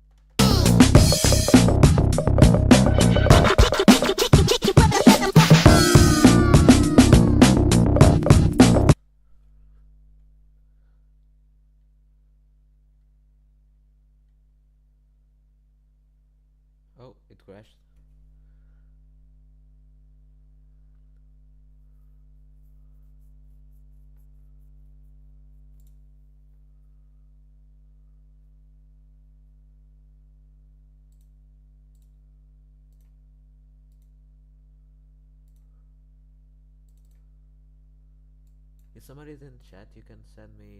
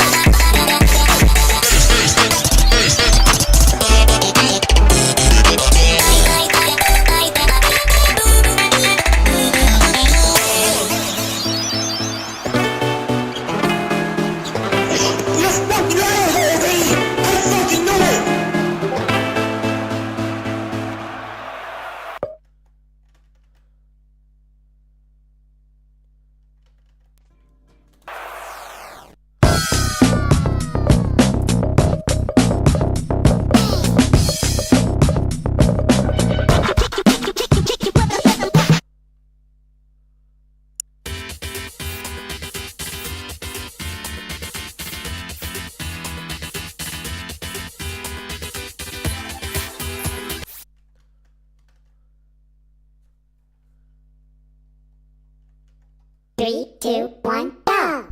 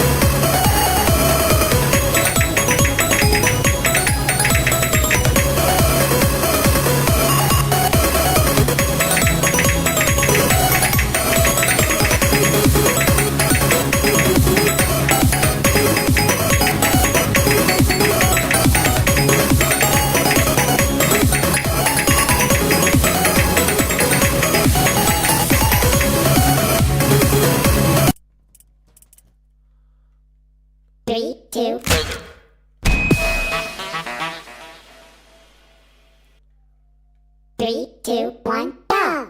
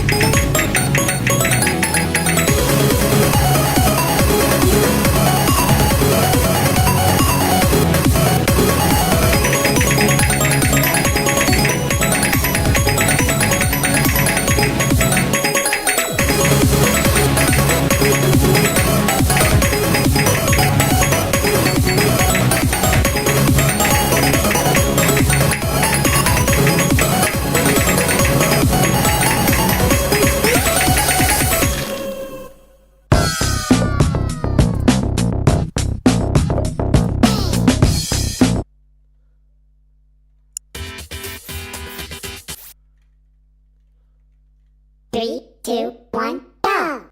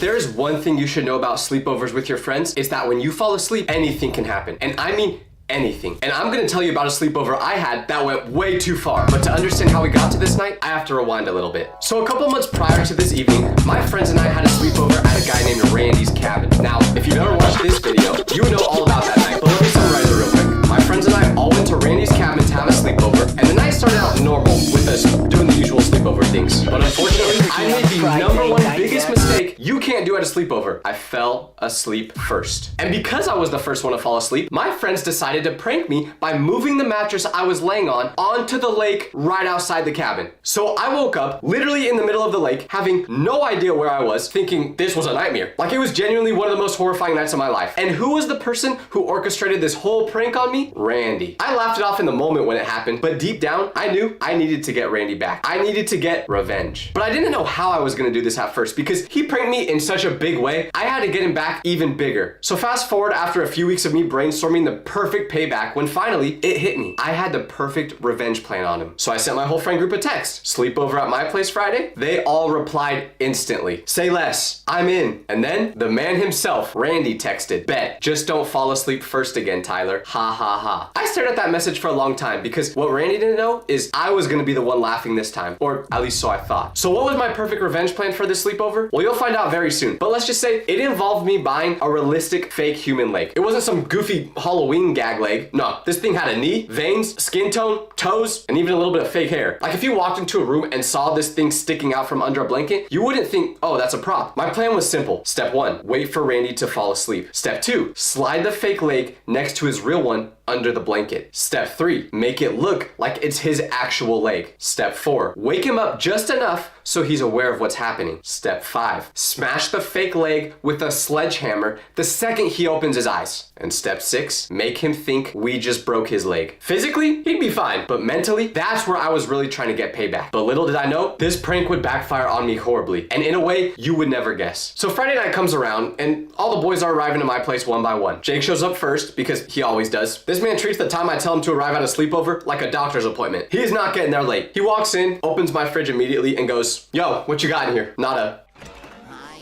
I don't know if his parents just don't feed him at home or what's going on there, but anyways, then Marcus shows up next, dragging a backpack that sounds like it's full of bricks. I ask him what he has in there and he just says, don't worry about it. That's kind of concerning, but whatever, that's Marcus. And then finally, Randy walks in. Backpack on one shoulder, hoodie half zipped, and that same smug little expression like he's the main character of the friend group. When he walked through the front door, he had a grin on his face, and I could tell in that moment, he was thinking back to the last sleepover we had and how good he got me, wondering what we had in store for tonight. But what I didn't realize at the time was I wasn't the only one who had something planned. So I smile back at Randy, trying very hard not to look like a man who has a fake leg hidden in his closet. Also, an important part to know for this story, the reason this night was perfect for the sleepover was because it was my parents' anniversary, so they were celebrating by taking a trip. So in my house, it was just me and my friends. That would be an issue later though. We set up camp in the living room, acting as if this time we were just gonna be having a normal sleepover. Nothing crazy. We start with video games. We're yelling, trash talking, accusing each other of cheating. And during these first couple of hours, I was keeping a very close eye on Randy. I wanted to make sure he wasn't suspicious that I was gonna get any sort of payback that night. I wanted him to be as comfortable as possible. And from everything I could see, he had no idea what was coming, but I was wrong. So wrong. Because after a couple hours, the vibes started to shift. It's probably 1 a.m. now, and everyone's starting to get a little bit tired. So in an effort to get Randy to fall asleep, I say, hey, let's put a movie on the TV, turn the lights off, and I'll lay down to watch. This is when I could feel some tension, because keep in mind, literally the last sleepover we had prior to this was the one where I got thrown into the lake on a mattress. So in the back of everyone's mind, we were all just a little on edge, knowing that someone might have something planned. And they were right, but apparently I wasn't the only one with a plan. Because of this PTSD, no one wanted to be the first person to fall asleep. Like, we were all getting tired, but whenever one of us got close to falling asleep, we'd go on our phone, throw water on our face, or do something to keep us up. So just like before, I'm watching Randy like a hawk, hoping that he's the first one to doze off. At first, he's wide awake. After a little bit, I realized that I needed to do something to make everyone feel comfortable with going to sleep. So I said, guys, let's make a promise, okay? No matter who falls asleep first tonight, no pranks. I'm serious. My house, my rules. If any of you do anything, I'm kicking you out. I'm looking at you, Randy. When I said that, he put his hands up and said he promised not to do anything. And I think the fact that I singled him out made him think, okay, well, if I don't do anything to them, no one will do anything to me, which made him a little more comfortable with going to sleep. I'm still watching him like a hawk, hoping what I said eases everyone's nerves. And what do you know? It worked. About 5 minutes after I said this, I could see Randy's eyes start to get heavy. He tried to hide it, but I could tell he was close. He's about to fold. What really helped was, by this point, Marcus already fell asleep and no one was trying to mess with him, so I think that reassured him. And then finally, the moment I was waiting for happened. Randy fell asleep. I give it about 10 minutes just to make sure he's fully out. Probably already dreaming about being in a relationship with LeBron. Or is that just me? Okay.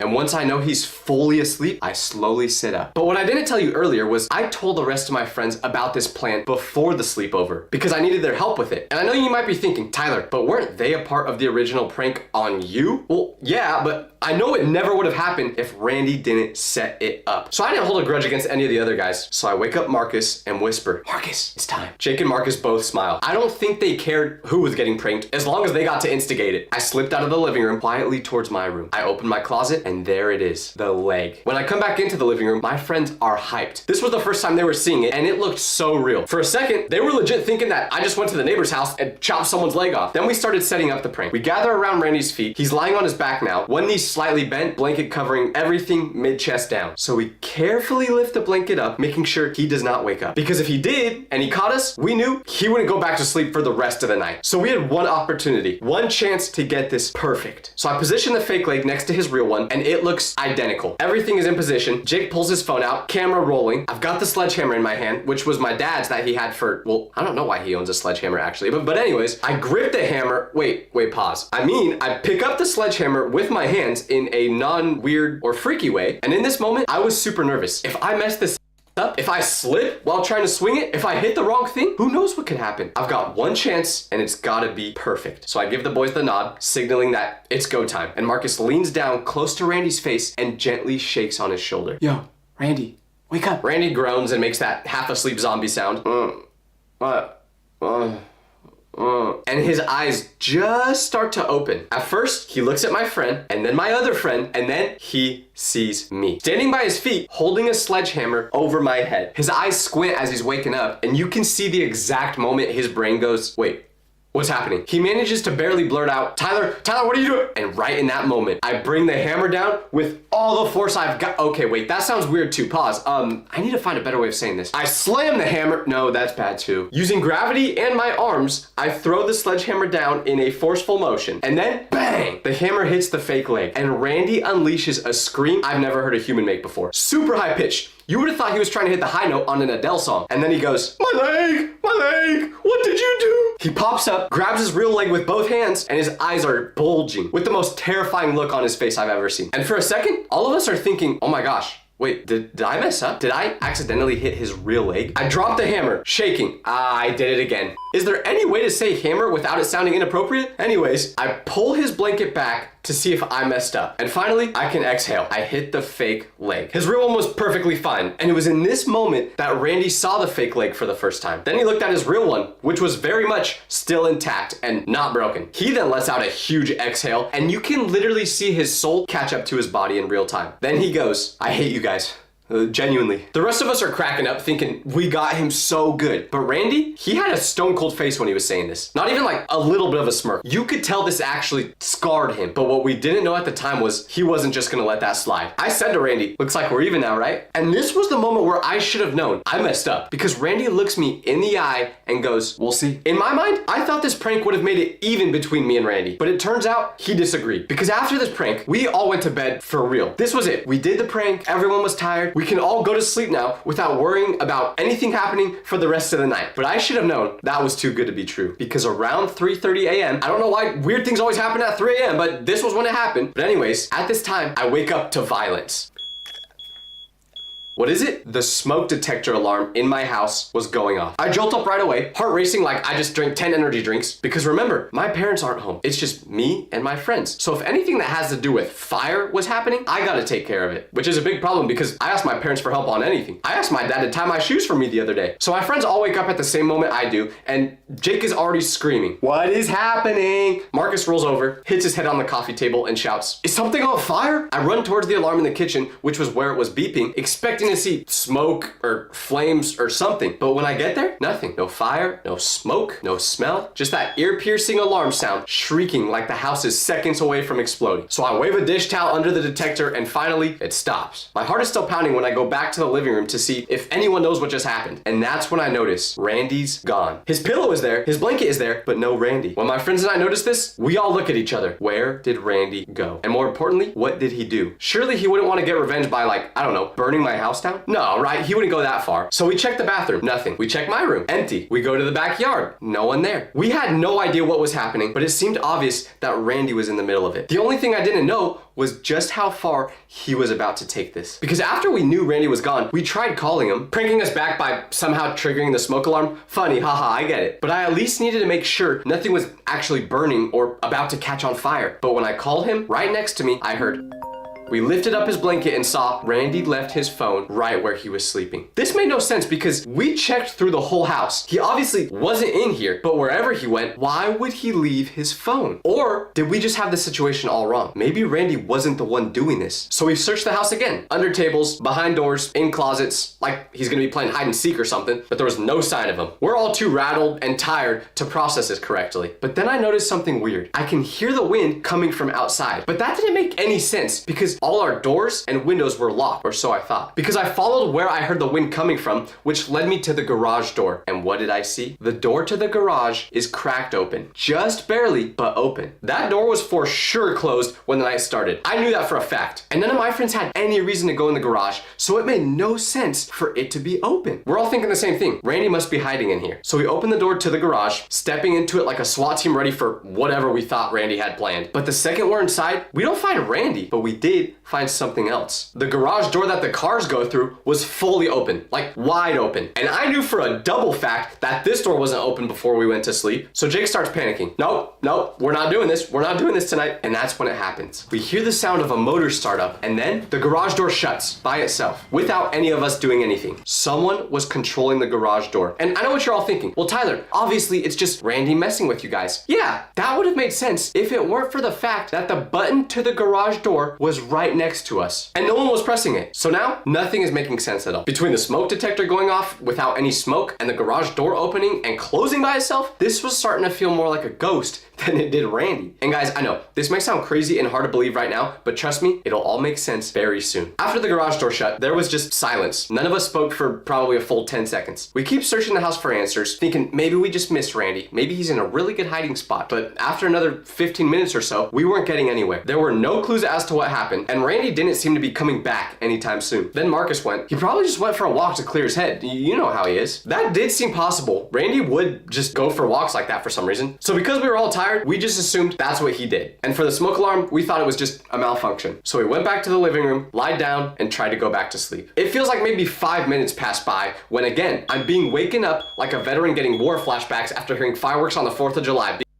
because I explode off the floor. This time, there's no confusion. I'm just trying to figure out exactly what's happening. The alarm is screaming again, but this time when the alarm went off, there's something else, a smell. It's not very strong, but it smells like smoke. So right away I go, do you guys smell that? Marcus sniffs the air and his eyes get wider as he goes, oh no, that's not good. That's not good. It doesn't smell like someone just burnt some pizza rolls. No, this smelled like a fire could be starting. We run through the house like firemen, looking for the source of the smell. Kitchen? Nothing. No flames, no smoke. We check the outlets, light switches, anything that could be causing a fire. I don't know what causes it. I'm not an electrician. But everything looks fine. The alarm keeps blaring until we fan it again, waving shirts at it like we're fighting a wasp. Now, it was back to silence. But the smell stayed. It wasn't overpowering, but it was there. Marcus whispered to me, yo, should we call your parents? And let me tell you, the last thing I wanted to do was wake them up at 3 in the morning on their anniversary and say, hey, so our house may or may not be about to explode. And also,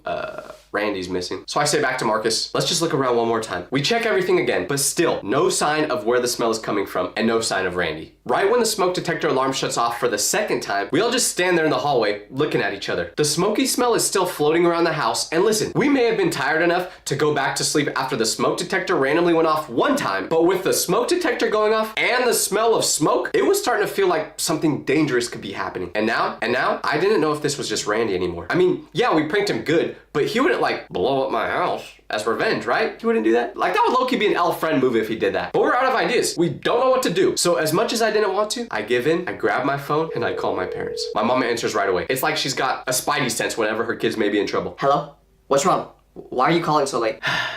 Mom, the fire alarm in our house went off twice, and the house smells like smoke. She pauses. Then my dad's voice cuts in behind her. What do you mean it smells like smoke? Did you check in the kitchen? Yeah, the stove's off, the oven's off, nothing's burning. They don't respond for a second, but then... Tyler, go check the stove again. Touch the burners. Make sure they're cold. I put my hand near them, and they're cold. Completely cold. Yeah, nothing's on. I can hear them both exhale, but it's not a good exhale. It's the kind where you can hear them getting stressed. Okay, listen to me. If the alarm goes off again, or if the smell gets stronger, call the fire department. Jake's eyes widen in horror again, and he goes, The fire department for a sleepover? And Marcus goes, We're gonna be on the news. I lift the phone back to my ear and go, okay, so just pay attention to the smell and call them if it gets worse? Exactly. That smell inside a house can be dangerous, even if you don't see any fire. I'm nodding, taking it in, but then the most scary thing I witnessed that night happened. And the reason why it was so scary was because at the time, there was no explanation for it. But stay with me, you'll understand what I'm saying very soon. Because then I heard barking. Loud, sharp, aggressive barking from my parents' room. I freeze because my dog never barks like that at night. Yeah, when he sees the mailman, he'll chase him for 15 blocks and try to bite his leg off, but not at night. He usually gets more REM sleep than I do at this time. So me, Jake, and Marcus are starting to think, wait, like, can the dog sense that an explosion or something dangerous is about to happen? Because I've heard before dogs can sense when an earthquake is coming. Don't know how true that is, but I'm just gonna believe it because I believe everything I read off the internet. But when we run into my parents' room, he's barking, like just staring at the ceiling, barking as loud as he can at literally nothing. I'm thinking, maybe he actually is seeing a ghost. So I pet him, trying to calm him down, and only then does he start to chill out a little bit. Once again, we were so tired that we just came to the conclusion that the dog was acting crazy because we were acting crazy and it riled him up. I think we told ourselves this to make it seem less creepy, but we shouldn't have done that because the dog barking was a sign and we would figure that out later. We went back to the living room, not even attempting to fall back asleep this time. We just sat there on the floor in silence, too scared to sleep, too tired to move. We're sitting there for a good 10 minutes, just kind of talking. No chance any of us are gonna try laying down again. But then the TV randomly turns on. I see the huge Samsung logo on it that appears every time you power it on. And I'm looking at my friends thinking, oh, they must have just turned the TV on because they're not going back to sleep. But when I look around, I realize the remote is right next to the TV. Neither of them have it. And before any of us could react, the screen lights up with the volume maxed out and it goes.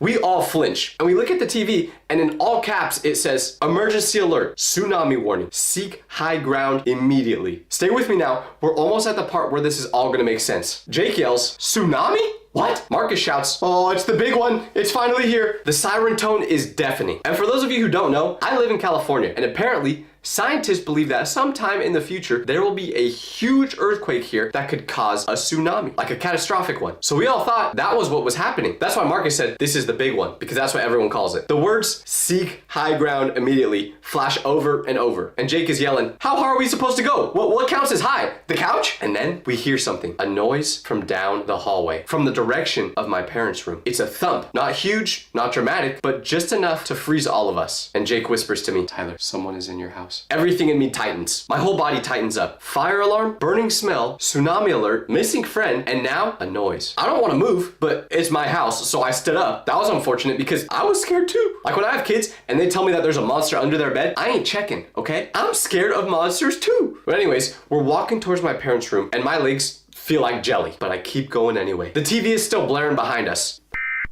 The glow from the TV screen flickers down the hallway. I reach my parents' door and slowly push it open, but this time with a baseball bat in hand, just in case. I mean, I was never good at using it when I was actually playing baseball, so maybe I would put it to better use here. But when I fully open that door, nothing jumps out, nothing moves. So we look through all of the room, under the bed, everything, because we knew for a fact a loud thud just came from in here. Unless it was my dog just tweaking out again, doing backflips or something, I don't know. And we can't figure out exactly where the sound came from until we walk by my parents' closet. closet, because that's when I see a little crease of light coming from in there. Against everything my mind was telling me, I opened the closet door and saw where the light was coming from. It was coming from the ceiling, but more specifically, the door to the attic that was on the ceiling. That door was open, just a few inches, but enough. And let me just tell you, normally that door would never be open. I'm shaking now because I've seen those weird videos before where a person is living inside someone's attic for months and they never even know about it. I've also seen times where it's been an animal living up there. Both thoughts are equally scary. I mean, if rank keeps going up so much, I might do that. Then the door to the attic slightly moves and something appears at the edge. It's a leg, a real leg this time, followed by a torso. And then I see arms, and then I see a face. And who is it? Randy, covered in attic dust with his hair a mess. He looks down at us from the ceiling like a homeless dude who had been living there for months. And then he just goes, yo, we're all shocked. Jaw is on the floor and no one else says a word until Marcus finally goes, yo, did you see the news? There's a tsunami warning. We need to get out of here. Without responding to Marcus, Randy fully climbs out of the attic, dusts his hands off, glances at the still blaring TV, and casually grabs the remote from the nightstand. Presses the power button, the TV turns off, and all of a sudden, there was no siren anymore. We all stare at him, still having absolutely no idea whether he was involved in all this, because it seemed impossible. Like, if this all were him, he was the best magician ever. So then I go, Randy, where have you been? He smirks and then says, up there, obviously. Then Jake goes, are you the reason the smoke detector was going off and the garage was open and literally everything else that happened? Then he goes, you guys want to know what really happened? Nah, bro, we don't care at all, you know? We're not curious why you've been hiding in the attic while we've had 3 catastrophic warning sounds go off. Of course we want to know what happened. So Randy goes, okay. You guys pretended to smash my leg with a sledgehammer. And after you did that, I tried just going back to sleep, but I couldn't. I had way too much adrenaline from thinking my leg just became barbecue chicken. Then he points to the ceiling and goes, so that's when I came up with a plan. I waited until you all went to sleep, then I grabbed a lighter, a pan, and a piece of paper. Started having fun. The first alarm going off, that was me holding a lighter right next to the smoke detector. I knew that would startle you guys, but once you went back to sleep after that, I had to take it a step further. So next, I burned tiny bits of paper right next to the air vents so you guys could smell it. We're staring at him like we don't know whether we should be impressed or worried about his mental health. Then he goes, the tsunami alert, that was just a YouTube video I cast from my phone onto the TV. We're all just staring, can't think of anything to say. And as for the garage door randomly being open, he never said that was him actually, but I'm guessing it was. But anyways, then he finishes, and while you guys were running around freaking out, I was literally right above you watching it all happen through the air vent. He smiles, and then like a villain, he goes, congratulations, now we're even. So I say back to Randy, that is the most impressive thing I've ever seen. Now get out of my house. Oh.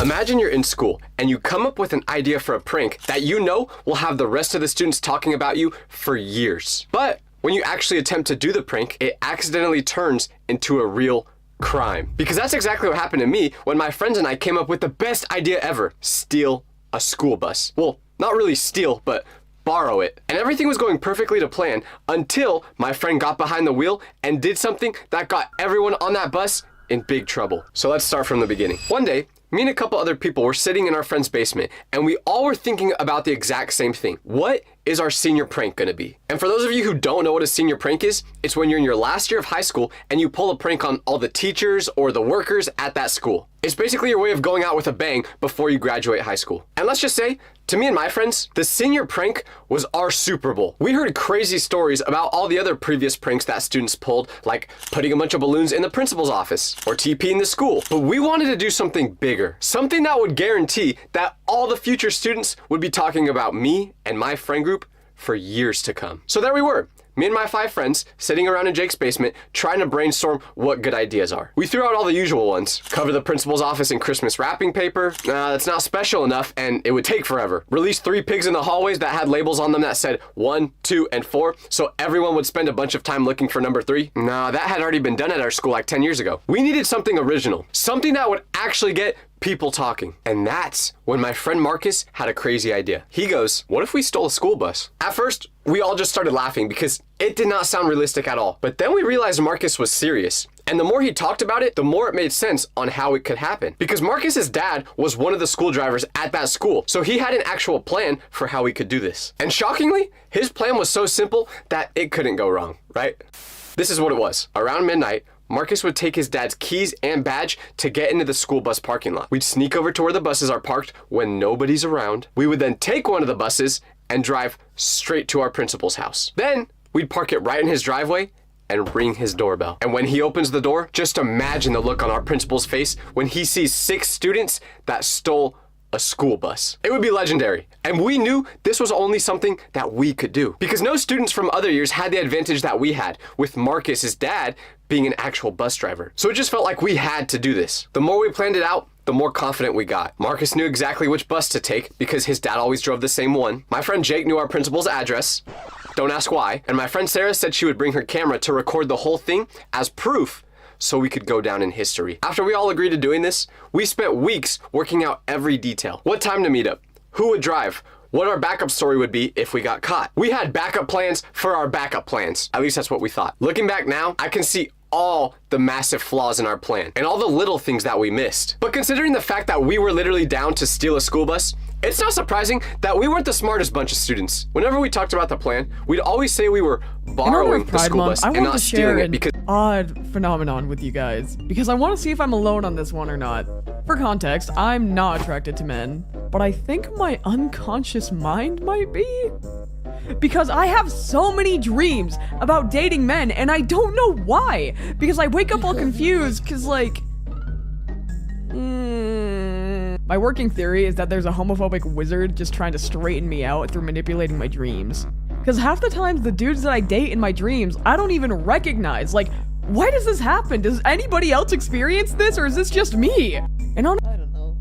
Because that just made it sound safer and less illegal. Everyone in our group had mixed feelings on pulling this prank. Marcus was the nervous one because even though he literally suggested the plan, it was his dad's job on the line if anything went wrong. Jake was the mastermind who kept coming up with more elaborate details. Sarah was our lookout person who would make sure we didn't get caught. My friend Anthony was supposed to be the driver because he had a truck, so he had the most experience with bigger vehicles. Then there was me and Danny, who were basically just along for the ride. We met up every day after school for probably 3 weeks just to go over the plan. We even drove by our principal's house twice just to scope it out. His driveway was perfect for this prank, big enough for a school bus to where he literally could not miss it when he opened that door. None of us stopped to think about all the things that could go wrong, and eventually would go wrong. We were all just too eager to own the title of doing the most legendary senior prank ever. And after a couple of weeks of waiting, our day finally came. We were doing it on a Thursday night in April, purposefully on a night where we had school the next day so we could hear what all the other students had to say about it when we showed them what we did. The day went by just as planned.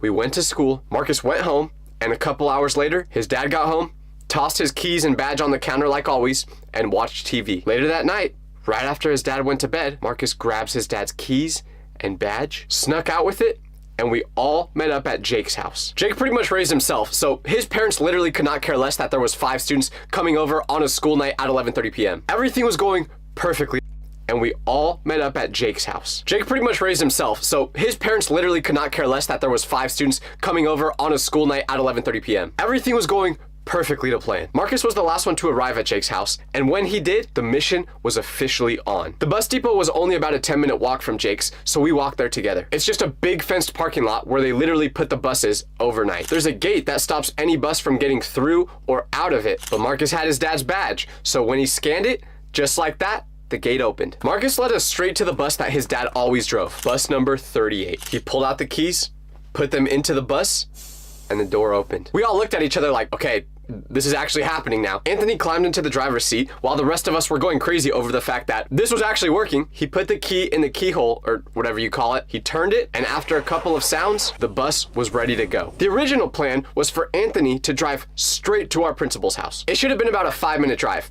Get in and get out. But what we didn't know before was that Anthony had his own ideas. Because Anthony's always been the type of guy that's just kind of a psychopath. So we're exiting the parking lot, and all of a sudden, Anthony starts getting a little too confident. He's honking the horn, flashing all the lights, and at first, we were cheering it on. We could feel that this night was gonna be legendary. But then, Anthony started making turns that weren't on the way to our principal's house. When Marcus asked him where he was going, Anthony just grinned and told him that he was taking the scenic route. None of us had any idea what that meant. This wasn't planned, but everyone else seemed to still be having a good time, so I just went along with it. But eventually, I had to say something because things started to get out of hand. Anthony was feeding off the attention of everyone being impressed by what he was doing. He got more and more excited the further he drove and wanted to keep doing something more crazy. We got to this intersection and Anthony had to choose exactly which way to go. Left takes us towards the principal's house like we planned, and right takes us towards the freeway entrance. I'm sitting there assuming that he's gonna turn left. We all thought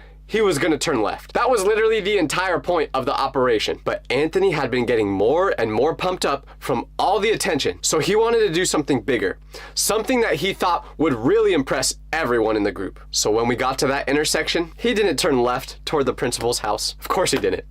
He turned right onto the freeway. Danny and Sarah were screaming with excitement when he did this. Meanwhile, me and Marcus were screaming with terror. The second Anthony merged that school bus onto the freeway, our group split down the middle. Sarah and Danny were cheering like we were on some crazy roller coaster, but Marcus went completely pale and started hyperventilating. Because remember, this is Marcus's dad's school bus, so he did not want to take any risks with it. I'm sitting there gripping the seat in front of me thinking that we're taking this way too far. Let me paint you a picture of what this looked like. It's past midnight on a Thursday, and there's this big yellow school bus flying down the freeway when you look inside it and see 6 teenagers who look like they don't even have their license yet. Anyone who saw us on that freeway probably thought that we were insane asylum patients who just escaped. Marcus is standing up trying to get Anthony's attention, and he's like, dude, you need to get off at the next exit. This wasn't the plan. I don't know what my dad will do if he finds out about this. If anything happens to the school bus, it's gonna be all my fault. But Anthony was too locked in, so he just laughed and sped up even faster. He even started swerving in between lanes just to mess with us.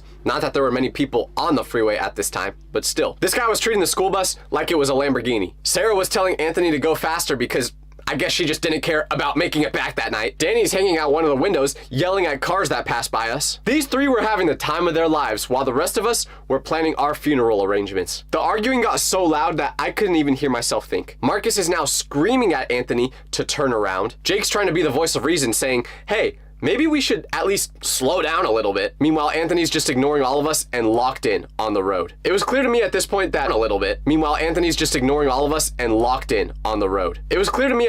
that we had gone too far. We weren't just borrowing a school bus for 20 minutes to scare our principal. We were joyriding a stolen school bus on a major freeway at midnight. I want you to just imagine what would happen if we got pulled over by the cops. There was no way to explain the situation to them. But luckily, we wouldn't have to imagine this happening. Just a couple minutes later, Marcus kept trying to reason with Anthony to get him off the freeway, but he was way too far gone. Minutes later, Marcus kept trying to reason with Anthony.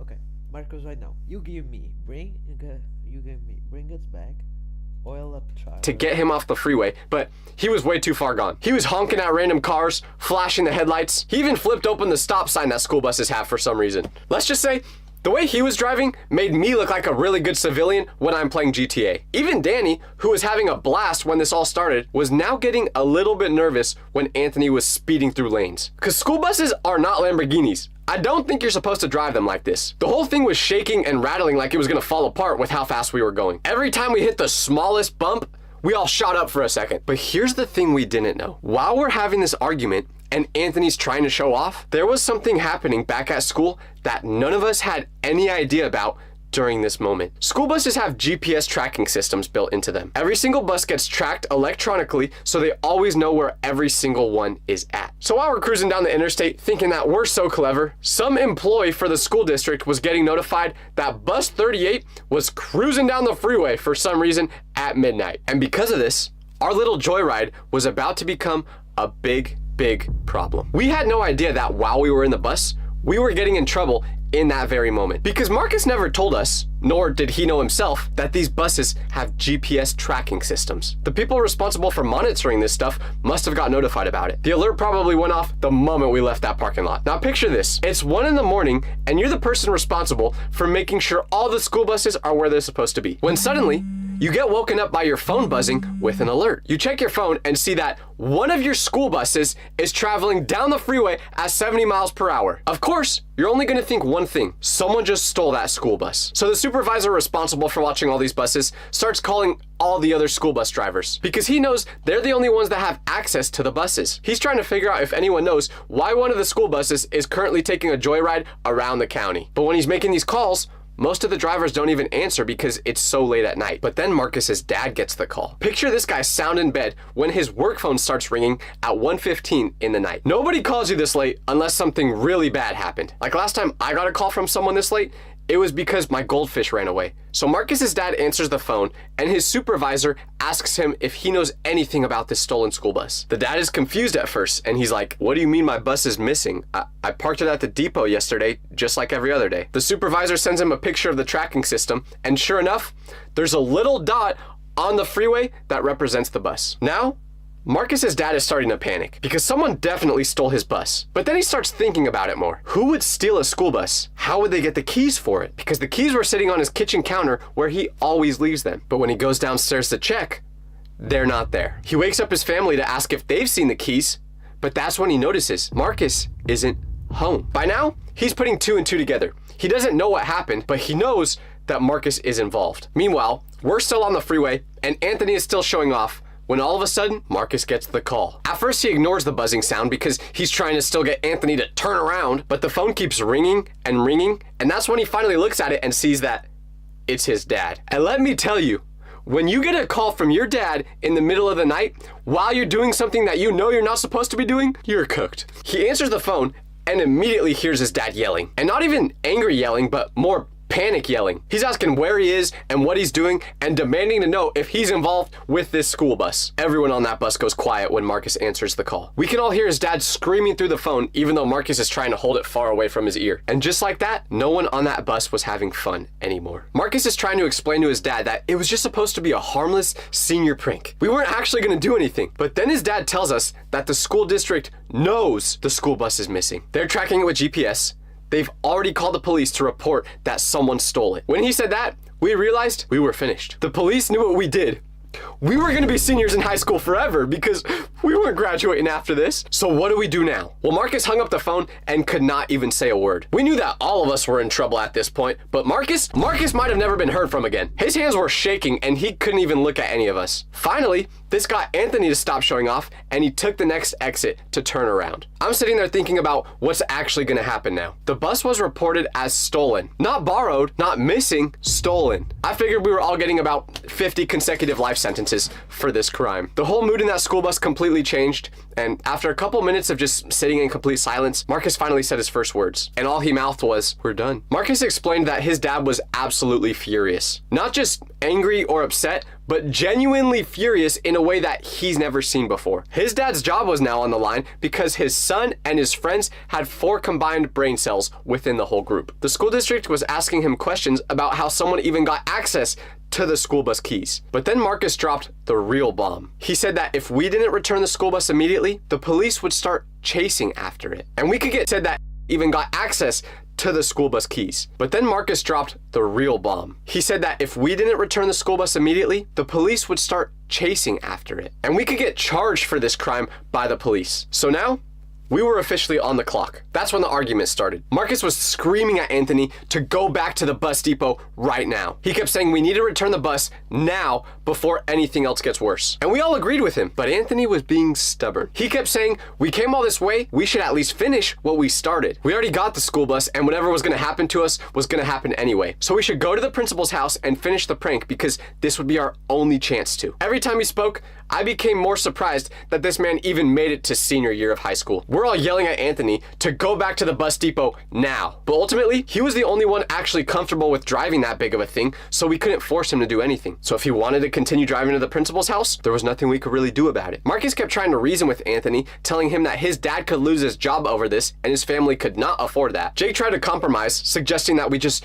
drive by the principal's house and honk the horn instead of actually getting out, but Marcus wasn't having it. He said every second we stayed in that bus was making things worse. Anthony was on a mission though. He was gonna drive to the principal's house and complete that prank no matter what. He said we were all being dramatic and that everything would work out fine. He promised we'd only spend 3 minutes at the principal's house and then drive back right after. After a couple minutes, we finally got to our principal's neighborhood. When we saw the right house, Anthony pulled the school bus into the driveway and turned it off. But here's the thing that made this whole disaster even more ridiculous. Anthony goes up to the front door, which he was the only one that wanted to get out at this point. He knocks on it, and after a couple seconds of waiting, nothing. So he knocked again, but a little bit louder this time. And after a couple seconds of waiting now, nothing. The principal never even heard the knock on the door. So after all that risk, all that panic, all that arguing, We drove the school bus to our principal's house, and he didn't even answer the door. Anthony sat outside for probably 2 minutes,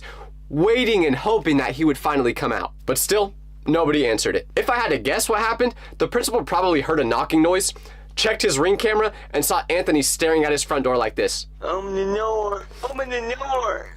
And he immediately went back to bed. While Anthony's waiting for this door to never get answered, Marcus's dad calls him again. He was asking why it was taking so long for this bus to get back. Marcus lied and said that we were almost there. We were just driving slow to make sure we were careful. When Anthony finally did give up and we started actually driving back to the bus depot, that was the most terrifying 5 minutes of my life. And I know I say that literally every video, but this was. The anticipation of what was gonna happen next was just eating at me. And when we finally got back to the school area, we could see flashing lights from probably half a mile away. Blue and red lights reflecting off of all those yellow buses. My heart just dropped into my stomach. We were about to get arrested and have our lives ruined before we even graduated high school. Like, I didn't think my life would get ruined that early. I thought I would at least get to college before I did something stupid that ruined my life. The gate to the bus depot was wide open, and Anthony pulled into the parking lot and parked bus 38 right where it was supposed to go. He turned off the engine, and we just sat there in the bus for a second, looking at all those police lights. Nobody wanted to get off that school bus because we knew once we did, our lives were probably over. Sarah literally started crying. But when we finally got out and started walking toward the police cars,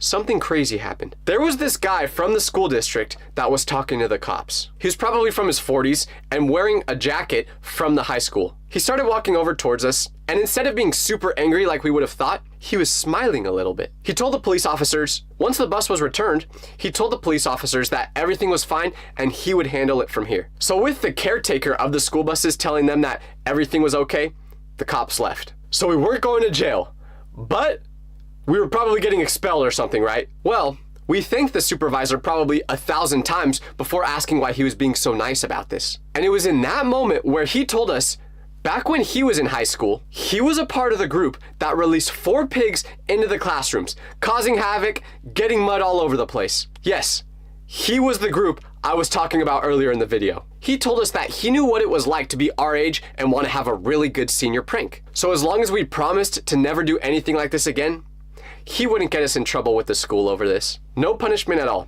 Marcus's dad didn't even get in trouble at work, but knowing his dad, Marcus definitely got in trouble, I'll tell you that. The whole thing just disappeared like it never happened. But do you want to know the real reason I think the school supervisor didn't tell anyone about what we did? It's because if no one knew about the senior prank that we just pulled, the prank him and his friends did with the pigs would still be known as the most legendary senior prank ever at our school. But that's just my theory.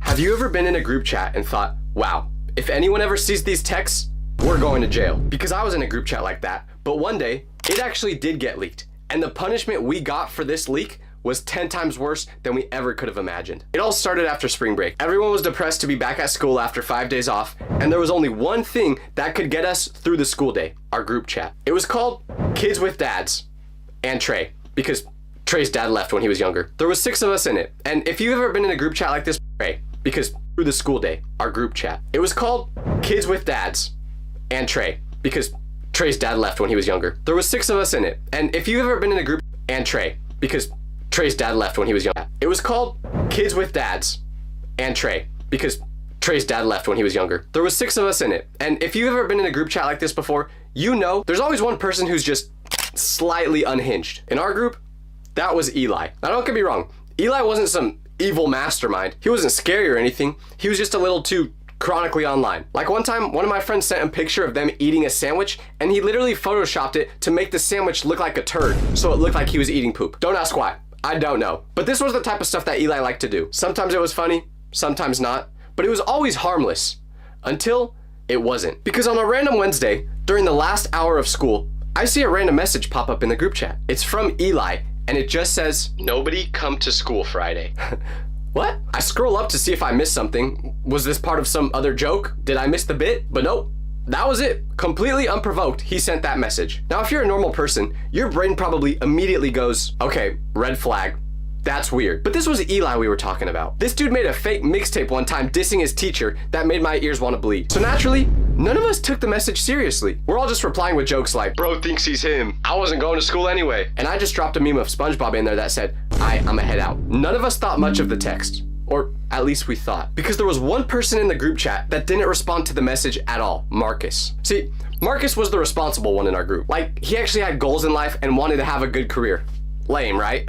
So while the rest of us were laughing it off, Marcus was silent. But the next morning, I get to school, open my locker, and boom, I see Marcus power walking down the hallway like one of those weird kids when the bell rings for lunch. So I'm like, yo, Marcus, where are you headed so fast? But he whispers back to me, I told Mrs. Daniels about the message. Who is Mrs. Daniels? Our principal. So I'm like, wait, what message? The one Eli sent, you know, about not going to school? Wait, for real? Dead serious. I just didn't want to take the chance. It was weird. And I get why he did this. If Eli actually did something bad, and this story ended up being a Netflix documentary, we would have been the stupid kids that everyone said, why did they not see the signs? Unfortunately, there were about 7 brain cells altogether if you added up everyone's from the group chat. So we didn't think of that. But if Marcus had any idea about just how much harm he caused by telling the principal, he never would have done it. Because fast forward a couple hours, I'm in 4th period, vibing with my AirPods on, when suddenly, someone walks into our classroom and whispers in the teacher's ear. The teacher nods her head, and once the girl's done talking, she goes, Tyler, they need you in the office. I froze. I knew this wasn't a,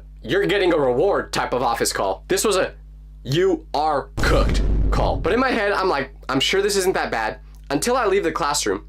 And who do I see? Everyone else from the group chat. Everyone's got the same nervous expression on their face thinking, we're done.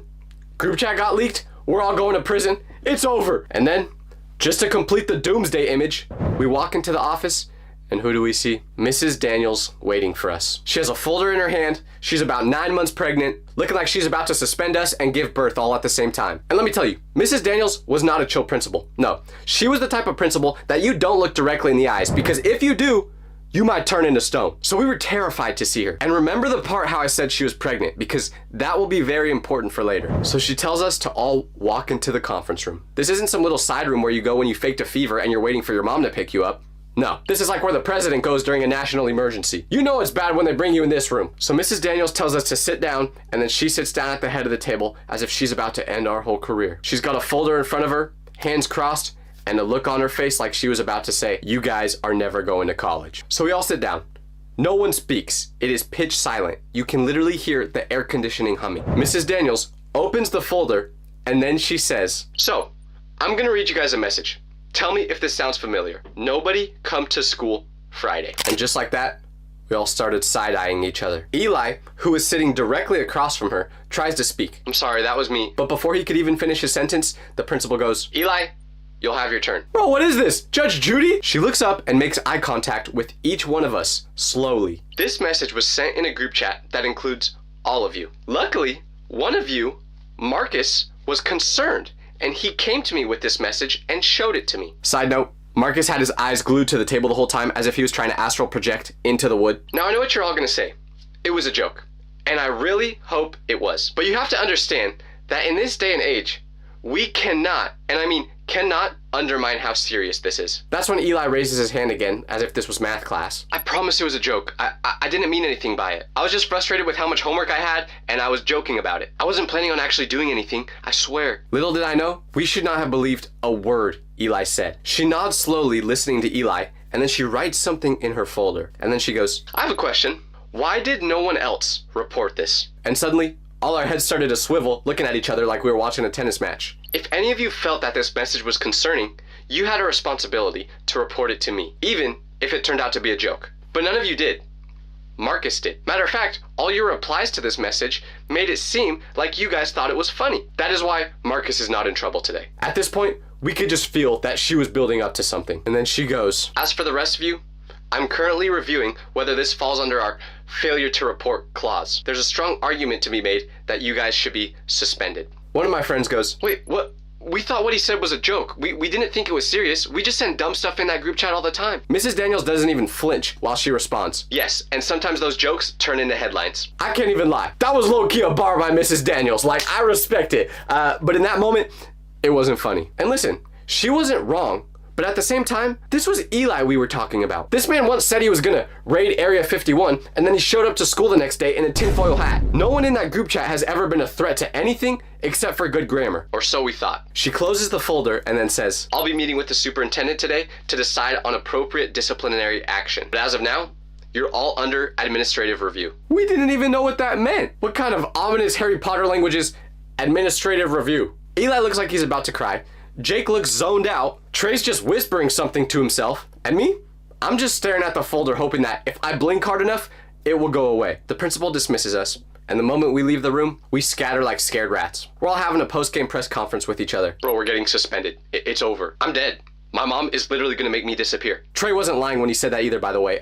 His mom would actually do that. Then Marcus tries to speak up and says, guys, I didn't mean to get you in trouble like this. And we're all just like, Marcus, stop talking. Like, we get it. He was trying to do the right thing, but he also just served us up to the principal on a silver platter. The next few hours of school felt like a fever dream. I couldn't focus in class no matter what. Not that I could before, but I couldn't even eat at lunch. And you guys know me, I'm a big bag, so that was not normal. I couldn't even open the group chat from how terrified I was of it now. The worst part, no one knew what our fate was gonna be. No one in our school knew about this yet until Monday morning. This story was in every friend group, classroom, and hallway in the school. Now, I was just hoping the girl I had a crush on liked bad boys because that's what I became. I wore SpongeBob underwear at the time, by the way. But we all thought we were cooked, burnt to a crisp. And it all started with one sentence. Nobody come to school Friday. What was he thinking? The whole time we were in administrative review, I was just thinking the same thing in class. We're definitely getting suspended. I always thought it would be a crumble cookie that took me out. But it turns out it was just gonna be my mom after finding out this news. And just like rumors do, it started to spread throughout the school and get crazy. People started fabricating the story, making it sound way worse than it was. It turned from a silly little text in the group chat to 5 guys are planning to blow up the school. Like, if y'all are gonna snitch about what happened to us, can you at least make us sound cool and not insane? Trey sat down at our lunch table and goes, I just had a girl ask me if I was gonna be on the news. We're spiraling, and we even stopped texting in the group chat because now anything could be used as evidence. But here's where it gets strange. We get back to school on Monday morning, which was the day we were supposed to learn the news about what our fate was gonna be. But when we get there, the whole day we're expecting, we're waiting, but nothing happens. No one gets called into the office, no announcement, no anything. We get through the whole day of school in a constant state of fear, just waiting for the moment our names were gonna get called over the intercom. But it never happens. I even sneak a glance into the office during passing period, and guess what? Mrs. Daniels wasn't there. Tuesday, same thing. No update, no principal. So during lunch one day, we asked one of the teachers we were all cool with if they knew where Principal Daniels was at. You know what they said? She spawned a new player into the world. That's right, she gave birth. We all got super excited after hearing this news because we were hoping that this would give us more time to not get in trouble. Like, imagine being on death row and then the warden retires the day before you're supposed to get executed. That's what it felt like. I fell to my knees as if I just got drafted to the NBA, which was always my dream, but it didn't happen because I love LeBron so much that I didn't want to overtake him as the GOAT. And I'm also 4'11". But we knew that this didn't mean we were in the clear. We were hoping that having a baby would make Principal Daniels forget about the whole situation, but no. Of course we couldn't get the easy way out, because instead of that happening, we had to deal with a new character. The person that would be stepping in when Principal Daniels was gone. The one and only Mr. Lopez. Now, Mr. Lopez was a mystery. We didn't know a lot about him. All we knew was he carried a big water bottle, he wore glasses, he was bald, and he had a face that said, "Don't mess with me." And no, he was not Walter White, okay? So while part of us wanted to believe that we were safe now, we knew that Mr. Lopez had something coming for us. We tried to lay low the rest of the week, just hoping that everyone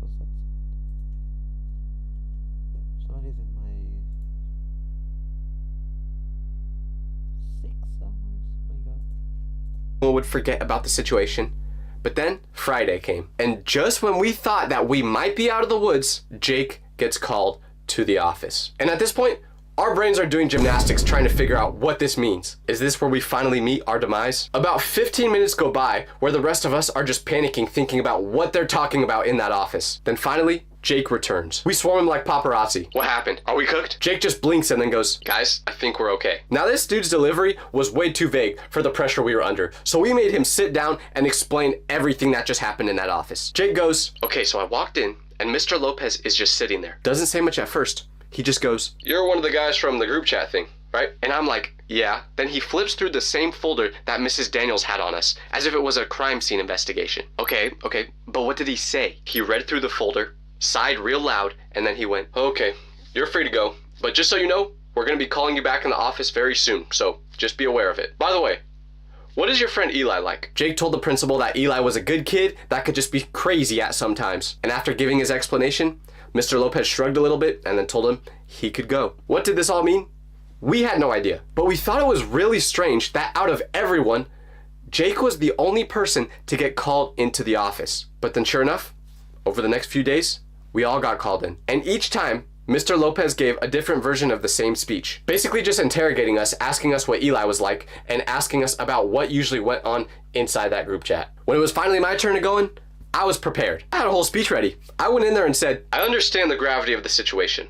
I've reflected deeply on my actions, and I want you to know that I'm changed now. Lopez just cuts me off after about 5 seconds and goes, Tyler, please stop. Oh, okay. After the whole week went by, we all got called into the office, except for one person, the culprit himself, Eli. He was the last one. And honestly, no one knew how that would go, because technically, he did send the message. Even if it was a joke, it wasn't like Mrs. Daniels left a post-it note saying, be nice to Eli. We knew that our fate probably lied in his hands. And knowing him, that's a scary thing to think about. So the next day, we're in second period when Eli gets called to the office. He pulls out the facial expression of that one meme of the dog where he just accepts his fate. And he gathers his stuff and goes to the office. 30 minutes go by. 40. Bell rings. Still no sign of him. Then at lunch, he walks back into the cafeteria and we all freeze. This is the moment of truth. Did he get suspended? Did Lopez finally snap? Was Eli getting sent to juvie? Eli walks over to us, slams his lunch tray down and says, starting next Monday, I got 1 week of in-school suspension. Because if he gave Eli his punishment right then and there, that meant that if we were getting any punishment, he would have done it to us when we got called into the office. So the case must have been closed. No one was getting expelled. Only Eli got in trouble, which, hey, he can take it. We finally thought it was over. But sadly, that was not the reality. Because about 3 weeks later, literally out of nowhere, all 5 of us get pulled out of class and told to go into the office. Our souls leave our bodies. I stand up at my desk, just thinking, if you're gonna arrest me, just get it over with already. Once we get to the office, who's there waiting for us? Principal Daniels. And she's got that dang folder in her hands. It was like she came back from taking care of her kid just to punish us. Where'd she even come from? Don't she got a baby to be feeding right now? We thought after she gave birth, we would never have to see her again. But there she was. No more baby bump, which, Miss Daniels, you were looking pretty good, I can't even lie. Okay, but that's not the point. Because after we all see her, then she starts talking. You boys know that before I had my child, I was deciding on what punishment you deserved for the group chat. Yep, that's it. We're all going to jail, aren't we? And after reviewing all the text and details, I decided that every one of you should be suspended. This was the moment. I knew it. My mom was about to disown me. No more cooking meals for me. I'm about to get kicked out of the house and have to find a job. But then, in one final twist to the story, Mrs. Daniels goes, but I'm not currently the principal, so I handed over the folder to Mr. Lopez and let him decide what to do with it. Oh no, what was Walter White about to do to us? And then she goes, and luckily for all of you, after talking to each and every one of you individually, he decided that while what you did was dumb and irresponsible, you don't deserve to be suspended. So you can thank him for letting you off. Thank him? Man, I would have given him a kiss right then and there. So at the end of the day, Eli was the only one to get suspended. And Eli, I'm sorry you had to take the fall, but maybe next time, don't send a text message that makes it sound like Jeffrey Dahmer is your role model. Pessoas burras. Mas que merda é esta? Imagine you're sitting in class one morning, bored out of your mind, when suddenly you look out the window and notice the sky is turning orange. And not like a pretty sunset orange, I'm talking apocalyptic, end of the world, why does it look like we're on Mars right now type of orange. Everyone in class notices it at the exact same time. They all stop pretending to pay attention and just stare out the window like you're witnessing the plot to Cloudy with a Chance of Meatballs happen in real life. So someone pulls out their phone, checks the news, and goes, yo, there's a massive fire like 30 miles away from here. So you all immediately pull out your phones, and sure enough, there's a wildfire that just started, and it's huge. Like you can see the smoke from the classroom type of huge. The sky looks insane, it's all over social media, and that's when you and your two friends both look at each other and have the exact same thought. A thought that, looking back, was incredibly stupid and could have gotten you seriously hurt, but at that moment, it felt like the best idea you've ever had. What was the idea? Go see this fire up close. Because this is what happened to me, and I know what you're thinking. Tyler, that's a terrible idea. Wildfires are dangerous. You could get hurt if you try going near it. Nah, I'm joking. None of you guys are actually thinking that. I know y'all don't care if I get hurt or not. Matter of fact, I see comments hoping that I do get hurt sometimes. You're absolutely right though. This would prove to be one of the worst ideas I've ever had. And I once tried to microwave a Pop-Tart still in the wrapper. But my friends and I were determined to get out of school and go see it. All we had to do was figure out how. So we're texting each other under our desks, coming up with the strategy. The teacher's still yapping about whatever she was teaching, probably talking about how to solve the area of a triangle, which I'm so glad I learned because I've used that a total of 0 times since graduating. Meanwhile, we're not paying attention because we're too busy planning our great escape. And we only had one rule with sneaking out of school, one non-negotiable condition that we all agreed on. We had to be back by 1:30 p.m. Because me and my friends had a huge math test that day. And I'm not talking about like a little quiz that's worth 10% of your grade. I'm talking about a massive, massive test that was worth like 25% of our final grade. And if we missed it without an excused absence, we would probably fail the class. Well, my homie probably would have failed the class even if he did take the test. But for the rest of us, we couldn't miss this. But we were thinking, be back by 1:30 p.m.? No problem. It's only 8:30 right now, which means we have 5 hours. That's plenty of time. We'll drive out there, look at the fire for like, I don't know, an hour, and then be back in time for the test. Easy. Spoiler alert, it was not easy. So now we had to figure out how to actually get out of school without getting caught. Because you can't just stand up in the middle of class and walk out the front door. Well, I mean, I guess you can. Wait, why did we not try that? So we needed a plan. And luckily, my friend had one. It was the kind of plan that could either work perfectly or blow up in our faces spectacularly. There was no in between. Here's what we decided. One of my friends would go up to the teacher and say he just found out about a family emergency and needed to leave immediately to go home. But he doesn't drive, so I would offer to take him home since I have a car. And as for my other friend, he would just say he needed to go to the bathroom and then sneak out that way and meet us in the parking lot. So my friend Jake, who, by the way, I always use fake names for these videos because I never know if my old friends from school would be cool with me using their real names. But anyways, Jake goes up to the teacher's desk, and I'm not gonna lie, I'm pretty sure Jake is working construction right now, but he should quit that and pursue a career on the big screen because his acting was incredible. He walks up to her desk and starts fake crying. Not like over the top sobbing where it's obvious that he's faking it. No, he did the subtle approach. A little sniffle here and there, a shaky voice, watery eyes. It was perfect. I'm pretty sure I saw a single tear roll down his cheek. I still don't know how he did that. Maybe he just thought about his dog dying or something, but hey, it worked. Dang it, now I'm sad because I just thought of my dog dying. He then tells the teacher that his mom just texted him about a family emergency and he needs to leave. The teacher completely buys it. She doesn't even question it. She's so sympathetic that she goes, "Oh my gosh, of course. I hope everything's okay. Do you need anything? Do you want me to call the office for you?" And Jake's like, No, I just need to get home as soon as possible. My mom's really upset, but I don't have a car. Then I chime in, playing my part. I could drive him. I'll take him home real quick. The teacher looks at me like I'm some kind of hero. Like I'm doing this noble, selfless act. That's so nice of you, Tyler. Yes, go ahead, both of you. Just check in with the office before you leave, okay? Yeah, of course we'll do that, no worries. We did not do that. So now we're walking out of the classroom, trying so hard not to smile because we can't believe that actually worked. We're heading toward the parking lot, and my other friend dips off to the bathroom to execute his part of the plan. Everything is going perfectly, until we're about halfway to the parking lot when we get stopped by a faculty member. Some lady who, I'm pretty sure their only job is to make sure you don't enjoy school. We make eye contact with her, and she's got that look on her face like she's about to ruin our day. She goes, "Where are you boys going?" "Oh, well, he has a family emergency, so I'm just taking him home real quick." She looks at us for a second and then goes, "Do you have a note excusing you from class?" We freeze because, nope. Obviously we don't have a note. There was no way for us to actually get a note because we lied to get out in the first place. We didn't plan for this part. So I'm standing there trying to think of what to say and I just go, no, we don't have one yet because this literally just happened. We didn't have time to. But we need to leave now. It's urgent. And she goes, "Well, you're not allowed to leave campus without permission from the office. I don't care what the situation is. It's school policy. You need to go back to the office and get a slip." Now, What the hell? in her defense, she's just doing her job. But her job is stupid. So we're like, okay, yeah, totally. We'll go get that right now. We turn around and start walking back toward the school, acting like we're heading to the office. But here's the thing. We knew we couldn't actually go to the office and get a permission slip because if we went to the office and tried to get one, they would call Jake's parents to confirm the emergency. And when they called his parents, they would just be like, "What? There's an emergency? Did Jake wet his pants in class again or something?" And then we would have all got busted. So instead, we kept walking toward the school and we waited until the faculty lady turned around and started walking in the other direction. The second she wasn't looking at us anymore, we made a run for it straight to my car. Thanks to how stealthy we were, and the fact that this lady was like 80, so her eyes and ears were probably really bad, it worked. We made it to my car without her seeing us. We all jumped in, I started the engine, and I floored it out of that parking lot before she could turn around and see who was driving. And just like that, we were free.